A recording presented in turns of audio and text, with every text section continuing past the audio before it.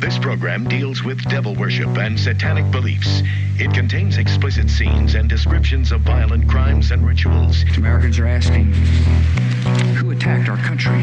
You have declared a subliminal jihad against the United States. Can you tell us why? Everything pertaining to what's happening has never come to the surface.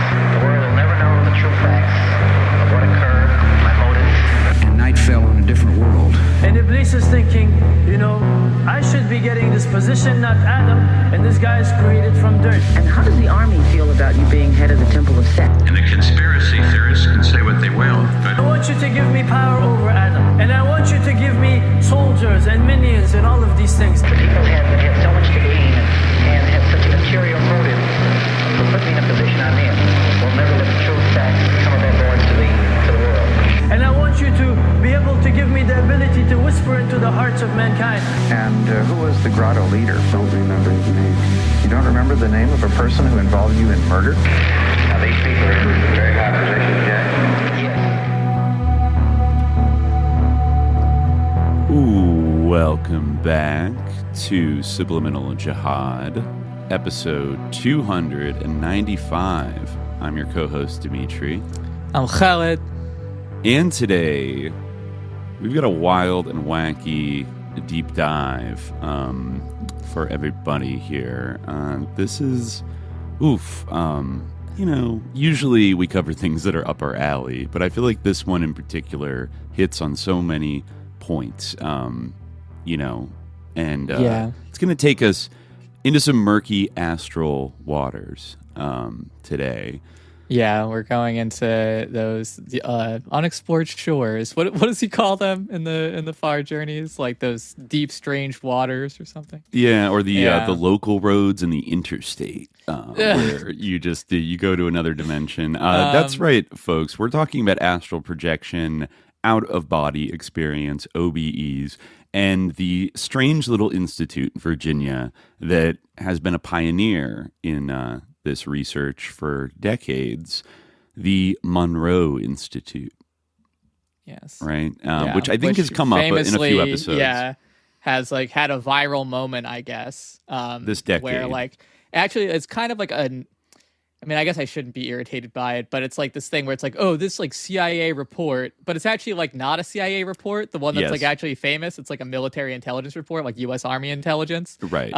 And also, there's lots to say about it, but obviously, this institute does have a big relationship with all branches of, I think every single branch of the U.S. intelligence community, or at least many of them, like the DIA, CIA, military intelligence, et cetera, et cetera. Yes. So it all kind of have had some relationship with this under the various programs of Central Lane. Center Lane was started in the early 70s. As some have pointed out even that it's been hypothesized that maybe it was a successor project to MK Ultra, which was shut down ostensibly around 1973 when CIA Director Richard Helms destroyed most of the documents relating to it when it was exposed in the press. Basically, it seems along those lines, yeah. And Grill Flame and Gondola Wish, right? Oh, right. Gondola Wish and Grill Flame. Yeah, those are two. I think we've never brought those up specifically before, but those were other projects that were related. And the one that we have talked about a fair amount, Project Stargate, right? Yeah, it seems like they were using all those kind of names, Gondola Wish, Grill Flame, Center Lane, kind of they were kind of floating around in this sort of disorganized way, because a lot of this was being funded out of hide, as they call it. It didn't have sort of a dedicated funding stream or wasn't super organized. It seems from the internal documents, and it was known by a bunch of different names, and then it was all kind of put together under Stargate, which is why now all this stuff is in the Stargate sort of file that the CIA released. I think in 2017. In 2017 they released that. Yeah, I remember. I have this vague memory of the kind of Monroe Institute report that was declassified by the CIA. You are correct, but was really an Army intelligence report from 1983. And I do remember, because it was early, maybe a year or so into starting SJ, and I remember this kind of thing going viral on TikTok, which then trickled down to Instagram and Twitter, of like a lot of, influencers like pointing out like the shitty like superimposed thing on TikTok of like, this document proves that remote viewing is real. The CIA has confirmed it. And like everyone is just like soy facing over the fact that like apparently the CIA has like just revealed the truth about like interdimensional realities and like out of body experiences and like all this stuff. And I remember kind of like rolling my eyes at the time because like we'd already been over this and really like agonized over it to like, it's very hard to tell how much of this was real and how much of this was like a lot of different, a psyop, like a way to like trick the Soviets. Like maybe they did think it was real, and then but then I don't never think it was like a way to trick the Soviets because like me neither. The Soviets, if they saw those materials, they would like be like basically if the Soviets didn't believe it was real to begin with, then like the whole impetus for this was basically that they felt that the Soviets and the Chinese were ahead of them in like the parapsychology department. So if the Soviets didn't believe in it to begin with, and they saw this material saying we need to research this because the Soviets believe in this, then they would be like, no, we don't. Like this obviously is bullshit. And then also going back to one of our earliest episodes, I think from maybe early 2021, where we talked, and we've returned to this theme a number of times in like multiple different episodes. And it's something that like most journalism about the Monroe Institute and most of the people talking about it, like they kind of take that thing at face value, of like the American security services and the military were in the early 80s were worried about a psychic gap with the Soviets. And they were alarmed that there were more advancements, that they had done more advanced shit and blah, blah, blah. And so that spurred them to get, to start funding this kind of wacky research that, if anybody's seen the film Men Who Stare at Goats it's based on a book by John Ronson. Wacky. I think that's like that's a kind of a science. Well, you remember John Ronson. Almost. John Ronson wrote that book. He British journalist wrote that book that was turned into that wacky movie that kind of shitcoats it a little bit. He was the guy who infiltrated Bohemian Grove with Alex Jones in 2000. Remember? So like John Ronson a little bit. I got my eye on him a little bit. Well, but he kind of like wrote in his book like kind of mocking. I mean, not to say that like mocking Alex Jones is wrong, as we do all the time, but like he had kind of like a little bit of he was kind of like a Krasner type of orientation to the conspiracy He just world, thinks it's all kind of fun and wacky. And like, look at this crazy Mae Brussel. Like he kind of had like, but I don't think crazy that Alex like Jones. First of all, I don't think that it necessarily is like fundamentally wacky or that it was perceived as wacky. And I also like don't think that people at the time, and I don't think that people necessarily perceive it as being wacky now. Oh no, I think like it's a very weird phenomenon where I was talking to you about this like over text when we were talking about sort of conceptualizing this episode. I feel like to me it's a similar phenomenon to the whole thing of like Jeffrey Epstein is too dumb to be like an intelligence asset, which I think assessment is based, I guess, on his grammar, or like his spelling, or like the way that he kind of like types or like communicates, like the fact that he doesn't have like perfect spelling or grammar in his emails or his texts is seen as like a sign of, and it's the same type of sort of complex where people like overweight the sort of superficial things that they see to be, that they perceive to be like the sort of meaningful signifier, or the most important signifiers of intelligence, like things like spelling and grammar, and also being like a skeptoid, like kind of, new atheist type, which I think like people who actually, like, I think, many people who are like intelligent or like who are seriously like in, high levels of the government or the military, like they do, it doesn't necessarily mean that you are unable to do that job or a simpleton or whatever if you like take this, like, people forget that, like, this is, in the 70s and 80s. I think, again, I don't want to overstate how much the belief, like the sort of level of belief and the level of taking this seriously has changed because, you can see examples of how it hasn't all around, right? Like, what do you think, like, all these kind of like influential people like in Silicon Valley, we've talked endlessly about like their beliefs, which are a lot of them are into this shit. Like specifically Monroe shit. Yeah, I don't want to overstate, but like, Alan Turing, the, inventor of the Turing test, right? There's that famous quote from his, not quote, but passage from his sort of proposal of the idea of the Turing test, where he says that like the statistical evidence for telepathy and clairvoyance and is overwhelming, right? Like that was, in the 50s, but still, like the idea that like basically like psionics are like scientifically proven had a lot of currency, like well into the late like 20th century. And I think like you still see like there's kind of this whole skeptoid complex as well that does exist and is legitimate, and like there's a lot of psychic frauds out there, but there's also people who take the idea seriously. And I think to a point you've brought up many times, like the sort of practical necessity of this became less pressing with the internet and with like the development of different forms and more reliable forms of surveillance technology. Yeah, because that was always GPS. What this is supposed to do, basically. Right. Like, we don't need a psychic to remote view someone anymore. Right. Yeah, so that part is partially the reason why, you kind of see it being dismissed. But at the time, it's like, why not?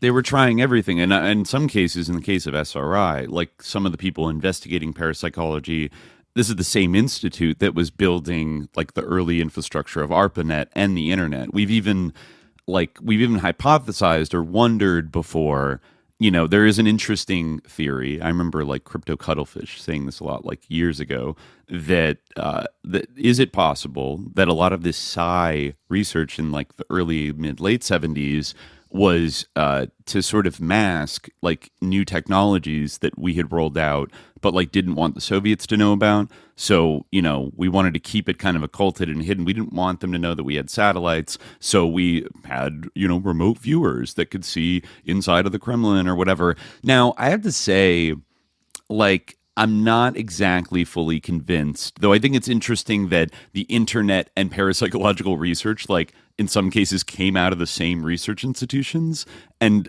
even rely on some of the same kind of like, I don't know, like terms and like thoughts about like you could very much see that the internet works as a kind of like out of body system that you can like go as like a disembodied intelligence and then like contact other people. It is a kind of machine telepathy in a way, right? Mm-hmm. But I don't think the more we look at the long like decades, even going back to like the 50s and 60s, the fascination with a lot of these like far out kind of ideas, like I don't think they would do it just to trick the Soviets. And one big reason why is, like I said, in one of our earliest episodes, we read this like interesting book that I had found years ago called, what is it? The New Soviet Psychic Discoveries, where these two journalists, I mean, one of them I think was like National Enquirer, but still, there's also Psychic Discoveries Behind the Iron Curtain, which was a little before that book. There were a couple of books in the 70s where American journalists or like researchers like went to the Soviet Union and they got a kind of glimpse of like intense, what seemed to be very intense and well-funded parapsychological research going on in the Soviet Union. And we went into like many different kind of examples, some more kind of like, I don't know, like maybe, I don't want to say believable per se, but like, some of them are kind of like fun, like the Almasty of like, the Almasty of like Dagestan. That would be one of the more believable ones. You're right. It's one of the more believable ones. Yeah. But, like a Carillion photography and like energetic healing and things like that. And, they went and interviewed, like high level PhD scientists. Which Henry S. Dawkins was super into, right? Yeah. Henry S. Dawkins. Henry S. Dawkins was a main participant. The other thing, the Soviet-American exchange program run out of Esalen of all places, and this was like meant to facilitate conversations between scientists, but really like primarily about parapsychological research, and like Esalen was running that shit. And then kind of like out of the parapsychological exchange program thing, they kind of expanded that in the 80s into a kind of like quiet track hot tub diplomacy kind of thing that culminated in them, making contacts with Gorbachev and then sponsoring a trip to bring over Boris Yeltsin to the United States in the late 80s, where he had a kind of like psychedelic epiphany in a Texas grocery store and realized that communism was evil and capitalism rocked and things like that. So like, that's all to say, kind of very intertwined with like serious Cold War shit, not just like, and you'd have to, if you said about the American research, that it was all just a cover for GPS and satellite, then you would kind of have to say the same thing about the Soviet research, that it was like a psyop to like deceive the Americans into thinking there was a psychic gap when maybe there wasn't really one. But that's like a little hard for me to believe because, you know, the Soviets were very scientifically capable in general. They had a lot of scientific breakthroughs and a great kind of infrastructure of like research scientists, most of which was scooped up at low prices at the end of the Cold War. We brought a lot of like the Soviet research scientists over here, right? And the way, I don't know, the way they're all talking about, they interview people at like, you know, the, I don't know, like the sort of like astronomy institute in like in Yerevan, Armenia, and all these people are talking very kind of openly about like, we really don't, you know, we have a materialist kind of based society. Like, sure, like materialism is kind of the ruling heuristic of like the Soviet Union, but nonetheless, they are, you know, reaching out into like the furthest, murkiest, like mystical edges of like what could be real or not. So it seems like it wasn't just a bullshit by Wayne McDonnell, like, you know, which is kind of drawn on the ideas of this guy Itzhak Bentov, who like wrote this book like Stalking the Wild Pendulum, which you know doesn't really have anything weirdly like it doesn't really have much to do with the Monroe Institute that I could find, other than the fact that like McDonald's like when he was taking this training, like, quote, a physician who was taking it with him, like, mentioned that book to him, and then he kind of used it as a framework. But if you actually look at Monroe's own writings about, like, how he thinks the universe is organized, it's, like, way more insane than what Bentov wrote about. Or, you know, way more elaborate or sort of dissonant from a normal consensus, you know, whether you want to call it insane or not. But I mean, this is kind of what I'm saying. Like, I think a lot of those theories of like, oh, they must have been trying to trick people, or they're trying, like, this is all a big trick. That is like not based on like actually evaluating the evidence. It's based on the people who are propounding the theory, their visceral feeling that like this is all this is such bullshit, you know, and like that they're like the theory, like their sort of understanding and interpretation of the fact that this happened is like secondary. Like that has to follow from like no reasonable person could possibly believe in this, when like if you think about it, all that's being talked about is like invisible energy fields and like the structure, like things like Einstein's theory of relativity, like the interpretation of quantum mechanics. Like at the time that a lot of this was sort of percolating for the first time, that was all relatively new, or like, you know, even at the latter end, kind of like 20 years old and stuff like that, you know, like the idea that there could be like new discoveries in this domain, that we don't like fundamentally understand what is possible or the structure of reality, that there might be something like, there's a lot of people who like think that, you know, like a lot of people like it's like a very odd thing. And in a way, like, it's you know, in terms of like the whole internet thing, you know, I think really, even though I don't really think that like this was like a shit coat for the development of the internet or like a smokescreen for it, I do think like internet eventually served different purposes, so change the focus of the like sort of investigate. But I fully believe that it is happening now. Like if you don't think that there's like money being spent on like investigating UAPs, like in terms of just what we've seen, like there's money being spent on that. Whether like, you know, that is all like just kind of you know, whether there's any kind of gin dimension of that or not. I do think that like there are, and maybe it's because like they're not in privy to the sort of highest conversations where like they know it's all who knows, but like I think it's definitely true that there are people who like, you know, buy into the kind of the Sean Ryan type of level of it, or the like the sort of I talk to the egg type of thing. Like it's funny it's, you mention eggs, Khalid. I didn't realize, and maybe somebody who goes through a lot of the Monroe Institute training might not realize it, but if we want to talk about a little synchronicities, I was just up at my favorite used bookstore in the world, Moe's Books in Berkeley, California, a couple weeks ago, and I always love to buy. There's a great collection there of like woo-woo, like Berkeley type books, like mass market paperbacks, occult literature, like all kinds of like wacky shit. And it used to be a pretty good supply of old tanky, like, like, you know, like communist books as well, but not so much anymore. But I just bought this purely on vibes and the cover alone. I don't know if I've held this up before. This is, I think you'd appreciate this, right, Khalid? Exploring the Crack in the Cosmic Egg by Joseph Chilton Pierce, PhD, Split Minds and Meta Realities. This is the sequel to The Crack in the Cosmic Egg, an investigation of non-ordinary reality. And this is, I just thought, okay, cosmic egg, funny. I'll probably flip through this one day. But then when I started researching the Monroe Institute, I opened up and there's a blurb dedication from Charles Tart, PhD. Now, have you maybe come across that name a few times?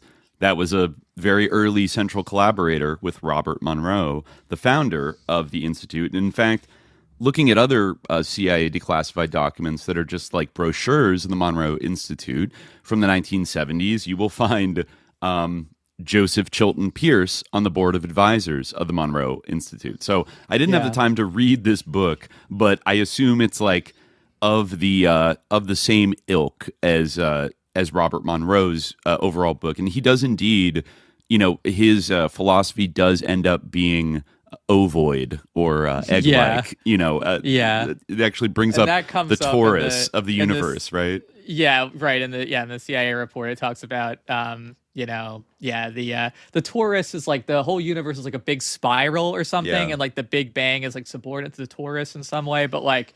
But there's like kind of this like sort of cycle of energy where there's a white hole in the egg and there's a black hole in the egg as well. Like it's kind of it's all flowing kind of into it. Energy. This was like also around. The torus was a huge feature. I just had like a flashback of the kind of strange new agey movie Thrive by Foster Gamble, which came out maybe in like 2010. Probably like the self-funded. He's like an heir, like self-funded movie. But I forget if he like specifically like kind of highlights the Monroe Institute in that. But he goes really hard on like the idea of like the torus being like the true nature of like our universe and reality and stuff. I forget if he calls it an egg or not, but like it seems to come from this idea that like Monroe initially popularized. So they're real eggheads, you could say. Yes. I mean, like the idea of like the universe being an egg is like, like pretty popular, but it is, certainly something that we've seen recently. And there's sort of like the emphasis of all of this, like, well, in that particular report, and certainly to a degree, like in Monroe's ideas, it's themselves. You see like this sort of like strong emphasis on like the priority of consciousness. This is basically, and like you can almost see this actually in what we were talking about our Patreon episode recently, where it's this kind of a battle between like a consciousness primary ontology versus kind of a matter primary ontology or something like that, right? And they definitely have a consciousness primary ontology, I guess. It kind of ranges like on one level, like it's just kind of like another name for like God is basically consciousness, or sort of like a monist cosmology. But like it also can, it doesn't really tell you too much to say that someone like is interested in this idea of consciousness could go off in all these different directions. And I think it's like an interesting kind of like organizing like a concept that like you see like all these kind of different discourses, like the idea of like the artificial intelligence or the like the super intelligence that apparently is going to pop out of nowhere from glorified autocorrect. And the sort of you see it in the UAP discourse, right? Because that's where I think like a lot of this probably transfers into like in the modern day or the present day, that like there's this strong connection between like the sort of psionic abilities and the idea of these, the relationship with these strange eggs and such that we see, in the sky, right? It's funny. It's true. Yeah. The UAP crossover, even though a lot of these kind of communities, and things like the metaverse and like a lot of these different communities that we've covered a lot in different content, like the sus UAP disclosure crowd, the psychedelics, like the corporadelic, like underground that is trying to legalize psychedelics, and the Monroe people who are all about OBEs and NDEs and all this kind of stuff. Even though, especially like the Monroe people, if you ever bring up psychedelics, they'd be like, that's like one way to get to this state, but like it's not really reliable, and we don't really like, like they're not. They kind of keep a distance from like psychedelics as like the way to do it, because they have their patented Hemi-Sync technology that is like the best way, and blah blah blah. But they're all going in the same direction. They're using a lot of like very similar concepts about the nature of reality. All of them kind of say the same kind of line about like we are all conscious, like consciousness determines everything.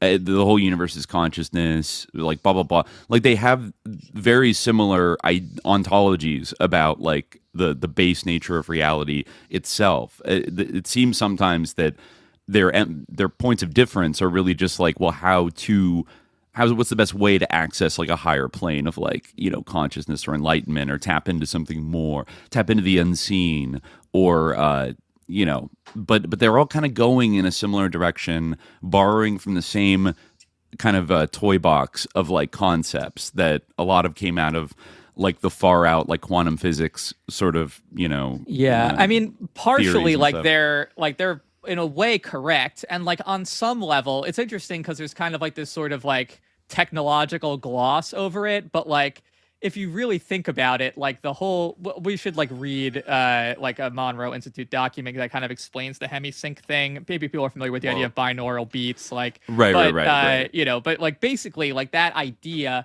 is not so different from like a lot of like techniques for like inducing kind of a state of ecstasy, or like I think that like the sort of idea that you can you know, through like sort of a repeated sound or something, you know, I think the sort of idea of like, you know, having one sound in this ear and that creates like a sort of a new like sort of holographic sound that you produce yourself to kind of fill in the blanks, and that gets you to, and but like I think what's kind of weird about it is like the sort of like the doctrine around like the out of body experiences that kind of like comes into that. And I think like you see that as well with the psychedelic stuff, and like it's the way that like it's narrativized and like interpreted, because like I mean it's not like so you know, like I think like you basically like at a certain level of abstraction you just have like, you know, either like basically God is real, or like that there is God, or that like you know, everything is like kind of like just like randomness, you know, and you can see both of those things, like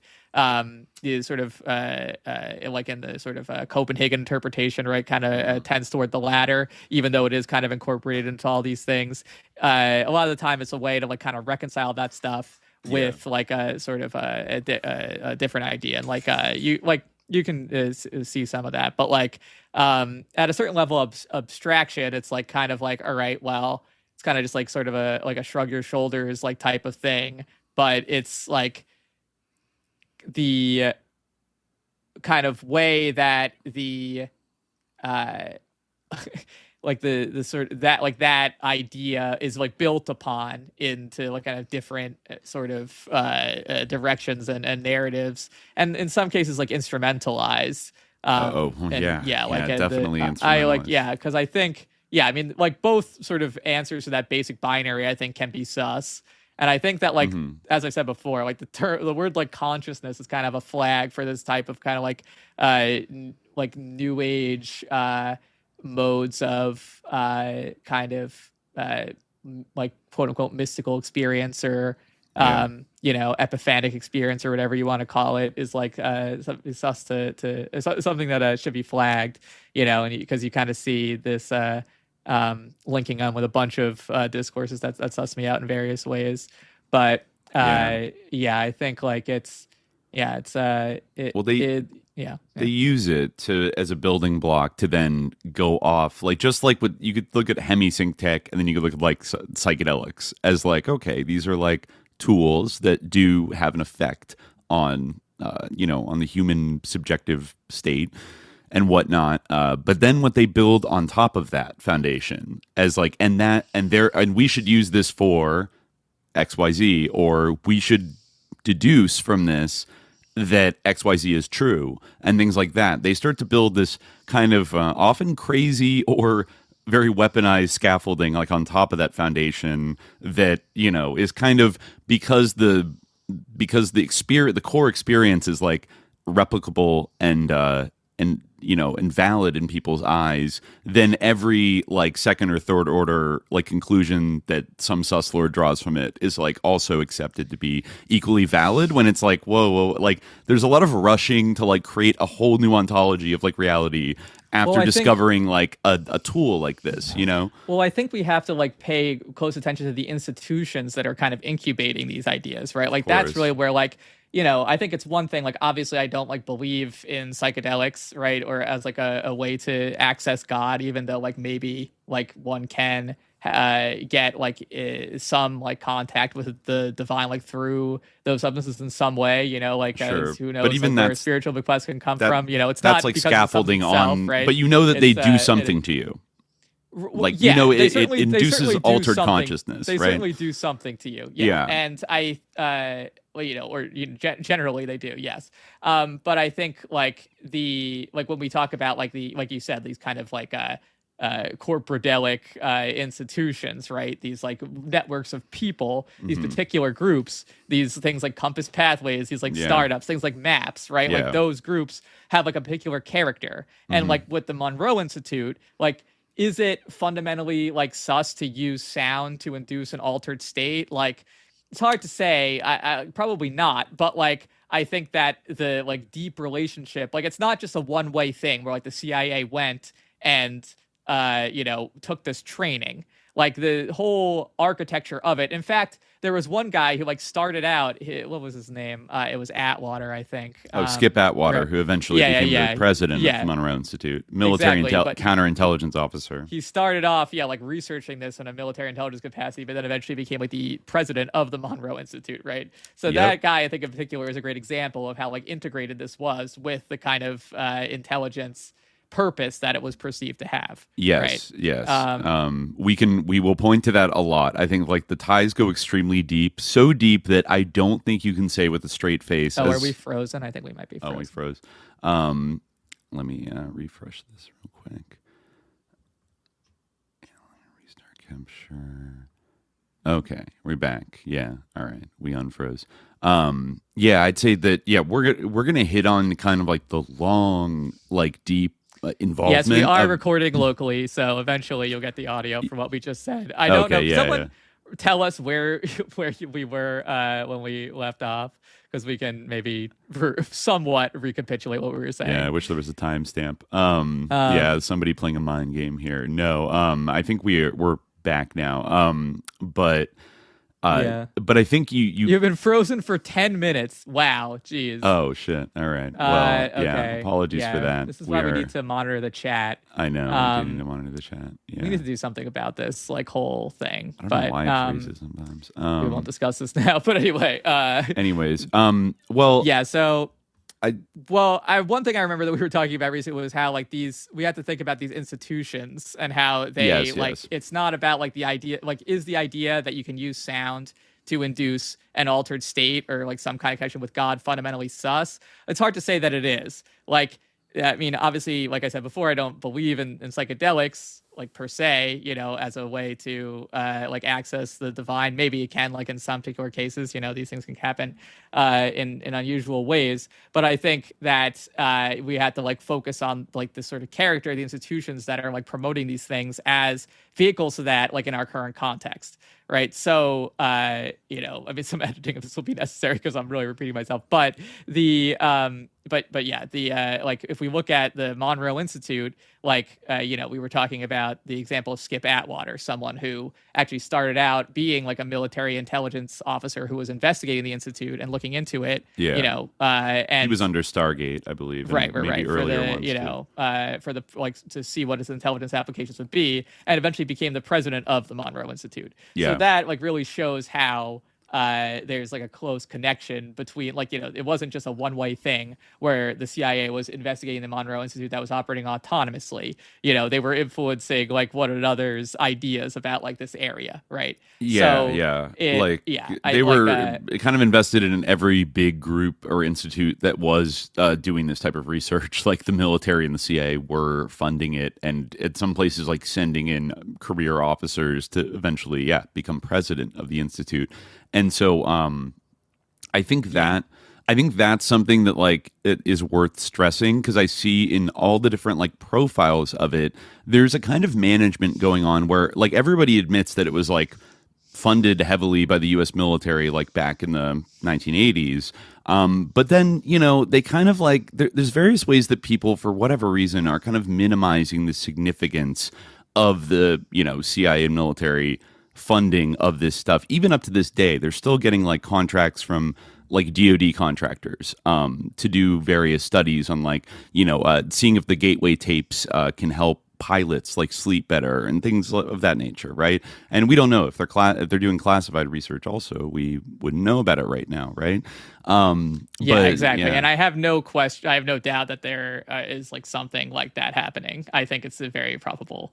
Right. And, like, you know, because there's this kind of I almost, in a way, like in terms of like the internet, it is interesting that kind of like thinking about this subject really began to truly like percolate online. You know, there's someone in the chat earlier who was saying that, like, you know, the internet is like an observation tank, like, you know, to put all of us in so that like Jin can watch us or something. I don't know like how true that is, but it is like kind of interesting that this kind of like dogmatic like skepticism of like, even, you know, like again, like we really like, you know, this is something that like people have like experienced like a lot, you know, and I think that like kind of the sort of like knee-jerk thing, like reaction to the subject that is like kind of like, it's not even about like the phenomenon itself in this case, where it's like almost like kind of how do we interpret the interest of in what way that like it affects like our kind of like understanding of like politics and of like the forces which like, you know, most ordinary people in the world are like at the mercy of,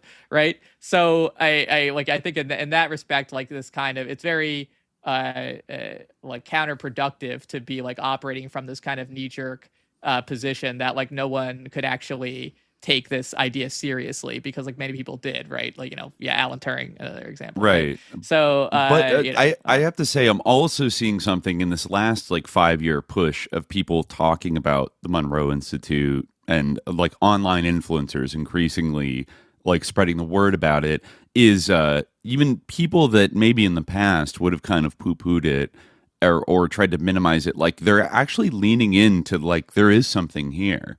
And there's a lot of belief in a lot of these articles, but it's also mixed with a kind of like cautiousness about it. And like, there's just something that I feel it susses me out a little bit, because they're basically saying that like, oh, the Monroe Institute like did, you know, develop something that has efficacy, and as proof of like why we should think that's like trust this. Like the CIA and the military, they're the smart people. They invested all this money into it, and it's cool. But then the ethical complications that, you know, brings with it is kind of like minimized.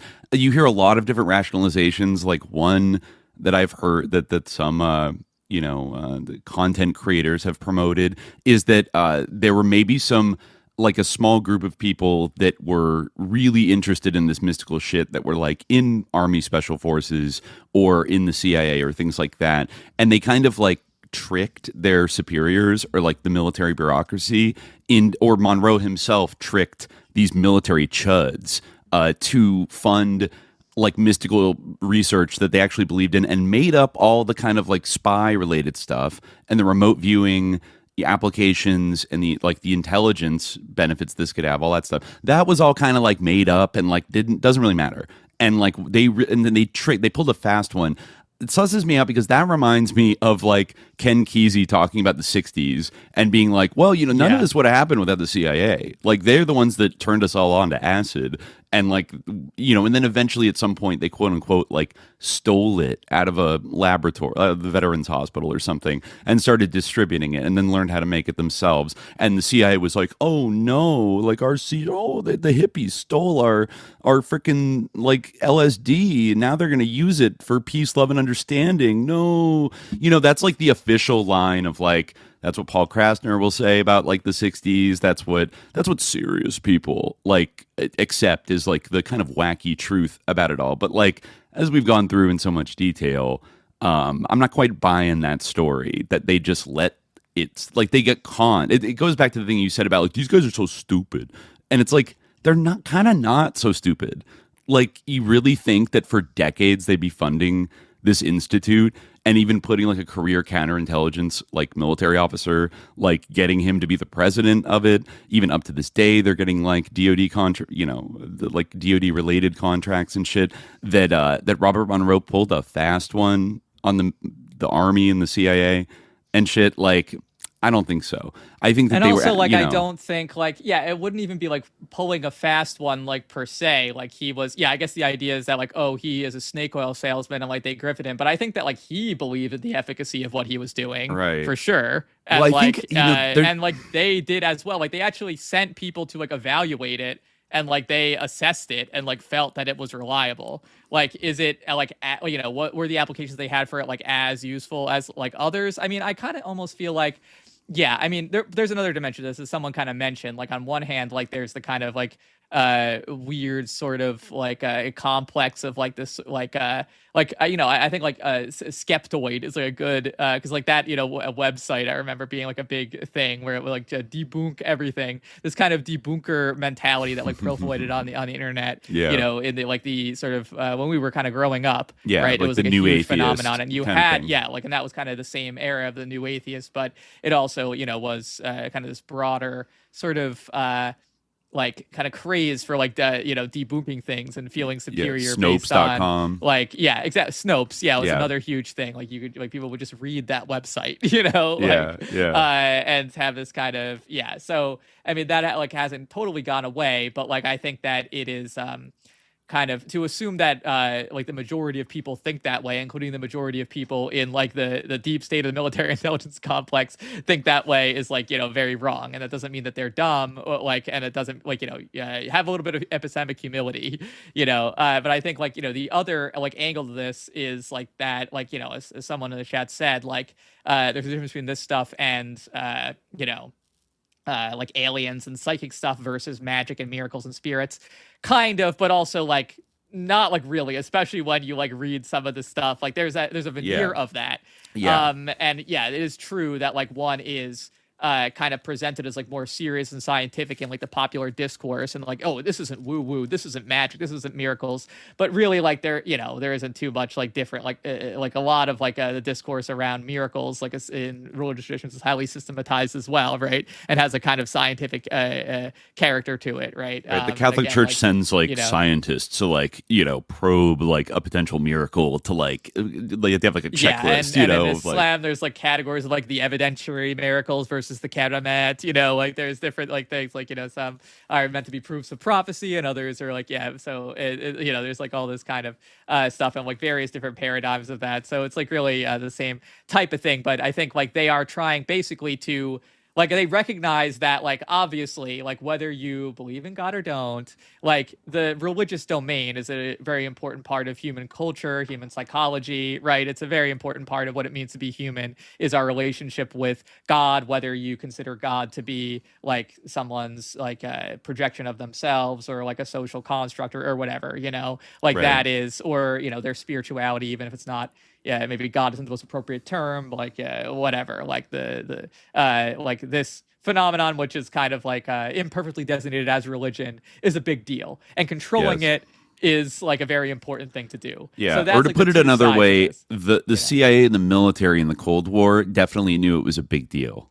You know, like, they didn't sort of bankroll that many sus anthropologists, like, to not realize it was a big deal. So then I think, yeah, that's really the core of what, like, susses me out with that. Like, they tricked the military into funding this mystical shit to, like, you know, escape the wheel of reincarnation or whatever, is that it's kind of this cop-out similar to the LSD thing of, like, okay, so we don't have to worry about nefarious military intelligence applications of this technology then, or it being abused or misused, or being contextualized in a you know, sus way, like, by the people funding it, the military and the CIA. Like, we don't have to worry about that, because, like, the whole espionage potential, which is always kept in a very narrow, like, can you go out of body and spy on a Soviet nuclear base? Like, I know they did that, but, like, there's more to intelligence applications for, like, psi abilities than just spying on the Soviets, right? I'm thinking about, like, social manipulation at scale in high control groups, whatever, in culture.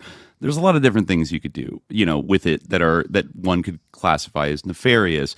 But then, like, if you think that, oh, you're kind of believing that Robert Monroe is, like, a good guy all along, and, like, it, I don't know, it just leads to this, like, I freaking love science, like, kind of reaction that is like, well, you know, the CIA fun stuff, the military fun stuff, and every now and then we get something freaking cool, like the internet, out of it.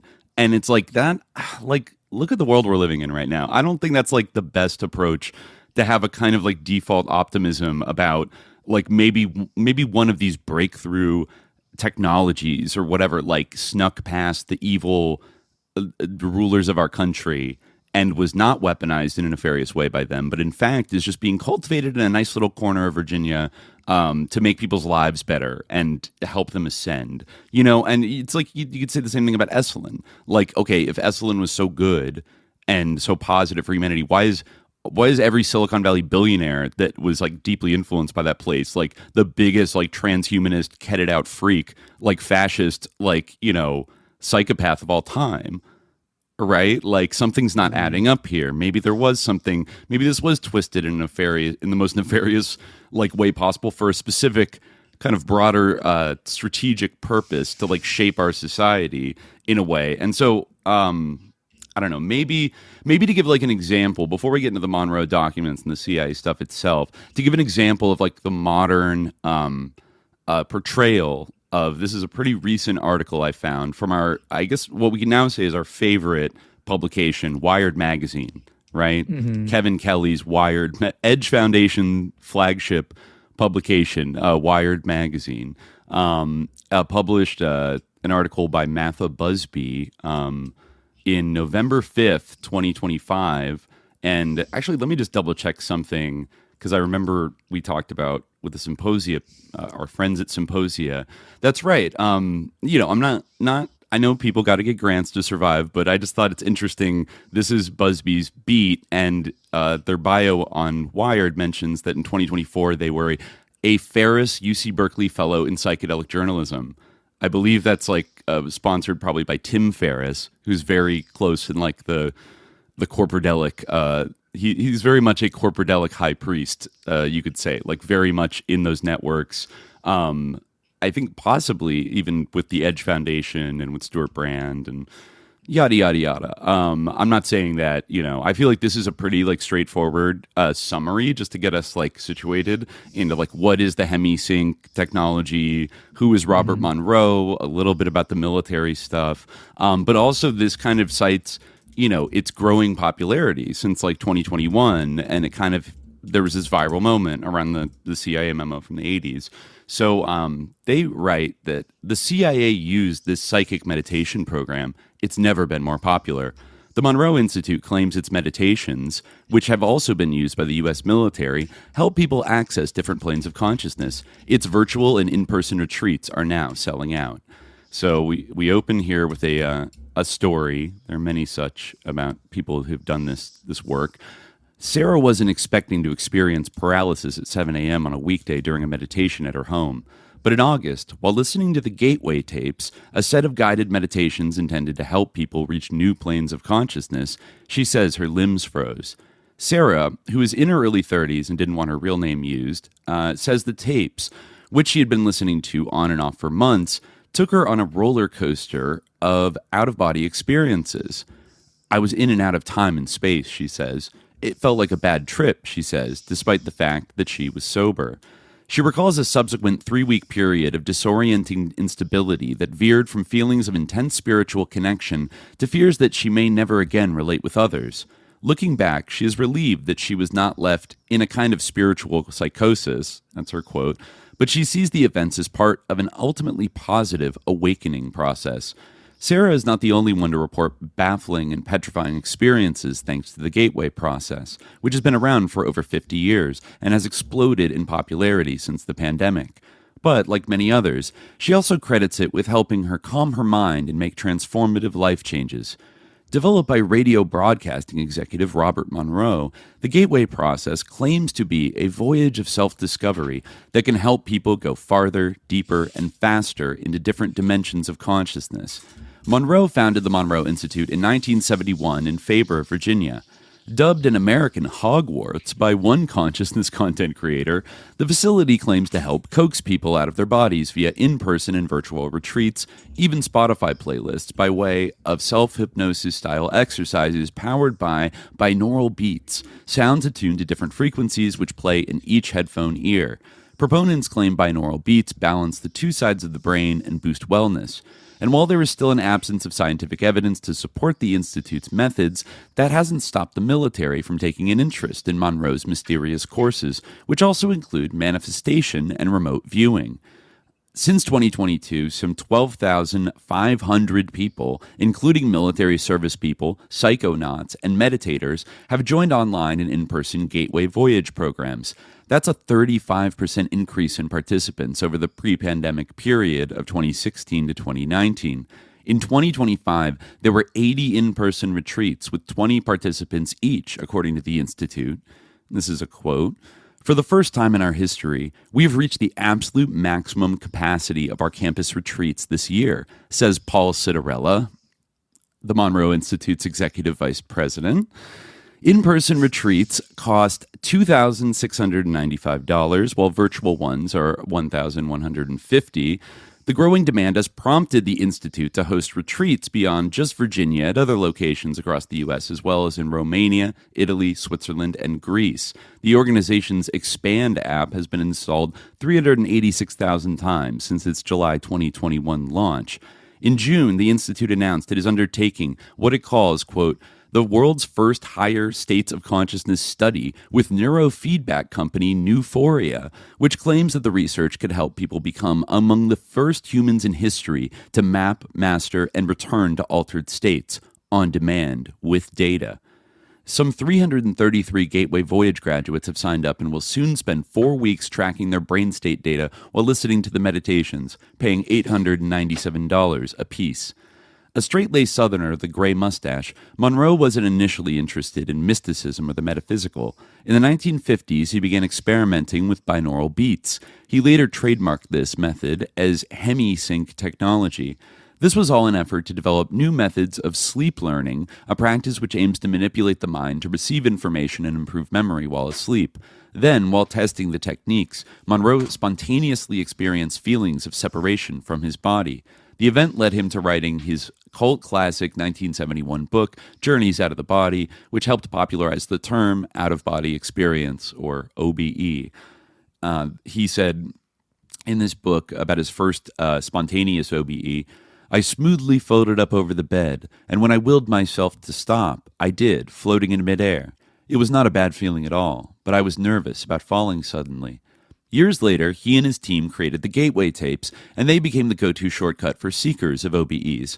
The remote viewing aspect, which may be familiar to Stranger Things fans, talk about a shitcoat, sounds particularly hard to believe, but the idea has obvious military appeal.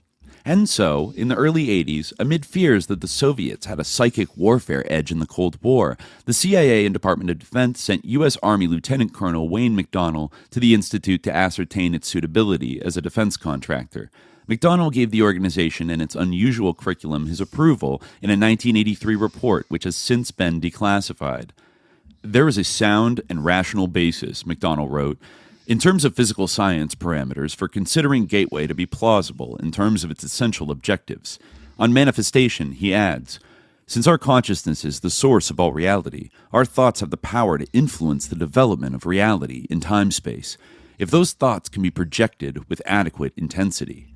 Since COVID lockdowns led to growing interests in yoga, meditation, and lucid dreaming, there has been a surge of curiosity about the Monroe Institute, often from people who want to meet dead loved ones or who have had near-death experiences and wish to understand them better.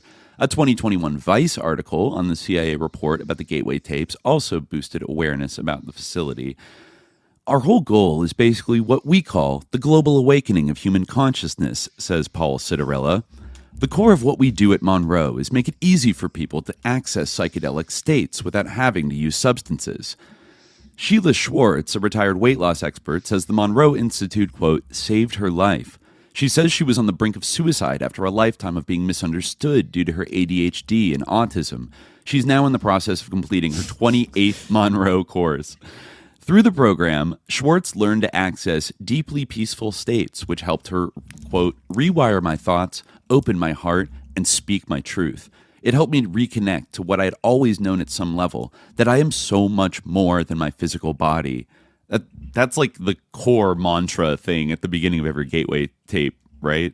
is that like you are more than your physical body, right? Yeah. Robert Monroe like speaks over this like ambient kind of drone, this binaural drone, and like with like ocean sounds and stuff like that. So this woman is now in the process of moving to Virginia to be closer to the Institute. Okay. The subreddit r/Gateway Tapes with 83,000 members provides an insight into why. As well as some tales of misfortune and confusion, people regularly tell of blissfully completing the meditation exercises and entering theta states, which are typically associated with deep relaxation and vivid dreams. The binaural beats synchronize the two hemispheres of the brain, says Marina Weiler, an assistant professor of psychiatry and neurobehavioral sciences at the University of Virginia, who specializes in OBEs and is a member of the Division of Perceptual Studies Research Group. That's interesting. Beats at 100 hertz in one ear and 104 hertz in the other can push the brain into a theta state, she explains, although scientific research on the efficacy and safety of binaural beats is lacking. That's usually the frequency that people choose to achieve the out-of-body experiences. People may experience other psychic phenomena and extraordinary experiences, but they do not always have OBEs, Weiler adds. But they can, if combined with intention and a lot of practice. Joe McMoneagle has had a lot of practice. The former U.S. Army Chief Warrant Officer is known as Remote Viewer Number 1. We've talked about him before. In Vietnam, he had an NDE and reportedly developed attuned suspicions of when his platoon was about to be ambushed. McMoneagle was recruited into Project Stargate, the U.S. Army Psychic Intelligence Unit, the inspiration for the 2009 black comedy The Men Who Stare at Goats, which declassified files suggest sketched the insides of Soviet manufacturing plants, found kidnapped generals, and even located the mystical Ark of the Covenant, though it was never recovered. My success rate was around 28%, McMoneagle told the Daily Mail. That may not sound very good, but we were brought in to deal with the hopeless cases. Our information was then cross-checked with any other available intelligence to build up an overall picture. We proved to be quite useful spies. McMoneagle became a speaker and trainer at Monroe, where he did his remote viewing training. The military is interested in it if it works, physicist Thomas Campbell, author of the My Big Toe trilogy, tells Wired.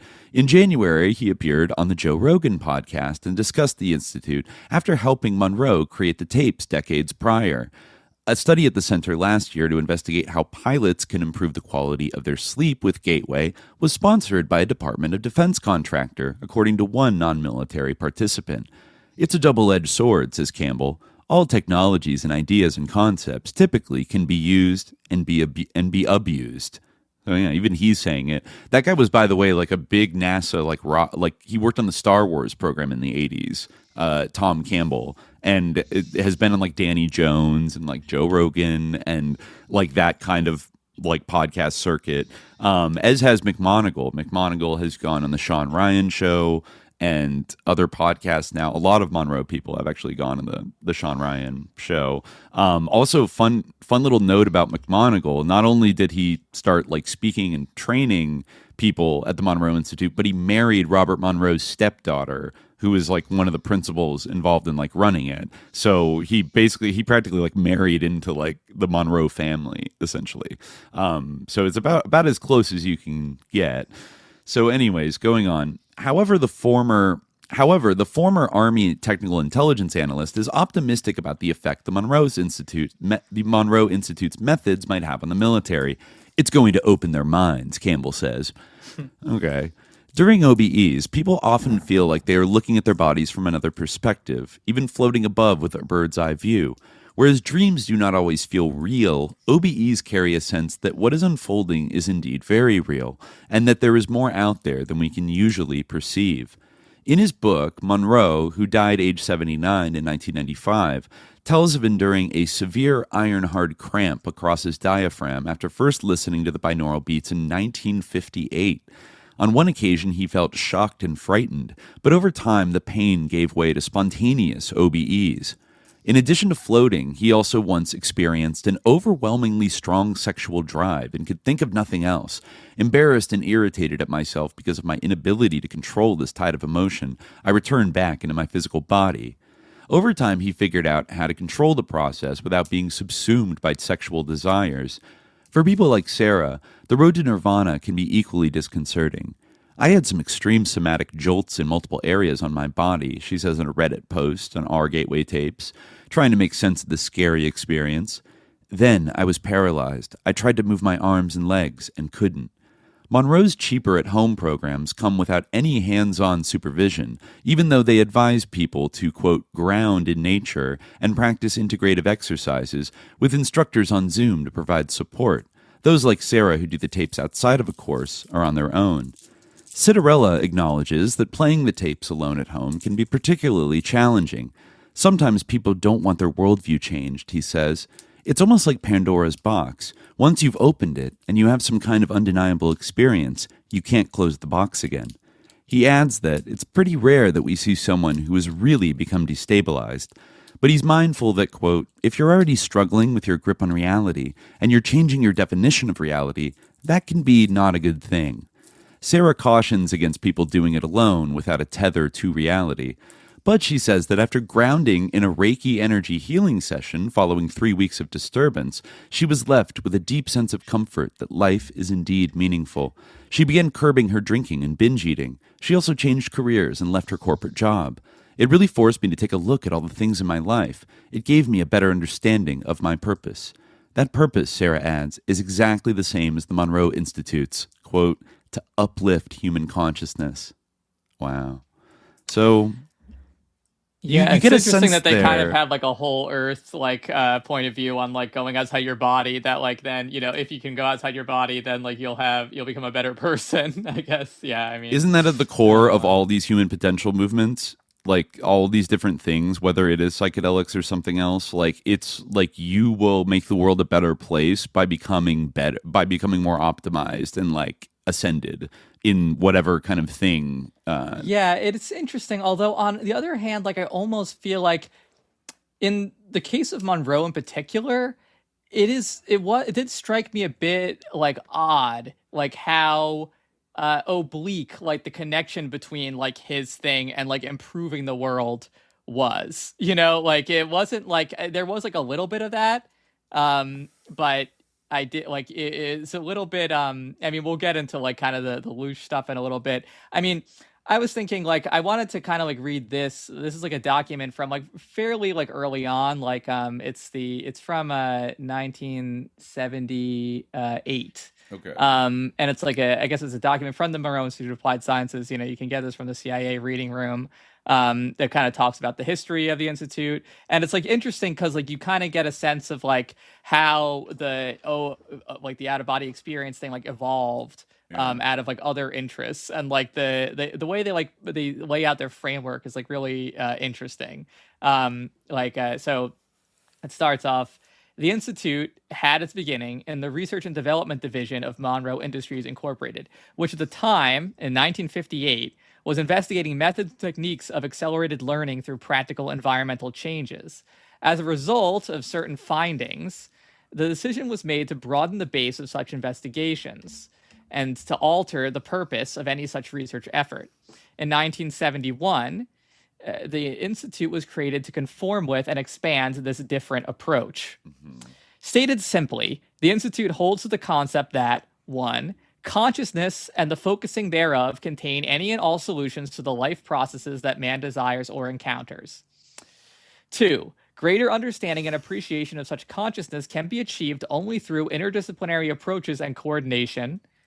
3, the results of a related research effort are meaningful only if reduced to practical application to, quote, something of value within the context of the contemporary culture or era. That's pretty interesting. That's interesting. Yeah. So this is a section called History. 2 points of reference need to be clarified in this, the opening portion. First, the following report is not presented within the restrictive confines of a single avenue of study or practice. It is an attempt to place in broadly comprehensive terms the basic developments at the Institute so that each individual may relate it to his own area of interest without the need for translation, quote unquote. Second, the summary of study and research contained herein is not conventional in its approach. There are no statistical tables, graphs, or references to the works of others in the field.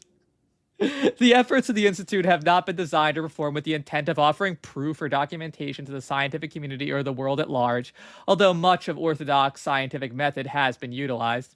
Instead, Such can well be the goal of other organizations and individuals who may take the basic findings of the Institute to prove and present them in other forms and other areas of specialization. The Institute welcomes this participation. As stated above, the early goals were defined as the development of learning methods and techniques through practical environmental changes. That's underlined by whoever in, either the CIA or military intelligence was reading this. Right. Practical environmental changes, i.e. changes that could be put into use simply and easily under typical societal conditions. This immediately precluded any exotic approaches such as chemical, drug, or dietary stimulation. Also, to be widely acceptable, the use of sophisticated and expensive instrumentation could not be a vital necessity. Moreover, the need became apparent to go beyond the current modes and theories of learning to reach a baseline that might be all-encompassing. The purpose was to produce something effective in a new form, rather than an extension or expansion of traditional practices that were declining steadily in acceptable results each year. Type 1 learning. Utilizing a freedom from conventionality, studies were made into all forms of the learning process and daily life activities. And moving beyond the Skinnerian pattern, the key factor in learning appeared to be, first of all, the focusing of attention, also underlined. Pain or pleasure focused attention to the experience, and the experience was then learned/stored. Further, any factor of emotion focused attention, again causing the experience to be imprinted heavily. Any extreme physical experience also focused attention on the experience with similar results. The depth of learning, retention, recall, appeared to be in direct relation to the intensity of experience. Conversely, the more shallow the experience, the lesser the attention seemed valid, which diminished greatly the learning process. Any other quote-unquote unnatural learning, such as willful focusing of attention without stimulus, required a form of dedication and discipline generally unavailable to the average human mind. Attention flickers and fluctuates also in low-order repetitive experience, denigrating again learning that might take place. So this is kind of interesting. Like, again, I'm like exaggerating a little bit, but it's kind of like rather than having like the discipline that has usually been a part of like achieving, altered states of consciousness or having kind of, transcendent or epiphanic experiences, like we're going to use like trauma-based mind control kind of like, the intensity or sort of the experience. Intense emotional stimulus is the premise. Natural learning is triggered by attention focused by experience, which contains elements of emotion, pain, pleasure, physical action, newness, and various combinations. Therefore, natural learning is experience. The greater the depth of the experience, the greater the imprint of learning. This is labeled type 1 learning. A simple validation of the premise can be achieved by no more than sitting down and writing out a list of the 10 most significant information events you have learned to date, in the order of the clarity of detail and your ability to recall. Having done this, note of how many of the 10 represent those items you have learned through formal training. The question was, how to put this natural learning process into a synthesis that could be applied broadly and readily. I mean, like, there's something to that, I guess. I do feel like, obviously, your strongest memories are those that are tied to, like, strong emotions. Naturally. So, I'm not saying that's not true. Type 2 learning. Another learning process, the most conventional and widely in use, is indeed deliberate and willful, and approaches a Pavlovian conditioning pattern in its habituation. To be truly successful, the reading and rereading of a textbook, the physical coordination of an athlete, the skill of a concert pianist, all are forms of type 2 learning and require a special pre-learned form of focus of attention, which may be triggered by a previous quote-unquote natural learning experience, which may or may not be in conscious recall. From this basic rote process, quote, unnatural as it were, combinations thereof are assembled to form deductive simulations akin to natural learning experience. Type 3 learning. Another pattern, which is present and affects the individual, yet for the most part is usually not within his conscious recall, lies in 2 or more areas of experience. The first takes place in non-conscious retention of experience, which is perceived and stored during his waking physical life activity. All 5 senses perceive information, only a small portion, less than 20%. I always love those random like stats, like, okay, how do you know like that? Right. Like, who measured that? Less than 20% of which is ordinarily available to the conscious mind. Yet such information is stored in memory in the most minute detail. It is not a part of the average consciousness because there is no focus of attention on the experience at that particular moment. This has been illustrated in many forms, such as the recall of the content of a conversation between others while the focus of attention was in another direction, or the remembering of a musical selection while reading a book. The second form of learning is by the experience of the non-conscious self, the dream experience, which may or may not be in conscious recall. The dream material itself may be a new experience created out of the previously learned experiences, and in turn is treated by the learning process as a learning experience and no less real or that is no less real or important than any other. An individual who previously has had no fear of snakes dreams that he is wading in a creek and is bitten by a snake and becomes seriously ill. Thereafter, he is afraid of snakes and quite possibly is afraid of wading in creeks, though the entire dream experience is not part of his conscious memory. Okay. I've never experienced that where I had especially a dream I didn't remember and developed a lifelong fear based on the dream, but okay. Yeah. Maybe some people have. The important facet in type 3 learning is that such learning experience is indeed part of a non-conscious memory, which does not have the basic ability to evaluate the experience within a relative context. Yet it is experiential, often emotional learning, and thus acts upon the individual personality with the same strength as type 1 learning without conscious awareness of the individual. It was herein, type 3 learning, that held the most hopeful promise of achievement of the original purpose. Preliminary results. It soon became obvious that experiments in type 3 learning were not at all an original approach. Much of it had taken place through the years under various labels: suggestion, hypnosis, psychosynthesis, placebo effect, motivational research, plus several hundred philosophical variations. The problem, thus, was to sort out the catalytic factor in as many of these as possible, and apply them in some rational and repeatable scientific model. With this came an important change in identification of exactly what this was that had been under investigation. What attention was being focused? What was undergoing the experience? What is underlined? Unhappy with the term, quote-unquote, human being, the process might apply to animals also, personality or individualism being the result, and, quote-unquote, awareness offering insufficient connotation, we settled reluctantly upon, capital C, consciousness. Reluctance was there because it still seemed inadequate, vague, misused, and overused, but it was the best to be had at the time.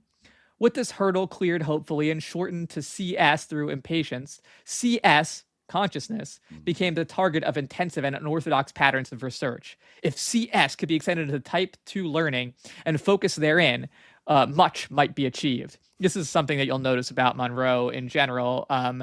He loves to make up like little neologisms and like needless abbreviations, like CS for consciousness. Right. You'll kind of like very like military mindset a little bit, kind of quality. By luck or intuition, the project aimed immediately at the most obvious yet natural edge of CS: the release and dispersion of CS at the onset of and during sleep. The simple process of extended wakefulness did not produce any worthwhile patterns, i.e. delaying the loss of CS without qualitative changes of what appeared to be a declining efficiency. Therefore, a means was sought to maintain the quality of CS as the physiological system converted into the sleep state. This included the problem of how to make peace with the homeostatic network, which resists or feels quote-unquote threatened by any change, and change to be the key to any process to be designed and developed. He says, then discovery.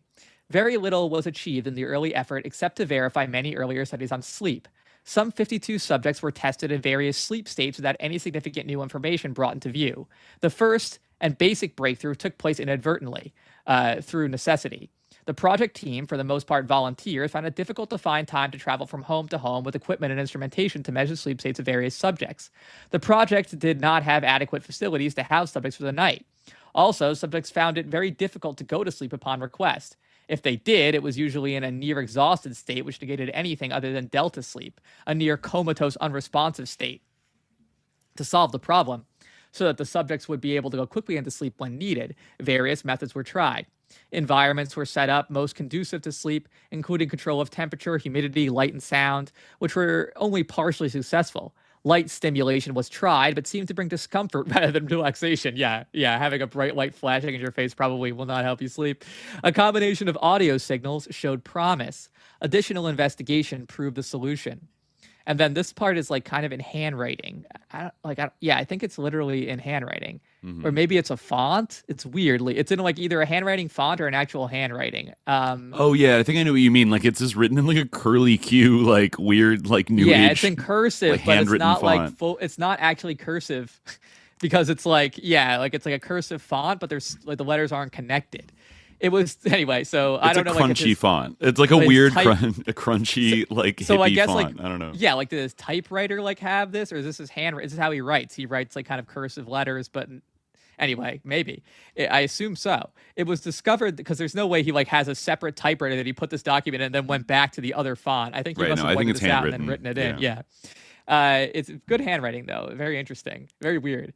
It was discovered that phased sine waves are discernible sound frequencies when blended to create beat frequencies within the ranges of electrical brain waves found at the various stages of human sleep will create a frequency following response, an FFR, within the EEG pattern of the individual listening to such audio waveforms.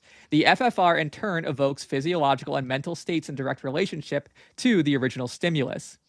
With the availability of this new tool, progress was immediate and continuous. For the first time, it became possible to develop and hold the subject into any of the various stages of sleep, from light alpha relaxation through theta into delta and in REM, dreaming. A generic patent on the method and techniques was granted to the originator, Robert Monroe, for whom the institute is named.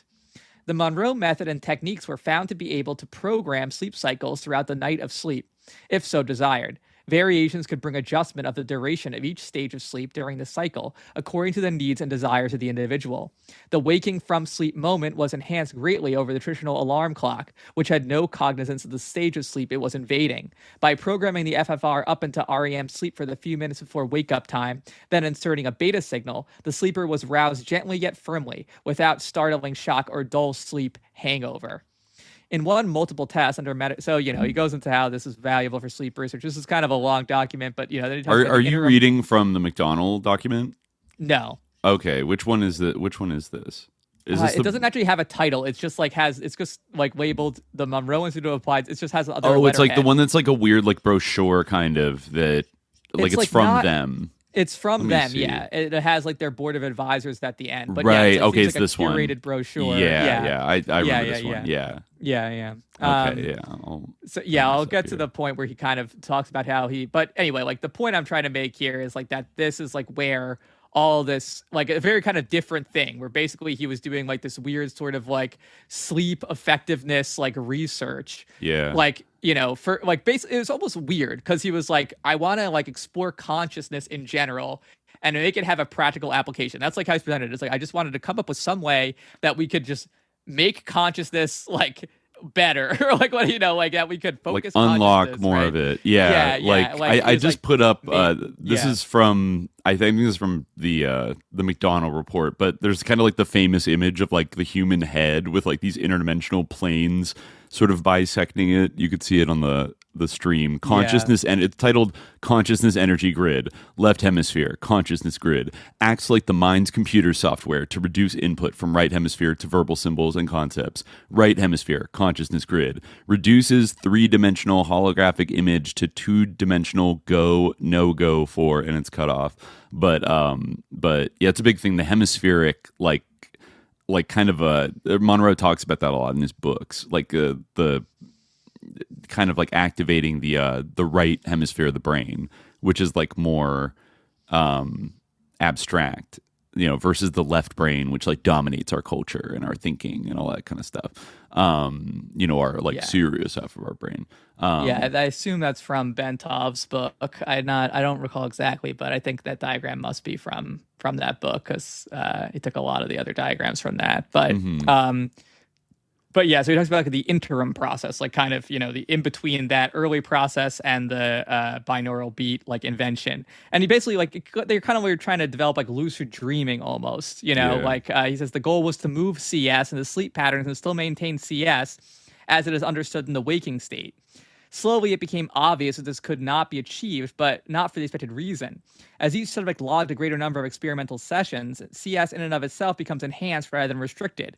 Not only was the subject participant able to ease through the normal diminution of physical sensory input in sleep without loss of CS, he discovered first that CS was not dependent upon those same physical sensory signals. Second, he discovered that CS, as he understood it, became greater in its capacity without the heavy physical sensory data, presenting strong interference and distortion. The knowing and he has in parentheses conviction question mark, through experience that thinking, cognition, self, personality, and any other components of consciousness are not dependent upon physical sensory signals, was in itself a most profound learning process to most participating subjects. In a social structure bound heavily to causal relationships through matter, time, space, the acceptance of such as valid through personal experience was indeed profound, disturbing, and extremely stimulating to both staff and participants. It was truly a suspected Pandora's box that, there's that term again, that offered unexpected potentials in an aspect that had preoccupied man since his early beginnings. Could the box be opened slowly, a little at a time, so as to avoid being overwhelmed? Or would the additional studies show this paradoxical state of sleep-awake to be that and no more? At this point, a member of the research team recommended that the beat frequency patterns be applied binaurally, i.e., that one set of the signals be inserted into one ear, another into the other ear. In open air, extremely low frequency brainwave patterns were below audio perception levels. Thus, the pattern was expressed in amplitude rather than actual frequency of the sound itself. The effect of the effect of the binaural insertion implied a possible synthesis of the beat frequency by the brain itself. At 200 hertz signal in one ear and a 210 hertz signal in the other could suggest to the brain an effective 10 hertz resonance. The results were spectacular. A quantum jump in the entire process became evident. Time of response shortened, duration extended, degree of intensity was dramatic, all in the FFR patterns shown in EEG traces. Even among some 22 previous and all well-indoctrinated subjects, greatly increased effectiveness was the rule. The period that followed was one of exploration of response to audio frequencies above EEG ranges, and often beyond normal hearing frequencies. The search was aimed at determination of other effective audio frequencies, whatever such effect might be. Blah, blah, blah, so he talks about this for a while. Binaural beat frequency stimulation creates a sustaining FFR that is synchronous in both amplitude and frequency between the brain hemispheres. So yeah, this whole idea of the brain hemispheres does come into it. And that's like kind of, like how it operates. And this leads to kind of, so then he talks about the applications. One is balanced health. The first and prime effect has been a stabilization of the mental and physical energies of the participant. This usually appears between the 10th and 11th session, each 45 minutes in length. Most report dynamic changes in physical vitality, more restful sleep, a greater sense of well-being, a general serenity, new enthusiasm for living, and release from false identities and obligations, to name a few. Generally, each begins with the statement, "I feel better. I seem to think more clearly." After the 10th exposure, the change is often permanent. Participants so report this some 2 or 3 years after the experience. 2. Stress tension reduction, used principally in cases that have resisted conventional approaches. Results derived appear to be caused chiefly by a change in the overview of the individual rather than dealing with specifics.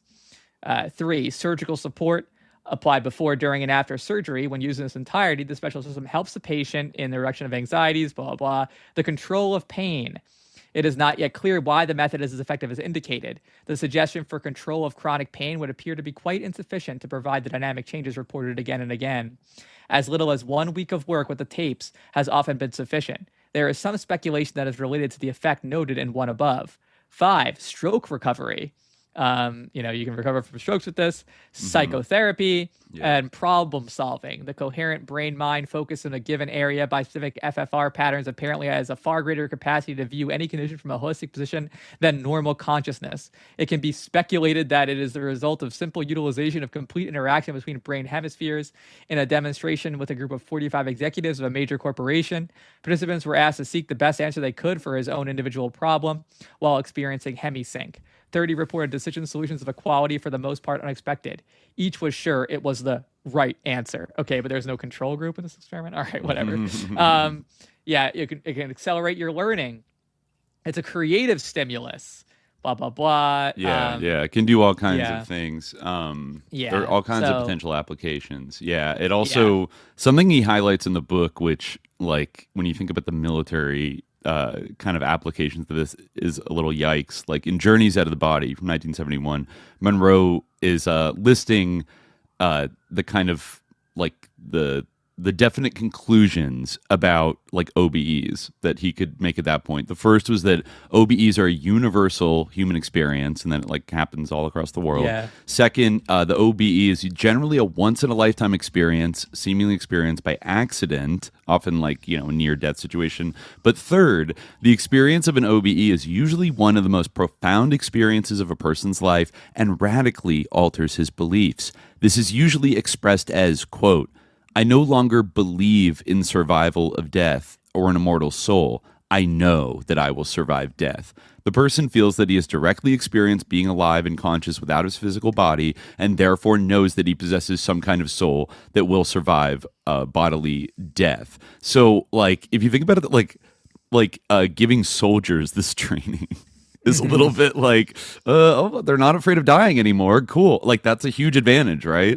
Like, in sending people into, like, special operations or whatever, making them not afraid of death is always, that's a great military application, right?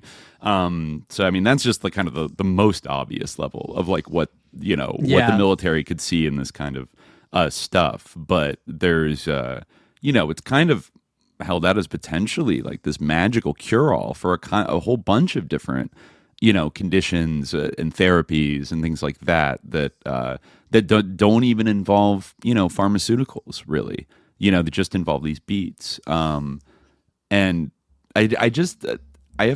almost forgot to mention this, but it is funny that, like, do you remember hearing about binaural beats maybe like when we were in college? Yeah, like that was 2009, my first 2010. encounter of them. It was actually before that. It was like my senior year in high school was when. Okay. So I guess maybe you would have already been in college because you're a little bit older than I am. Yeah. But there was like a craze for it where like people would iDoser. because they would have like different. Yes. iDoser. Yeah. Yeah. I remember that's the first time I did it to myself. It wasn't like the crunchy little Gateway tapes. It was like iDoser Gate of Hades or something where, because there was the a hand of God. I got to do the hand of God or whatever. Yeah, like I remember there were to those things, but like I remember there were like it was a news thing. reports about like alarmist like local news reports about like the latest craze that kids are getting high off of isn't even a drug. It's called iDosing, and it was basically just binaural beats on YouTube that people were like listening to, but like a lot of them around this time, for whatever reason, it was kind of popular to make like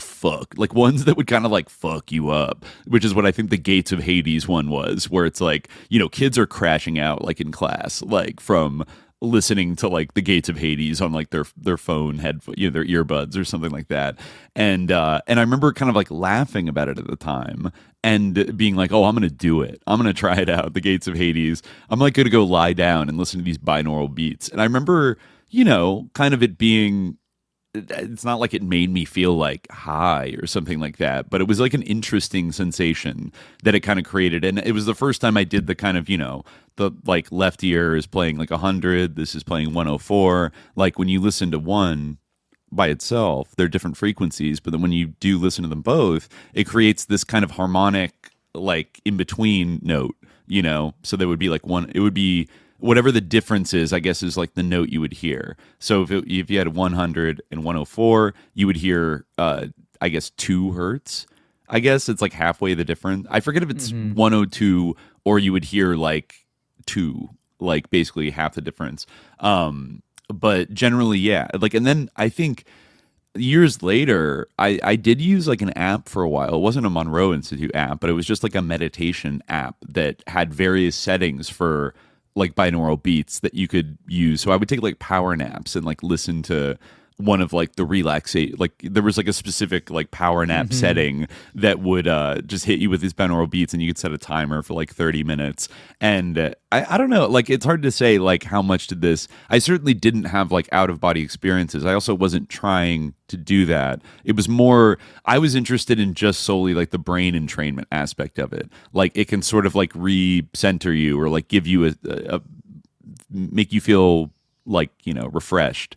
Or get you in a more creative mindset or something like that. Get you in that theta range or something, But I wasn't really thinking about it in terms of like, going outside of my people like body. love to listen to sounds like to go to sleep. I mean, podcasts like are, Well, it's funny when I first started listening. Nowadays, I don't do binaural beats anymore, but almost every night I've become like a huge fan of like new age cassette tape YouTube channels. I think Sounds of the Dawn is like the biggest one, but there's some others as well.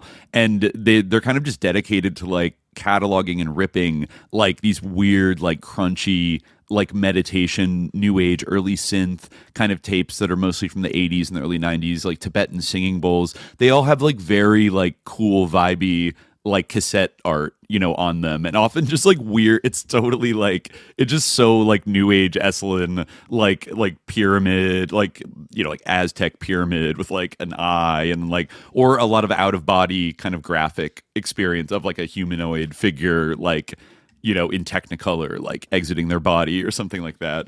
You know, I think you always got to be a little careful about what you listen to on these channels. But I generally feel like, since those are like from the 80s and they're like analog technology and stuff, like I would much rather listen to that. I'm not going to listen to like 10-hour like music to relax and sleep to like channels that run 24 hours a day on YouTube, because one, they're probably AI at this point, and I don't want to like support that. But also, like, I don't know, like who there's no author of this music. Like, it's just kind of like the numbers station that is just like emitting ambient stuff. I can't like sleep with like music. I might listen to something to go to sleep, usually like a podcast or something, not like music, but you know, like a verbal podcast or like some kind of, you know, thing. Right. But I always like set it to turn off after a certain point, because like if it's running while I'm sleeping, it might like wake me up. But I don't know, maybe that's just me. I like it. Yeah. That's why I like the tapes, because they usually are like 35 to 40 to like 50 minutes long. So you just let one run and then you pass out. Yeah. But putting something like that on all night, like you might be doing a little psychic driving by accident. Though I don't know, nobody's ever discussed this. I assume that this binaural beat kind of technology does not work the same way if you're playing it on speakers versus I don't see how it would, because it's not binaural then. Right, it's just you're getting like both signals just coming at you. Like, you know, two different ears, you know. Yeah, let me just read their like description at the end of this of the Gateway program, because it's very interesting how like the whole like basically like the core of it, like the OBE thing, is not like really like foregrounded or even like explicitly mentioned, but they do this like interesting kind of like pitch. I'll just read it. Mm-hmm. So this is a section called the Gateway Program. In 1975, the Institute was invited to the Esalen Center, as you mentioned, in Big Sur, California, to conduct a weekend workshop, which would incorporate some of the methods and techniques it had developed. In that weekend, and the one that followed at Esalen in San Francisco, the Institute inadvertently opened a new aspect to its experimental procedure. So basically, they're not saying it explicitly, but like they were doing this type of stuff where like these binaural beats can like help you to, you know, control your sleep, like lessen your stress, deal with chronic pain, et cetera, et cetera. But like they opened up a new aspect that they don't actually say what it was. Like they, you know, it's just like, but at Esalen, they discovered a whole new frontier. As additional requests for similar sessions of exploration of consciousness came in, the decision was made to present other weekend programs in a semi-public manner, i.e., the selection of participants would be on the basis of sincerity of interest and inherent ability, with appropriate personality profiles. Mm-hmm. Most importantly, such an ongoing program would offer a far wider consensus base than ever possible through experimental work inside the Institute itself. Moreover, a feedback system could be employed whereby the participants themselves, in their reporting of effects, would permit the evolution and modification of methods and techniques employed with each succeeding program. With a few exceptions, the procedure has worked remarkably well. In 4 years, over 1,500 participants have been through this training exploration and exploration in consciousness. Originally named M5000, it is now called the Gateway Program. Yep. The present Gateway session is a distant cousin of the first, to say the least. I love how the winking here. It's like, oh, you do not know what's in store for you. Like, much of the enhanced shit. Yeah, much of the primary method material has been validated through surveys of Gateway participants. Here, now, downstream, : in broad view, those closely associated with the Institute are deeply preoccupied with the implications inherent in the information gathered to date. any introspection based upon extended application of such new tools as now seem available usually brings confusion. It is not the donkey starving equidistant between two haystacks. There look to be 5, 10, 100 or more potentials, all equally important. The inevitable conclusion, again in handwriting, assuming the validity of data gathered that such methods and techniques are in fact tools for the alteration, amplification of consciousness, their very simplicity offer potential practical applications in all facets of human experience, comma, without exception. Wow. Okay. So you can really see like the hard sell here. From this overview, any wider diversity is beyond the current capability of the Institute. Therefore, the Institute is now open to contact and communication with all sectors of human endeavor, with the purpose of development and utilization of such tools wherever feasible and applicable. These include medicine, psychiatry, structured education, commercial products, music, entertainment, religion, not necessarily listed in order of importance. All right. Such dissemination is expected to lead into areas not yet contemplated or conceived of by those associated with the Institute. Those at the Institute believe this position to be the only one that will lessen the possible misuse of the system for non-constructive ends. The Institute welcomes any inquiries from responsible individuals and organizations that might aid in the total process. And that last sentence is all underlined by, whoever. Any government agencies that want to fund this, please. Yeah, exactly. Come on down. Yeah. We have no qualms about it. Yeah. Damn. That's wild. Yeah. Yeah. So you can, it's like, it's very interesting how like that whole element like isn't kind of mentioned, but then it becomes like this, obviously a core thing. Like there's a huge difference between that and the, the McDonnell like write up, It's such a common theme throughout the Monroe Institute of like not spilling all the beans about like what level they're really on, and just kind of, I think he says in Journeys Out of the Body, like right away, like it was very important to Robert Monroe to put all of this stuff in like very kind of scientific, technical language and a way of like speaking about it that would kind of connect with like Americans and like Westerners, and not get into kind of more mystical blah blah blah, even though that mystical stuff is totally there. Also, that is something that like so many articles and shit, I don't think that Wired article talked about it. I don't think the Vice article from 2021 talked about it. I don't think other series I've heard diving into this like mention it even once, that the foundation of the Gateway program of rolling this out to people, even though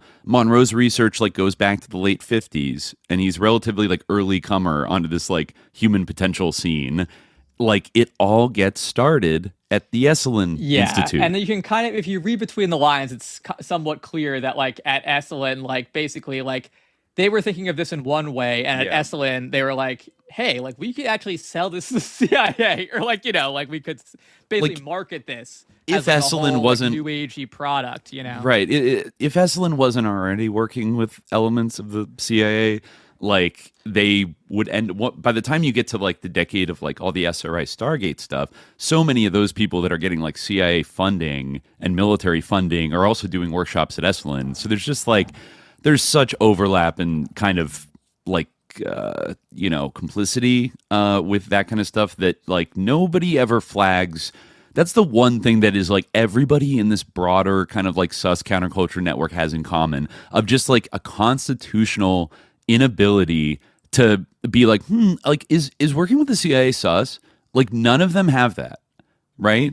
I mean, definitely not, because like again, or the military. This is like during this is the another Cold thing War. where like, this is kind of this might be like a bubble effect. Like, we are like pretty far left, I would say. Like the idea that like the military is like fundamentally like sus is probably like a rare belief, probably more common now than it was like during the Cold War, like, we were just kind of talking about this as well, like in the, Rockhill book connection, like a lot of those people probably like, some of them were like proud of it, like some of them were like, yeah, like, why not? Like they were funding this epic Congress for Cultural Freedom, or Gloria Steinem, like the CIA was liberal. What are you talking about? The liberal guys who were cool and smart. Yeah. So no, true. A lot of people were proud of it. I have kind of like the least amount of patience for people that were in like the San Francisco Bay Area during like the 60s and 70s, which was like one of the massive hotbeds of like the anti-war movement and, you know, kind of radical left politics where,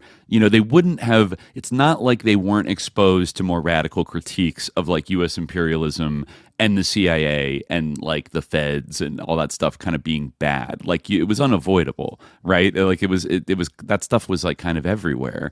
And yet they never, like, you know, some of them performatively, like, yeah, the Grateful Dead did like a couple fundraiser shows for the Black Panthers, and sometimes you have to get close to people you're targeting. But, you know, in general, even people like Ken Kesey or Stuart Brand are like never really sympathetic with like the anti-war movement per se.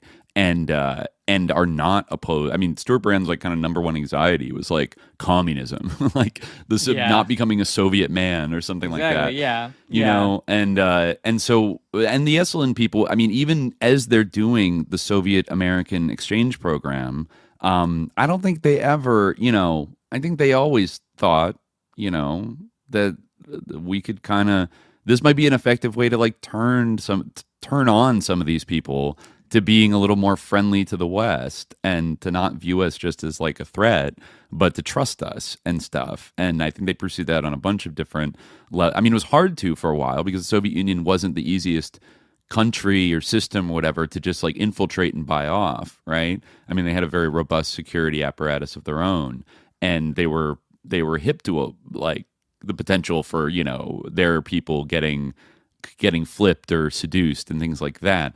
But so in some ways that might even make these kind of was seemingly out there contacts that like Esalen was making even more important, because where else could you do it but in the kind of woo-woo domain that is like sort of off in this own weird thing. A lot of people don't take it seriously, but both countries seem to be working on it. And like it's sort of seen as like, in a way, like this is above and outside of like our sort of nuclear showdown and like our military showdown and stuff like that. Because like, what if either of them discovered some kind of mind-blowing revelation about the nature of reality? Like that could change like the balance of power for everything. I don't know. I mean, there's like smart people reasons why like the military intelligence would want to be like involved. If you read that, like it doesn't sound like woo woo at all. And in fact, really like the whole basis of that, like, you know, I mean, I guess maybe if you have like a discerning mind, you can see like kind of the tendentiousness of it. But like, if you read that, it doesn't like come off like a sort of like a new age thing. It comes off basically like, you know, like, yeah, like a sort of a dossier on a scientific experiment that was run, kind of the same type of stuff that the CIA was doing with like MK Ultra and things like that, you know, like it seems like basically in that same vein, like sleep science, which is like a huge field, you know, that was a huge Ewan Cameron thing. A lot of people have done this before, you know, yeah, like so the psychic driving experiments that were very like evil and destructive to people, but was involved like putting people into induced comas and playing tapes in their ears so they could like learn subliminally while they're, you know, on LSD, like, you know, conked out on like tranquilizers and all that kind of shit. They were doing that. Yeah, I mean, obviously this did like have, it's interesting because I think that people have like kind of this, like, this is another thing where people have like a stereotyped idea of like esotericism as well. Like, I mean, I think that these are like kind of, obviously like esotericism basically is like the character of like the Monroe Institute.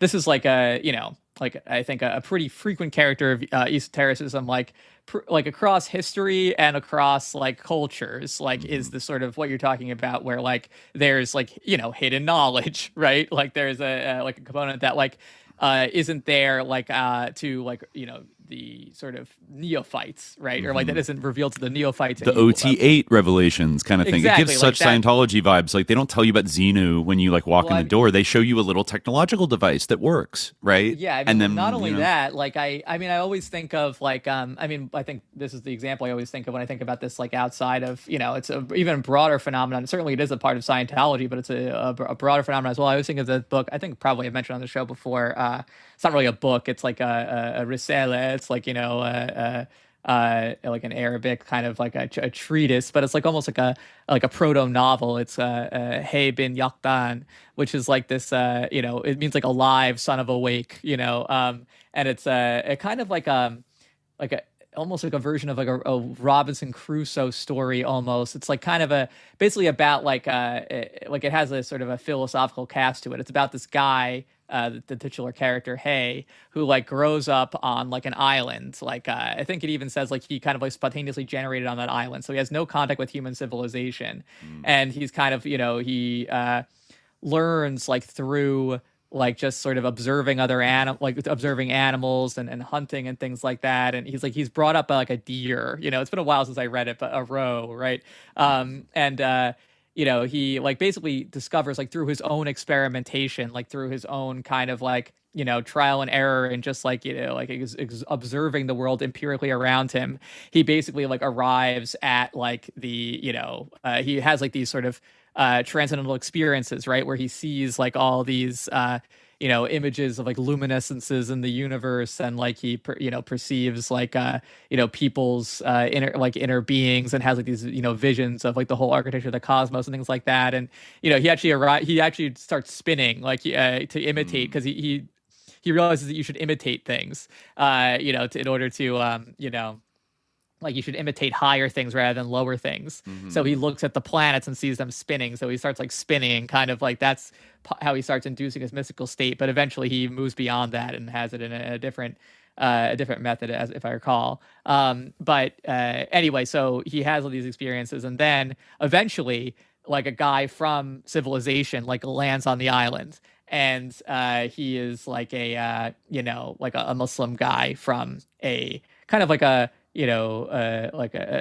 someone who's like sympathetic to philosophy. He's kind of so he's coming from and he goes to this island because I guess he has some kind of, again, I don't quite remember, but he has like kind of fallout with I think maybe he was a bit like being a bit too radical for like his group of friends. He's kind of like this elite sort of occult elite type of personality too. So he's kind of like an advanced person who like the common folk don't understand. And so he meets this guy, Hay, who grew up on this island, never seen another person before, and he shows him like the Quran, and he tells him about Islam, and he's like, this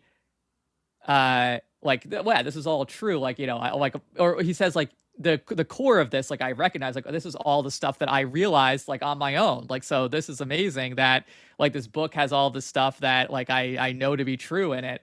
So obviously like this is the word of God, and like this Muhammad was a prophet, and like I am like a Muslim. So like kind of the point of this is that you can arrive at the principles of Islam through like just natural observation. It's not like it's kind of the first, but the angle is that, or like one angle of this is that like he's like, but wait a minute, like why are there all these like rules like about like how to like what about like he doesn't like, he's like, I don't get this description of like torment and hell, like that's not consistent with what I saw. Like I don't get this whole idea of like like the sort of description of paradise. It's not like as sort of like I saw something much more like abstract. This is like very sort of earthly in some ways. Or this is too close to kind of our earthly senses. When I witnessed these realities, they were much like greater than these sort of descriptions imply. And like why are all these rules about like laws and like sex like in this book? I don't get it.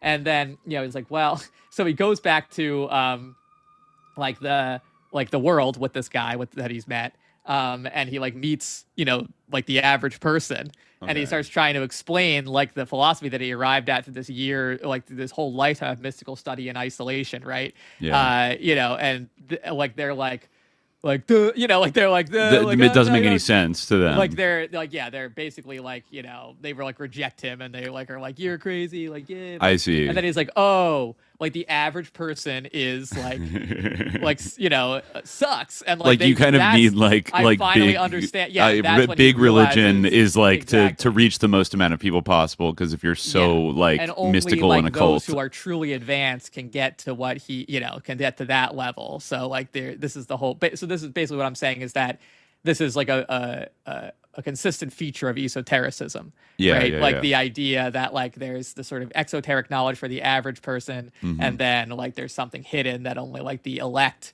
can really appreciate, and is really only, you know, for them. And another like dimension of that is that like, you know, like often like different like kind of like broadly like mystical people, you know, like I mean, when we did our whole episode on Manakabal Arafin, like the sort of hagiography of the Mevlevi order and of Rumi, you know, who obviously is big kind of distorted in some ways, but certainly was admired by a lot of people in the New Age movement. He had a lot of relationships with like, you know, rulers, right? He was like deeply involved in like the sort of politics of the day and like the sort of military political establishment, right? So this is something that like it's always been a thing. John it's not Dee, really like super new. Alistair Crowley was a secret agent. You know, it's there's a lot of precedence for this of actually. So yeah, I think to push back against like the concept of like, oh well, this one time the CIA and the military got tricked into funding like occult research or whatever is like, no, I mean, there's a long-standing interest in anything that like even unorthodox ways of like you know, asserting power or whatever over society, over enemies, whatever. That like there's a long history of interest, and I don't think this we might even just kind of like take them at their word that they're interested in this, and like they didn't need to be tricked into like funding it because like they want to know more about it, you know. Even if some of the people that were like in these programs definitely come off as like believers, like Lieutenant Colonel McDonnell, you know, in his report. I think that's what kind of like one-shotted everybody when they saw this declassified, was like how much credence he's giving it. And he even discusses things like transcendental meditation and other like systems of you know, stuff like that, like as I mean, they operate in a different way, and he talks about hypnosis, you know, indicating that they looked into all these things, right? Like at least somewhat. Of course. And like someone mentioned in the chat earlier, like, you know, that it's a cliche, but it's true that like no one reads anymore. And I think that this is like the skill people like need to like cultivate, like carefully reading that and like understanding what like it's actually saying, and like kind of like, you know, reading between the lines a little bit. Yeah. Because like, you know, I do think he comes off like as someone who like you could see this as like, you know, he believes in this, right? So that's like one element of it. And on the other hand, like he explains at the beginning, this is another thing, like this is something that I think is broadly applicable in terms of people's reading habits.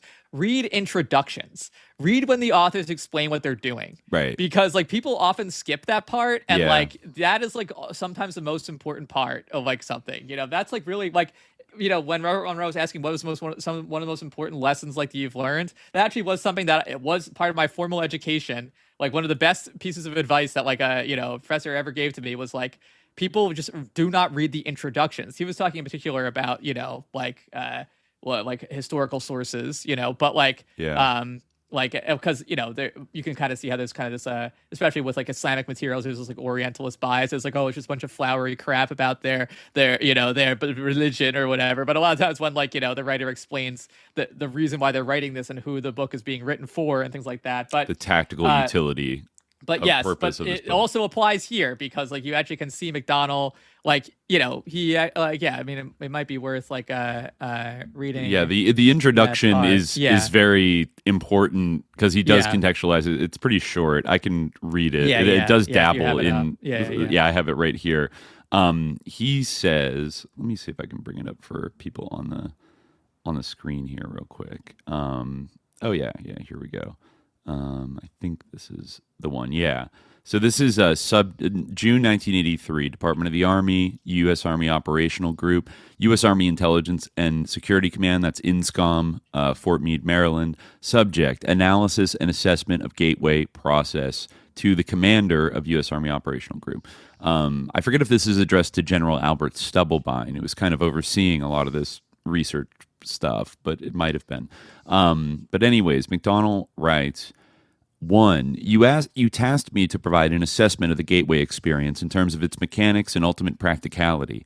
As I set out to fulfill that tasking, it soon became clear that in order to assess the validity and practicality of the process, I needed to do enough supporting research and analysis to fully understand how and why the process works. Frankly, sir, that proved to be an extremely involved and difficult business. Initially, based on conversations with a physician who took the Gateway training with me, I had recourse to the biomedical models developed by Itzhak Bentov to obtain information concerning the physical aspects of the process. Then I found it necessary to delve into various sources for information concerning quantum mechanics in order to be able to describe the nature and functioning of human consciousness. I had to be able to construct a scientifically valid and reasonably lucid model of how consciousness functions under the influence of the brain hemisphere synchronization technique employed by Gateway. Once this was done, the next step involved recourse to theoretical physics in order to explain the character of the time-space dimension and the means by which expanded human consciousness transcends it in achieving Gateway's objectives. Finally, I again found it necessary to use physics to bring the whole phenomenon of out-of-body states into the language of physical science to remove the stigma of its occult connotations and put it in a frame of reference suited to objective assessment. Yeah, Two. just just that part there, like you can see, like, so his objective basically, like he says it very like clearly at the end there, like I'm gonna put this in terms that like I'm gonna explain how this is scientifically possible. That's basically his mandate, right? Is to come up with some way to put this in terms that like are not like occultic and don't have like the vibe of being woo woo and are science. So that's all that he's like being asked to do, not even to assess like whether. And like even like at the very end, like what he says is basically like that it is like plausible, right? He says that it is like fundamentally there is a sound, rational basis in terms of physical science parameters for considering Gateway to be plausible in terms of its essential objectives, right? Yes. So like basically he's saying like there is a like I have come up with a scientific rationale for why like this is like plausible in terms of its objectives, right? So it's like I think a much more kind of much less grand kind of claim than people have like taken it to be, right? Like, you know, this actually doesn't like talk about his like personal experiences or like too much of like what, you know, that like this could like do or like say that like, you know, we did these like made these amazing accomplishments with this. It just like lays out kind of like a scientific sounding rationale for, you know, this type of thing. I mean, another thing that people don't read about this is that it's not a CIA document. So that's even like the first step. But like, sorry. But it is, you know, secret army intelligence kind of shit. So, you know, kind of close enough. But yeah, he has a couple more points here that kind of clarify where he's going with it. He says, I began the narrative by briefly profiling the fundamental biomedical factors affecting such related techniques as hypnosis, biofeedback, and transcendental meditation, so that their objectives and mode of functioning could be compared in the reader's mind with the Gateway experience as the model of its underlying mechanics was developed. Additionally, that introductory material is useful in supporting the conclusions of this paper. I indicate that at times these related techniques may provide useful entry points to accelerate movement into the Gateway experience. 3. Niels Bohr, who we talked about in our physics episodes, the renowned physicist, once responded to his son's complaints about the obtuse nature of certain concepts in physics by saying, "You are not thinking, you are merely being logical." The physics of altered human consciousness deals with some conceptualizations that are not easily grasped or visualized exclusively in the context of ordinary left-brain linear thinking. So, to borrow Dr. Bohr's mode of expression, parts of this paper will require not only logic, but a touch of right-brain intuitive insight to achieve a complete comfortable grasp of the concepts involved. Nevertheless, once that is done, I am confident that their construction and application will stand up to the test of rational critique. And 4, paradoxically, having gone to such great lengths to avoid trying to render judgments based on an occult or dogmatic frame of reference, in the end, I found it necessary to return, at least briefly, to the question of the impact of the Gateway experience on common belief systems. I did so because although it was essential to avoid attempting to render an assessment in the context of such systems, I felt that it was necessary, after having completed the analysis, to point out that the resulting conclusions do not do any violence to the fundamental mainstream of either Eastern or Western belief systems. Unless that point is clearly established, the danger exists that some people will reject the whole concept of the Gateway experience in the mistaken belief that it contradicts and is therefore alien to all that they hold to be right and true.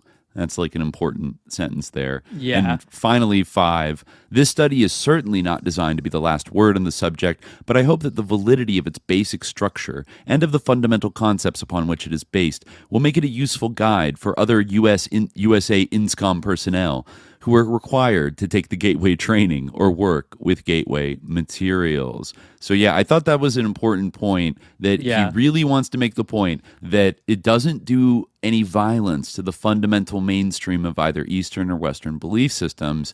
And if he doesn't make that point clearly, there's a danger that some people will reject the whole concept in the mistaken, in his view, belief that it contradicts and is therefore alien to all they hold to be right and true. So I guess what he's saying there is that, like, there is some efficacy in reality to this Gateway process, and it doesn't necessarily contradict Eastern or Western belief systems as, you know, our kind of common, I guess, like, scientific knowledge about, like, I think he does the theoretical physics thing to say that you could kind of make an argument that a lot of these like quantum physics theories sync up well with, like, you know, hypotheses of how the Gateway process works and blah blah blah. It's still like it is somewhat of like an endorsement of this. Oh, totally. You know? Yeah, I mean, he endorses it, like, you know, he has like these points here, like where he says the most promising approach to this in the foregoing study includes the following steps. A, begin by using the Gateway Hemi-Sync tapes to achieve enhanced brain focus and to induce hemisphere synchronization. B, then add strong REM sleep frequencies to induce left brain quiescence and deep physical relaxation. C, provide hypnotic suggestion designed to enable an individual to induce deep auto-hypnotic state at will. D, use auto-hypnotic suggestion to attain much enhanced focus of concentration and motivation and rapidly progressing through Focus 12 exercises. Yeah, and he talks about like the nature of the different levels of focus. Like, you know, if you get to Focus 21, you can see the future and such things.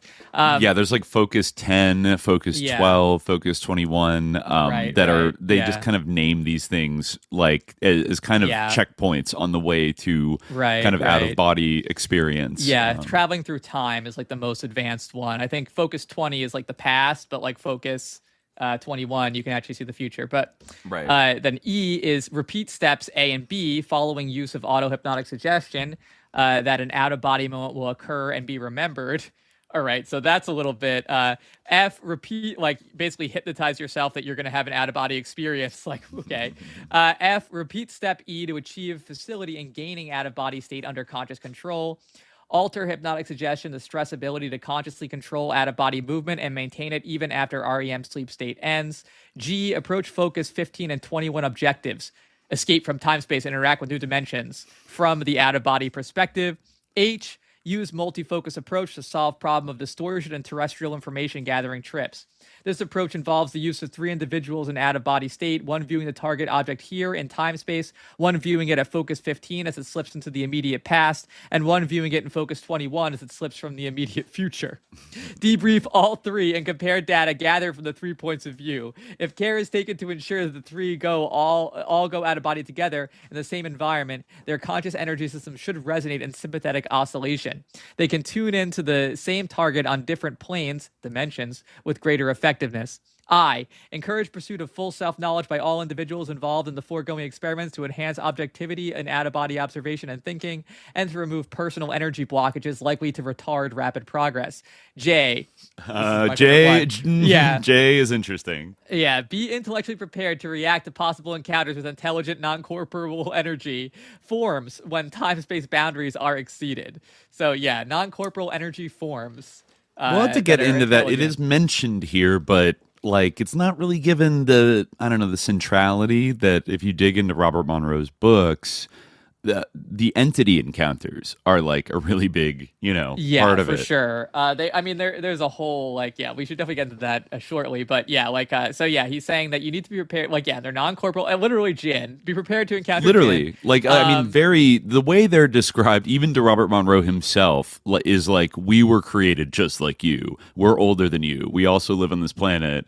And we're like made out of some kind of spirit matter, and some of us are tricksters, and it's like a lot, like a very similar, also Jacques Vallée's like ultra terrestrial kind of hypothesis.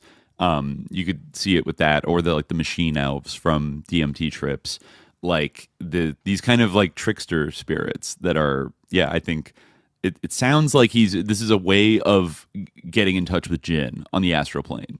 really, if you zoom out to like. That's the thing, like, in terms of what we were talking about before, or what he mentions about how like people need to understand that this isn't like at odds with like religious cosmology. I mean, I think that really like kind of what he says is like, in that section is like basically true. Like, he says, I mean, you could quibble with some things like he was talking. I mean, a lot of this is from Itzhak Bentov, so like this is kind of filtered through his perspective. But like, he let me get to the right section. Yeah, so he says like the concept of visible reality, i.e., the created world, as being an emanation of an omnipotent and omniscient divinity who is completely unknowable in his primary state of being. The absolute at rest and infinity is a concept straight out of Hebrew mystical philosophy. I mean, Hebrew mystical philosophy is kind of, taken from Islamic, it's taken from Sufism, a lot of it, but, he doesn't mention that, of course. Islam is not mentioned here at all. The stuff, like the Talmudic stuff from like the sort of like medieval times, you mean? Well, not like Talmudic, but like the Zohar, that's like kind of like Maimonides himself, Yeah, Maimonides is interesting. Yeah, there's a shout out. I think we talked on our like call-in episode a little bit about Stanley Krippner and the Maimonides like Dream Research Center, and we were hypothesizing whether or not. I still have to track down like where I saw something that made me think that like did Jeffrey Epstein go and like was he a gifted child in this way where he was studied. Like his dreams were studied as a child at Maimonides Dream Research Center in Brooklyn. Funny enough, he pops up in the document you read earlier that was like a brochure on the board of advisors of the Monroe Institute in the late 70s, Stanley Krippner. And I wasn't able to find much else about it except that that's not the only liminal Epstein connection.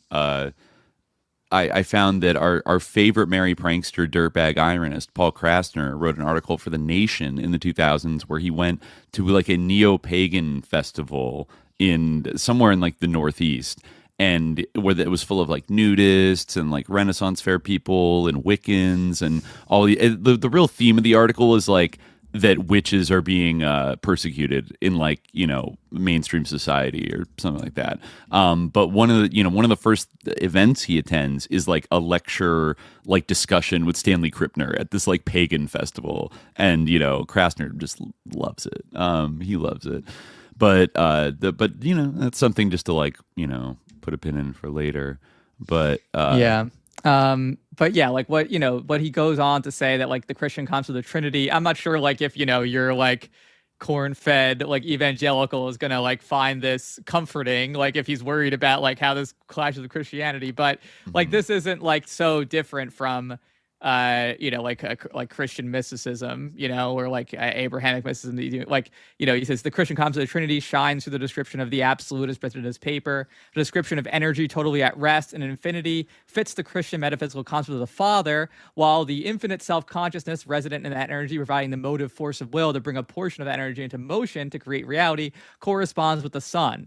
This is so because in order to attain self-consciousness, the consciousness of the absolute must project a hologram of itself and then perceive it. That hologram is a mirror image of the absolute and infinity, still exists outside time and space, but is one step removed from the absolute and is the actual agent of all creation, all reality.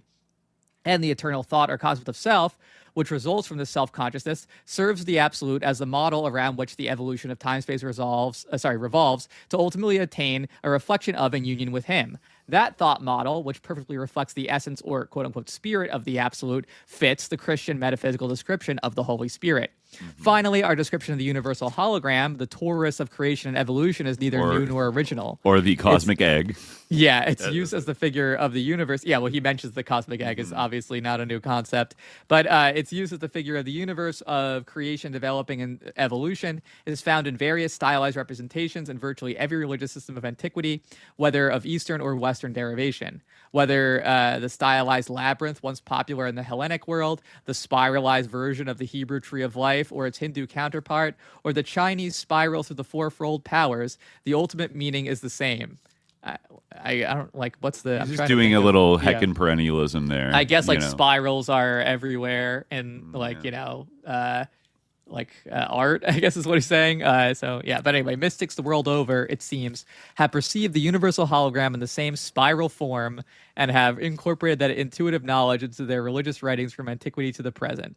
I mean, I don't know like how salient like a spiral per se is in mysticism as a representation of the universe. I feel like it's represented in many ways, but maybe some of them are, I think that's overstating the point. But like the basic picture that of Bentov like is kind of, at least, you know, obviously there's no uniformity to like quote unquote mystical ideas or, you know, like religious cosmology, right? It kind of like all these people argue with each other and they have different pictures of how the world is ultimately organized. But like the idea is true. However, like it is like totally like, and so like and also like the idea of traveling outside of your body, like the possibility of having an out of body experience, and the idea that you are not your physical body. Yeah, sure. That is definitely not like dissonant with like religious traditions. No, it's kind of like finding a validation that there's like a soul, there's a consciousness beyond death. Like, so in a way, it's like kind of validate. It potentially kind of like validates kind of traditional religious beliefs. That's all by way of saying that like the people who are doing this like are sus. Well, and like the like. Yeah, like everything around like the Monroe like Monroe himself, I think, like, you know, we should turn to that because like that is like kind of the, I think, epitome of like how like that kind of, I mean, you know, we probably have said this in the show. I've probably said this in the show before, but like the, you know, there's like that saying, you know, that like a common sort of like a Sufi aphorism that like, you know, we walk like on the edge of a sword, you know, on one side is paradise and the other side is hellfire, you know, like the idea that like these kind of sort of spiritual practices like can be actually like risky and dangerous, right? Like they like, you know, they're not like you know, something to go about willy-nilly, you know, or even Crowley himself, you know, for those who are dubious of us, listen to Crowley, who you probably love. He cautioned against the use of the Ouija board, you know, without, you know. Well, dare I say there's a little bit of I don't know, there's a better word for this, but there's like a caucasity to the way that Monroe approaches this whole subject, which is like it blows past any of those guardrails you mentioned that I think in a lot of other like religious traditions, a lot of cultures around the world, a lot of places in the global south, like that are maybe that have traditions that reach back further. There's like a lot of, you know, there's kind of guardrails for interacting with spirits, but like he's just like, no, just like hook up in the binaural beat Hemi-Sync and just like go talk to like your your inspect controller Jin have him lie to you about like how the world was invented. Like, I actually agree completely that like caucasity is like a right term because it's like audacious and it's also like kind of like uniquely like white American in a way. Esalen is full of caucasity. Like, yeah, it has like this sort of like idea that like I'm a special person and like I am like, you know, going out like, you know, no one has ever been as special as I am, and like I'm going out into the and like I'm like exploring this whole new frontier and I'm not being tricked by a djinn, like that's impossible. Of course. But like really it like disguises like a deep ignorance and like a total like void of like of knowledge that has been kind of like discounted. Like, and there's this veneer of like, oh well, you know, everyone has like lots of people have drawn spirals, so therefore this validates what we're doing. But like, you know, it's it can kind of be dispensed with. Like we don't need to like worry about like, you know, the kind of like deep study or like discipline, right? Like this is all about like kind of a shortcut. Is basically this. It's all about thing. shortcuts. Like, you know, it's all about like getting past like the traditional ways of doing these type of things. I mean, Monroe actually makes the point in Journeys Out of the Body, I think several times, that when he was kind of investigating background on these kind of like states, he eventually discovered that, well, you know, you don't like need it is attainable through kind of either through like natural event, you know, like a near-death experience or something like that, but also like very advanced spiritual people like monks or like, you know, Tibetan monks or like gurus or something like that could, I think he even maybe like showed this technology to like, you know, like an Indian guru or something like that, or I forget who it was, somebody, you know, from like Asia that was part of like a much older tradition. And they kind of commented allegedly that, you know, oh, like this is the type of consciousness that after like 20 or 30 years of like practiced, like constant kind of full-time practicing meditation and spiritual development like a great monk would be able to like attain. But I have to admit, this machine like cuts that in half. Like, so you could just do it in like a week, you know? And I'm like, all right, like, you know, but it's that type of thinking of like, oh, well, sure, these old ancient cultures, like if you dedicate your whole life to being holy and dedicate this discipline and all these things, sure, you could get to it, but like, who wants to do that in America? We want like, give me the hot rod, man. It has like two problems, which put is me on like the interstate. Soldiers can't do it like, you know, in a fast way, you know, like you need soldiers to not be afraid to die. Exactly. So, and like also people who dedicate their whole lives to doing that tend to like, you know, often, like, again, like as I said, like not always, right? Sometimes they are willing to, and often they can be actually like violent. They have certainly been violent warriors in many cases as well. But like, you know, they maybe are in other cases. Even when they are like violent warriors, sometimes they're not like super compatible ones. You know, they're not like obedient soldiers a lot of the time. Well, they withdraw from the worldly, worldly competition and like worldly power oftentimes. And also like you want to have like, you know, command and control over like your psychic soldiers. You don't want to have to like go to like the mountain and like find the like the aesthetic who could go have like out of body experiences and you know, then like ask him to help you because then he has like leverage. You know, you want like an obedient, hypnotized, out of body experience soldier. Right, exactly. So, you want them to be politically compatible and like not against what you're going to do, and you want to have some control over them.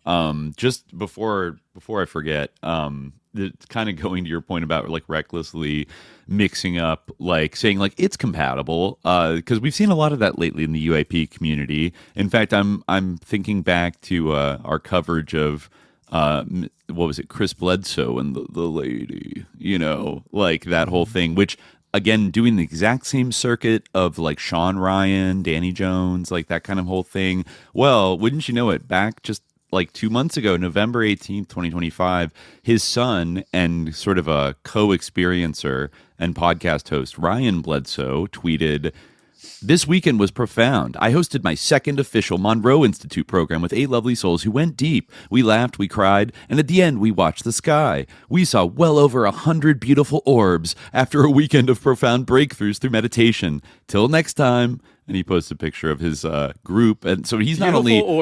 Beautiful orbs. It also made me think, one of the things that, like, it's been going around Twitter this week is, like, the orbology girl that's, like, kind of broken TikTok containment. Made me very uncomfortable. It's, you know, it's got, like, MK Ultra programming vibes. But, you know...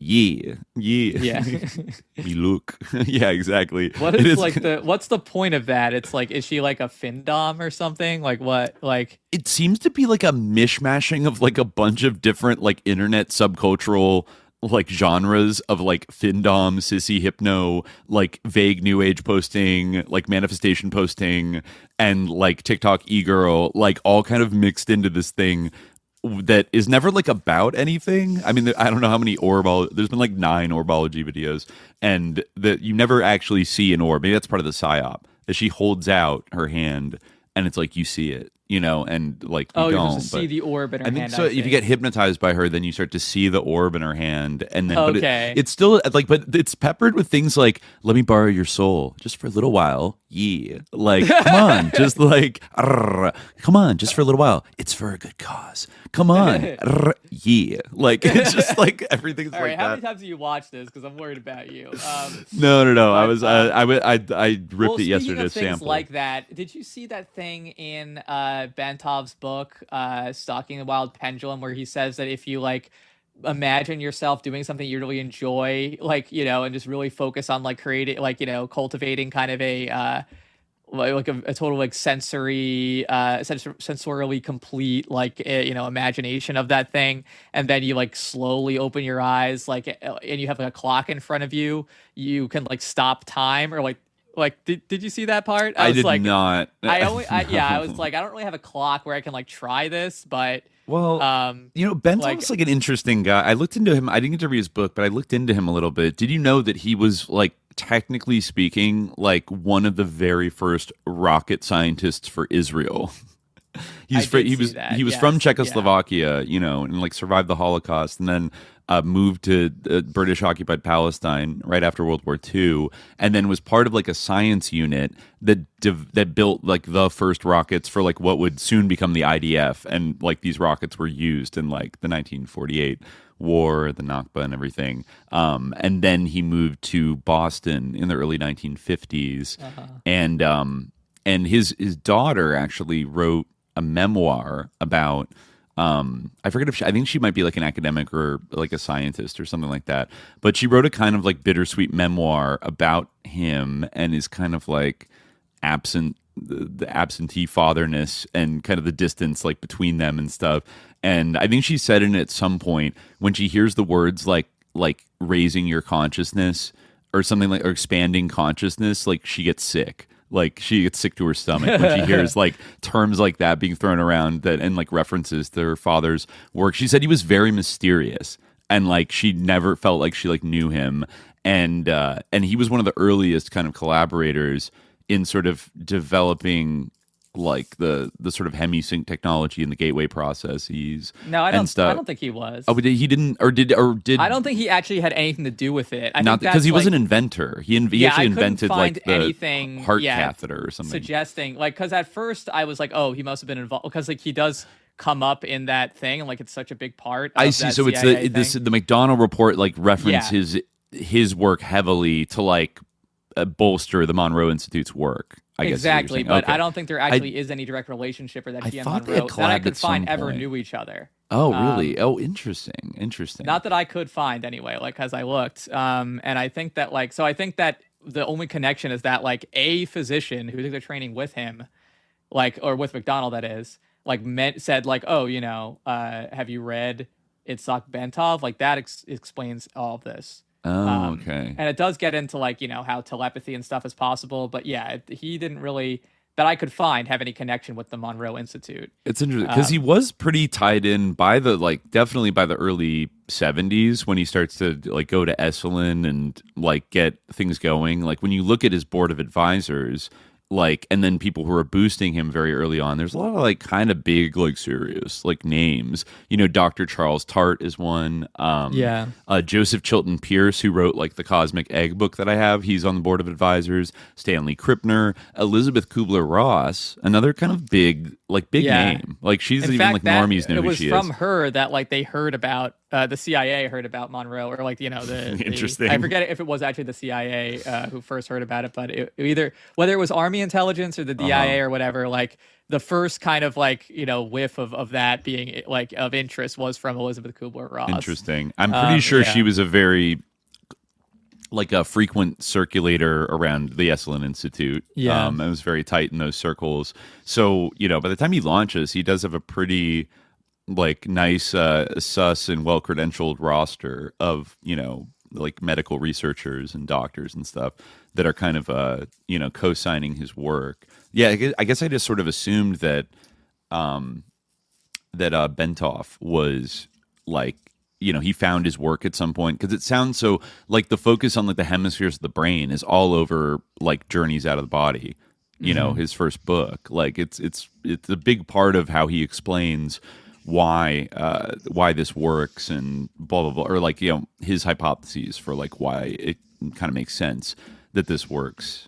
But yeah, it's interesting. Like, yeah, I could see like him being influenced by Ben, but he never actually mentions Bentov directly, does he?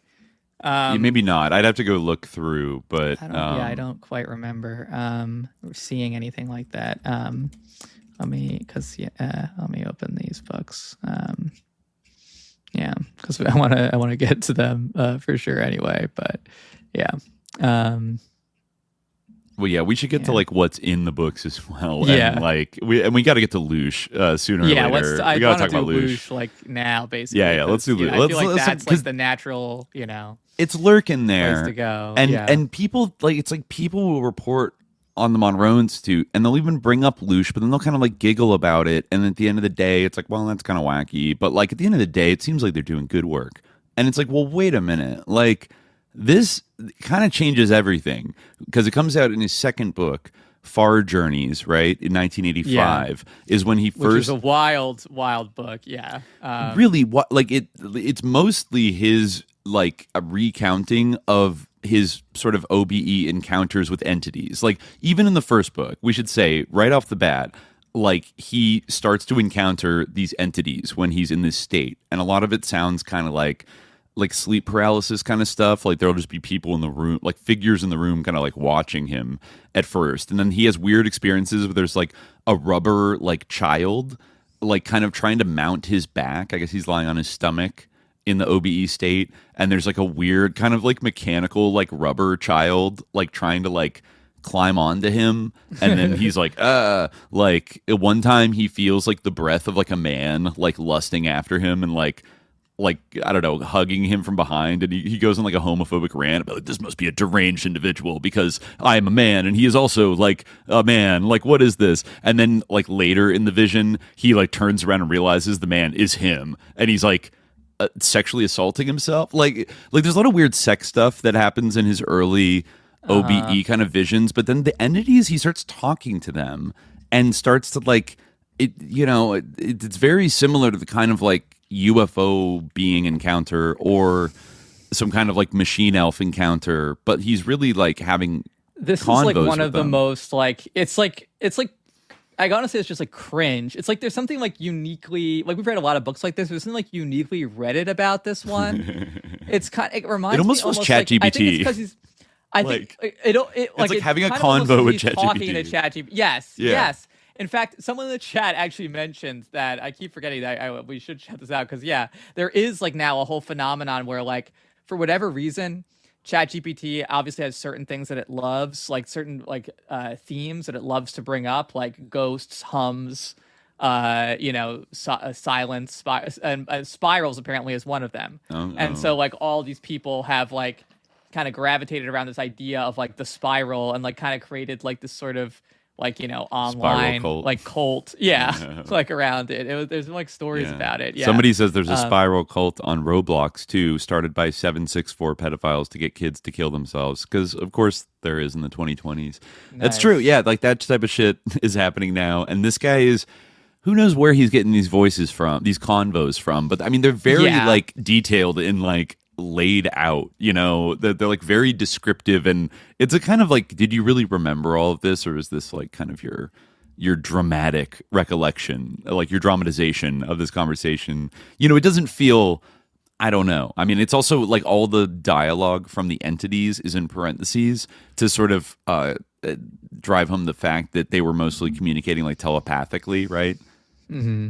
Like he starts to adopt this writing style of, you know, like the entity smiled, parentheses, and it's like that's what they're saying, like what they're actually like transmitting to him, you know, is nonverbal.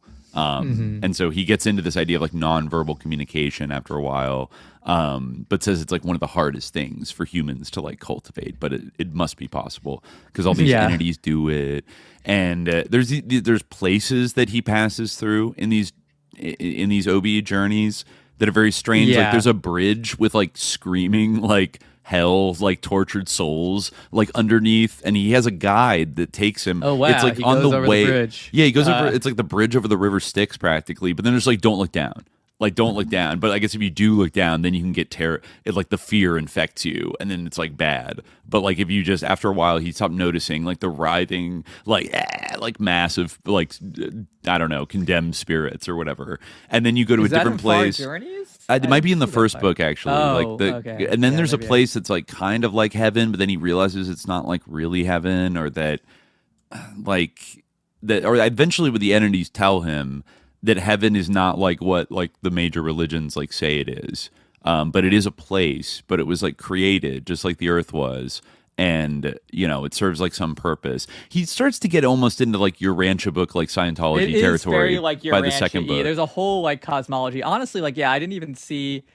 You're like this is interesting.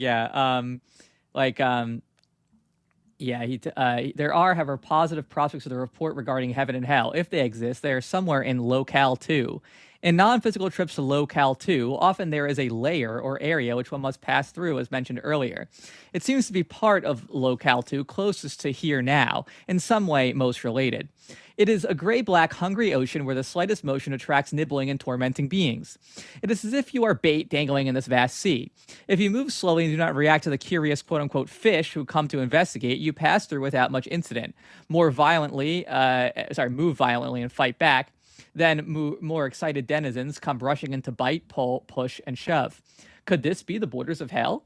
It is easy to conclude that a momentary penetration of this nearby layer would bring demons and devils to mind as the chief inhabitants. They seem subhuman, yet have an evident ability to act and think independently. Who and what are they? I don't know. I haven't taken the trouble to stay there long enough to find out. Only by terrified trial and error did I find the method to pass through in a reasonable space. In these worlds where thoughts are not only things, but are everything, including you, your poison or perfection is your own making. If you are a remorseless killer, you may end up in that part of Locale 2 where all are of the same design. This truly would be hell for such people, for there would be no innocent, defenseless victims. Project this outward, and you can begin to perceive the myriad variations. Your destination in the heaven or hell of Locale 2 seems to be grounded completely within the framework of your deepest, constant, and perhaps non-conscious motivations, emotions, and personality drives. The most consistent and strongest of these acts as your homing device when you enter this realm. I am sure of this because it always works this way when I have traveled non-physically in Locale 2. It works this way whether I want it to or not. At least the least stray desire at the wrong time or deep-seated emotion I wasn't aware of diverts my trip in that like direction. Some of the, like a dream, one might say. But anyway, some of the resulting destinations have had all the aspects of hell to me. Others might possibly be construed as heaven, and some differ in practice only slightly from our activities in the here now. So, if Locale 2 seems to have portions of hell and doesn't quite live up to our notions of heaven, what then? Where do we look for the guidepost? Where are God and heaven that we worship? Have I missed something? And yet, at times in visiting Locale 2, a very unusual event periodically occurs. It makes no difference where in Locale 2. In the midst of the event is the same. In the midst of normal activity, whatever it may be, there is a distant signal, almost like heraldic trumpets. Everyone takes the signal calmly, and with it, everyone stops speaking or whatever he may be doing. It is a signal that he, or they, is coming through his kingdom. There is no awestruck prostration or falling down on one's knees. Rather, the attitude is most matter-of-fact. It is an occurrence to which all are accustomed, and to comply takes absolute precedence over everything. There are no exceptions. At the signal, each living thing lies down. My impression is on their backs, bodies arched to expose the abdomen, not the genitals. This is awful. With head turned to one side so that one does not see him as he passes by. This is kind of like the Old Testament. The purpose seems to be to form a living road over which he can travel. I have gleaned the idea that occasionally he will select someone from this living bridge, and that person is never seen or heard from again. The purpose of the abdominal exposure, this is interesting in light of the LOOSH thing. The purpose of the abdominal exposure is an expression of faith and complete submissiveness, the abdomen being the most vulnerable part of the body or area that can suffer damage most easily. There is no movement, not even thought, as he passes by. Everything has come to a momentary standstill, full and complete, while he passes. And the several times that I've experienced this, I lay down with the others. At the time, the thought of doing otherwise was inconceivable. As he passes, there is a roaring musical sound and a feeling of radiant, irresistible living force of ultimate power that peaks overhead and fades in the distance. I remember wondering once what would happen to me if he discovered my presence as a temporary visitor. I wasn't sure I wanted to find out. What? Like, so God is God, this is very much like the Old Testament. Like, God didn't notice you. Like, it's got like Eyes Wide Shut vibes, where he's like the guy with the mask who doesn't belong there. And yeah, it's very strange, very strange. Maybe there's a little part from Far Journeys, his later book in 1985, where he talks about... This is the LOOSH wrote. Well, I'm just before that, there's a part where he talks about when they switched and started calling themselves the Explorer Team, and they made a little tweak to their prompt in the beginning that started, like, this is when they really started interacting with entities a lot, according to Robert Monroe. So he writes here on like page 38, initially they sent, he had a group of like volunteers in like the mid 70s, and they would do these kind of guided OB experiments, and he would send them around to like the surface of the moon or like other planets and stuff like that. And it was all very like sterile. It seemed like, oh, there's nobody else. Like there's just humans on Earth, and like everywhere else like a dead rock or whatever. But he said that that we did find that in such a state as the OBE, a different kind of consciousness seemed to exist. The overview of the subject was different. For example, what to us in the control room was a minute could become hours or timeless to the volunteer in the booth. It was at this point we began to call them our explorer team. Like most humans, we were possessed with the idea or hope that there had to be intelligent life somewhere among the billions of stars that we could perceive physically. So in our play, we took to sending our explorers out beyond the solar system at what appeared a near instantaneous change of locale. The instruction was to keep going until he or she perceived something worthwhile. They passed by the other suns, found other planets, but no intelligent life. It seemed to us a sterile universe. The change came in 1974. It took place in all of our explorers within several weeks. Some had never met one another, so there was no cross-communication. In looking back to examine the reason for this massive change, the only thing we could find was, we had inserted the affirmation developed for the Gateway program at the beginning of each experimental session in the lab. Other than that, we made no significant changes in Hemi-Sync frequencies, basic environment, or methods of presentation. It may have been the second part that was the catalyst, and this is a quote from the affirmation they read at the beginning of their journey. Also, I deeply desire the help and cooperation, the assistance, the understanding of those individuals whose wisdom, development, and experience are equal to or greater than my own. I ask their guidance and protection from any influence or any source that might provide me with less than my stated desires. Get owned by Chin. Yep, you're invited. Yeah. You kick that door right open, and then guess what? It was suddenly as if a curtain had been lifted. Almost every time one of our explorers went into the out-of-body state or simply into an advanced Focus 12, they encountered intelligent beings who were more or less willing to communicate and could do so. After several years of finding only barrenness, the effect upon us was overwhelming. We sometimes had difficulty knowing how to handle it. Here's a portion of the transcript from the file recording one of those early meetings. So this is a quote of the notes. I guess, let's see. There was like the kind of like scientist figures pop up and they try to write things on a blackboard, but they write weird symbols they can't understand. There's a lot. The book kind of just spirals into like Jinn encounters after this, like basically, and goes for a while. There's a couple interesting ones where they start. Let's see, I think on 59, they start to like explain who they are a little bit. And they say that there's an experiment going on. So this is for the notes of one meeting. Okay, so it's talking about, energy, how energy is, important and blah, blah, blah. The monitor asks, for the name of this, like, a guide, and they say the experiment subject says he doesn't want to give a name right now because he doesn't want it to interfere with the training that we are doing. Be too concrete. I need to be more and more aware, and he can do his work better right now without me giving him a name. Then later, ask your friend how we got here in the first place, how we got on the planet Earth and in space-time. The subject says, I felt like I was being taken back in time and could feel a bombardment of particles, of matter, and actually seeing the bombardment of particles. Some particles that fused together actually became a working mechanism.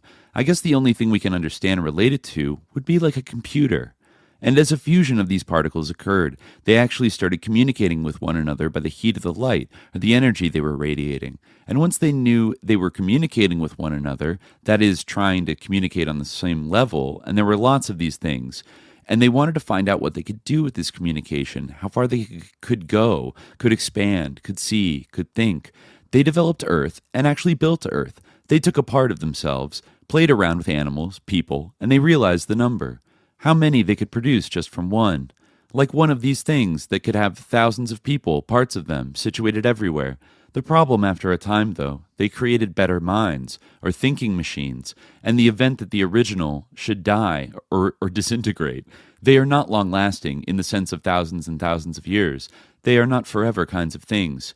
Our spirits seem to be an improved model of the original. The original has disintegrated. And the monitor asks, did the spirit originate in this process?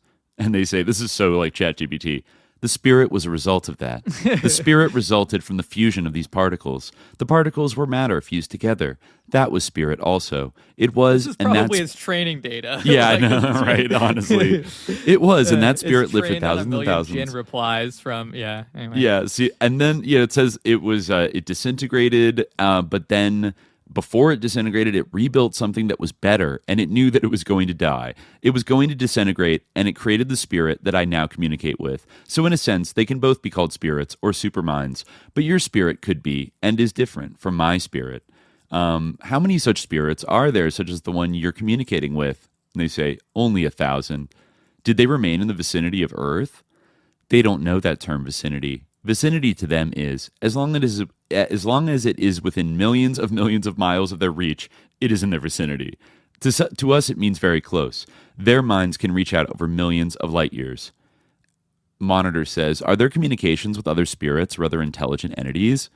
They have created them. If they have created them, yes, there are. They ask, why do they give so much attention to man?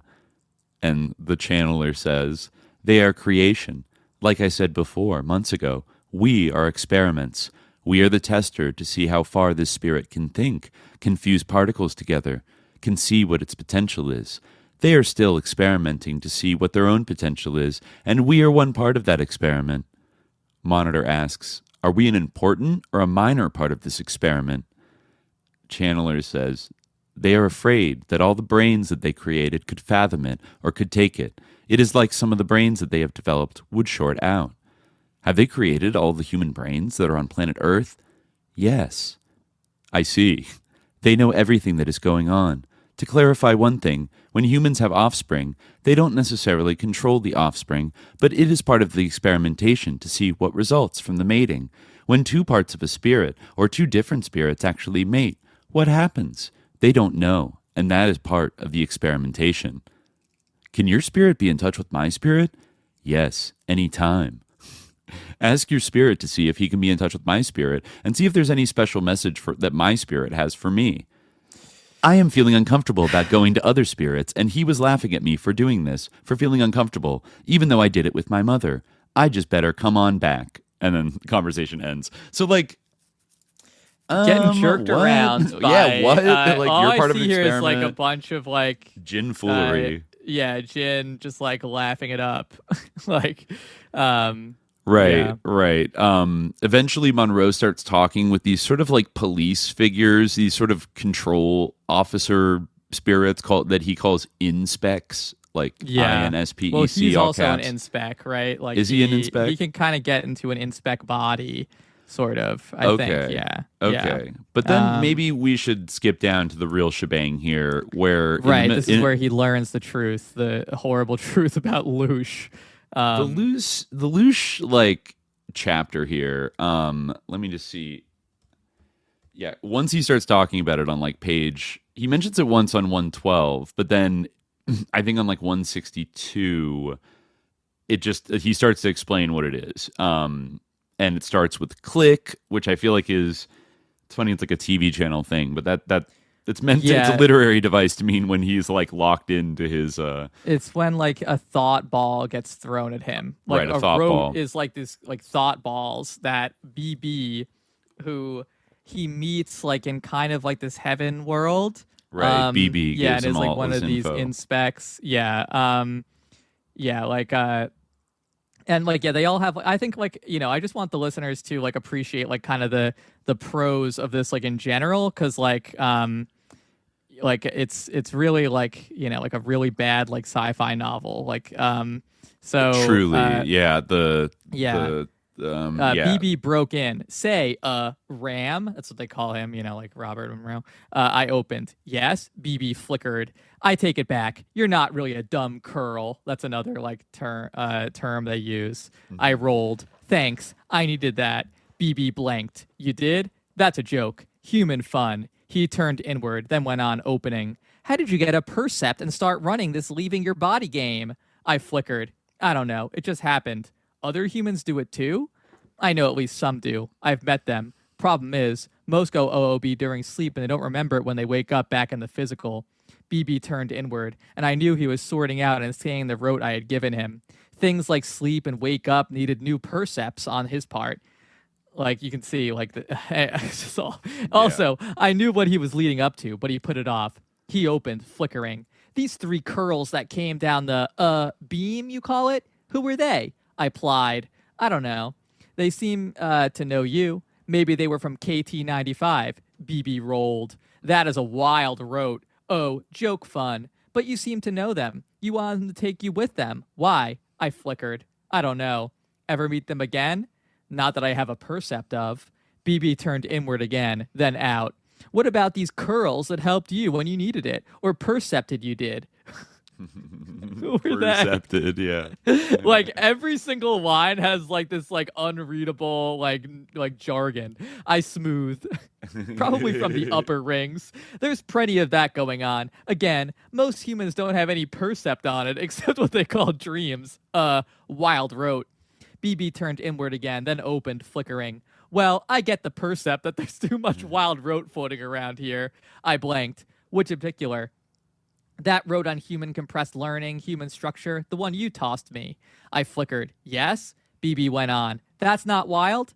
My percept is that it fits. I got another rote, and when I overlay the two, one of them is certainly wild. I blanked. What rote is that? The one we got in the TSI brochure about all the places and things we'd be visiting. All about Earth and humans, about how it got started. What's it for? All that stuff. I closed, then opened slowly. They don't match up? Here, get your own percept.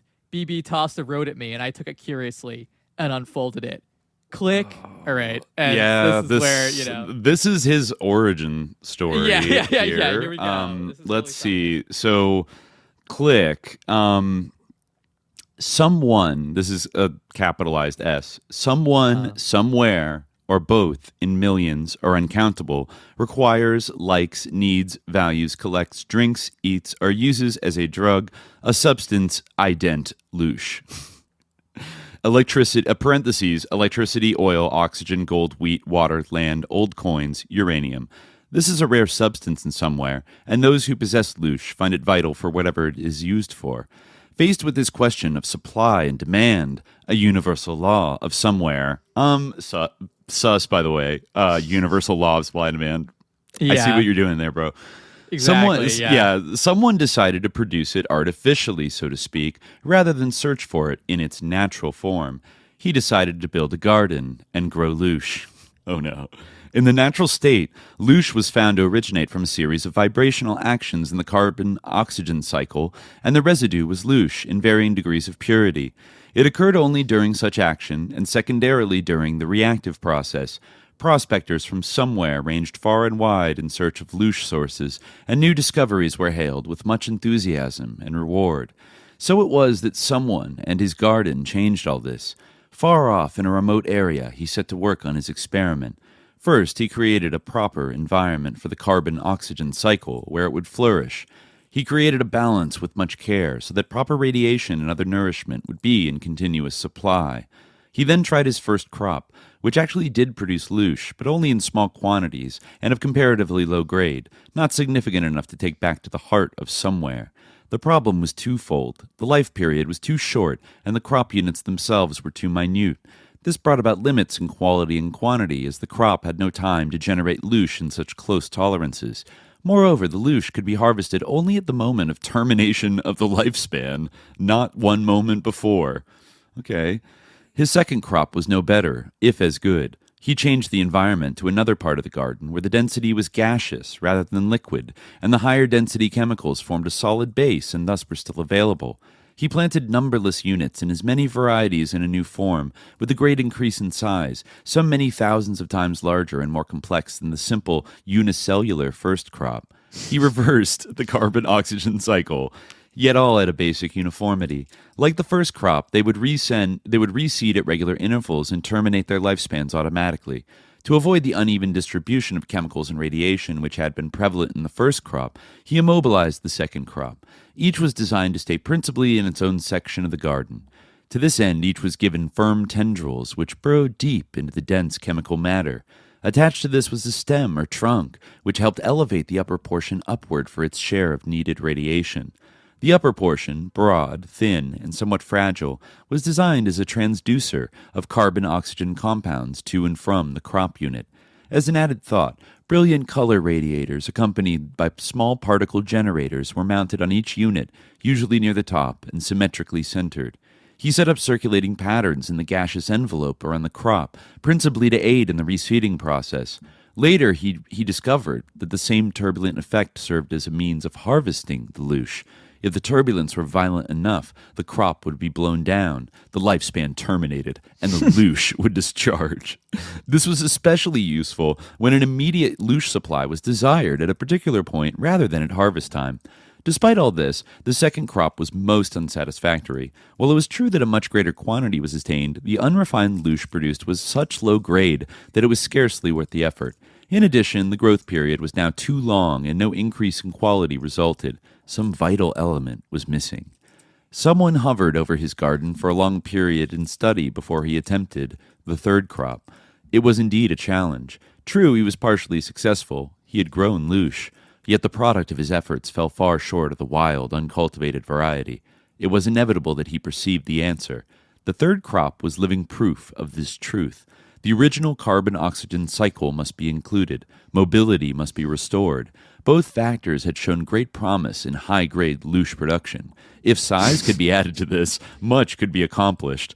With this plan in the forefront, someone removed various sample units from the first crop, which was still thriving in the liquid portion of the garden.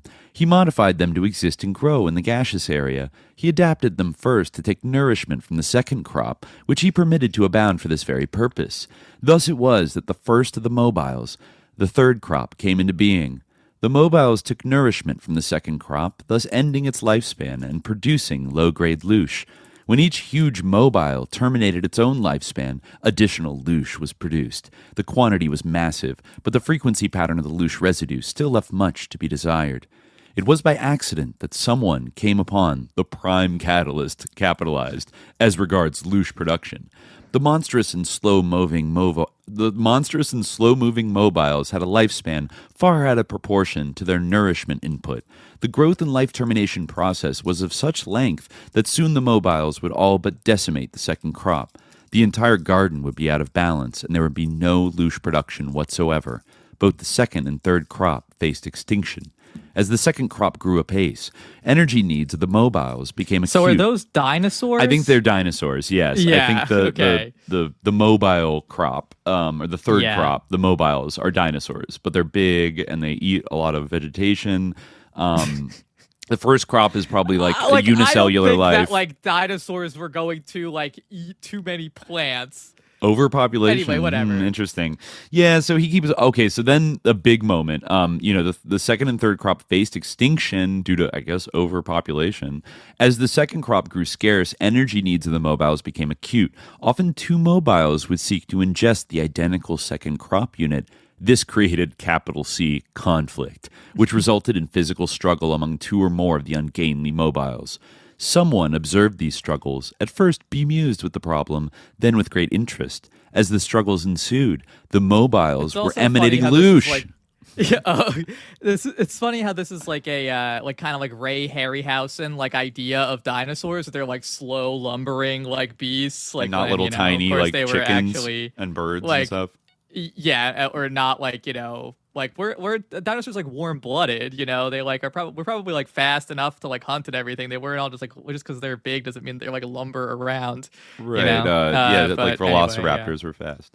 Well, according to the Spielberg, but so he noticed that as the struggles ensued, and he exclamates this: the mobiles were emanating LOOSH. Not in fractional amounts, but in sizable, usable quantities, and of a much higher purity.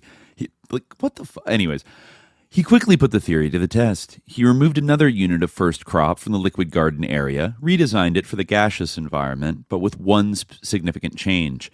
The new mobile would be somewhat smaller, but would require the ingestion of other mobiles for nourishment.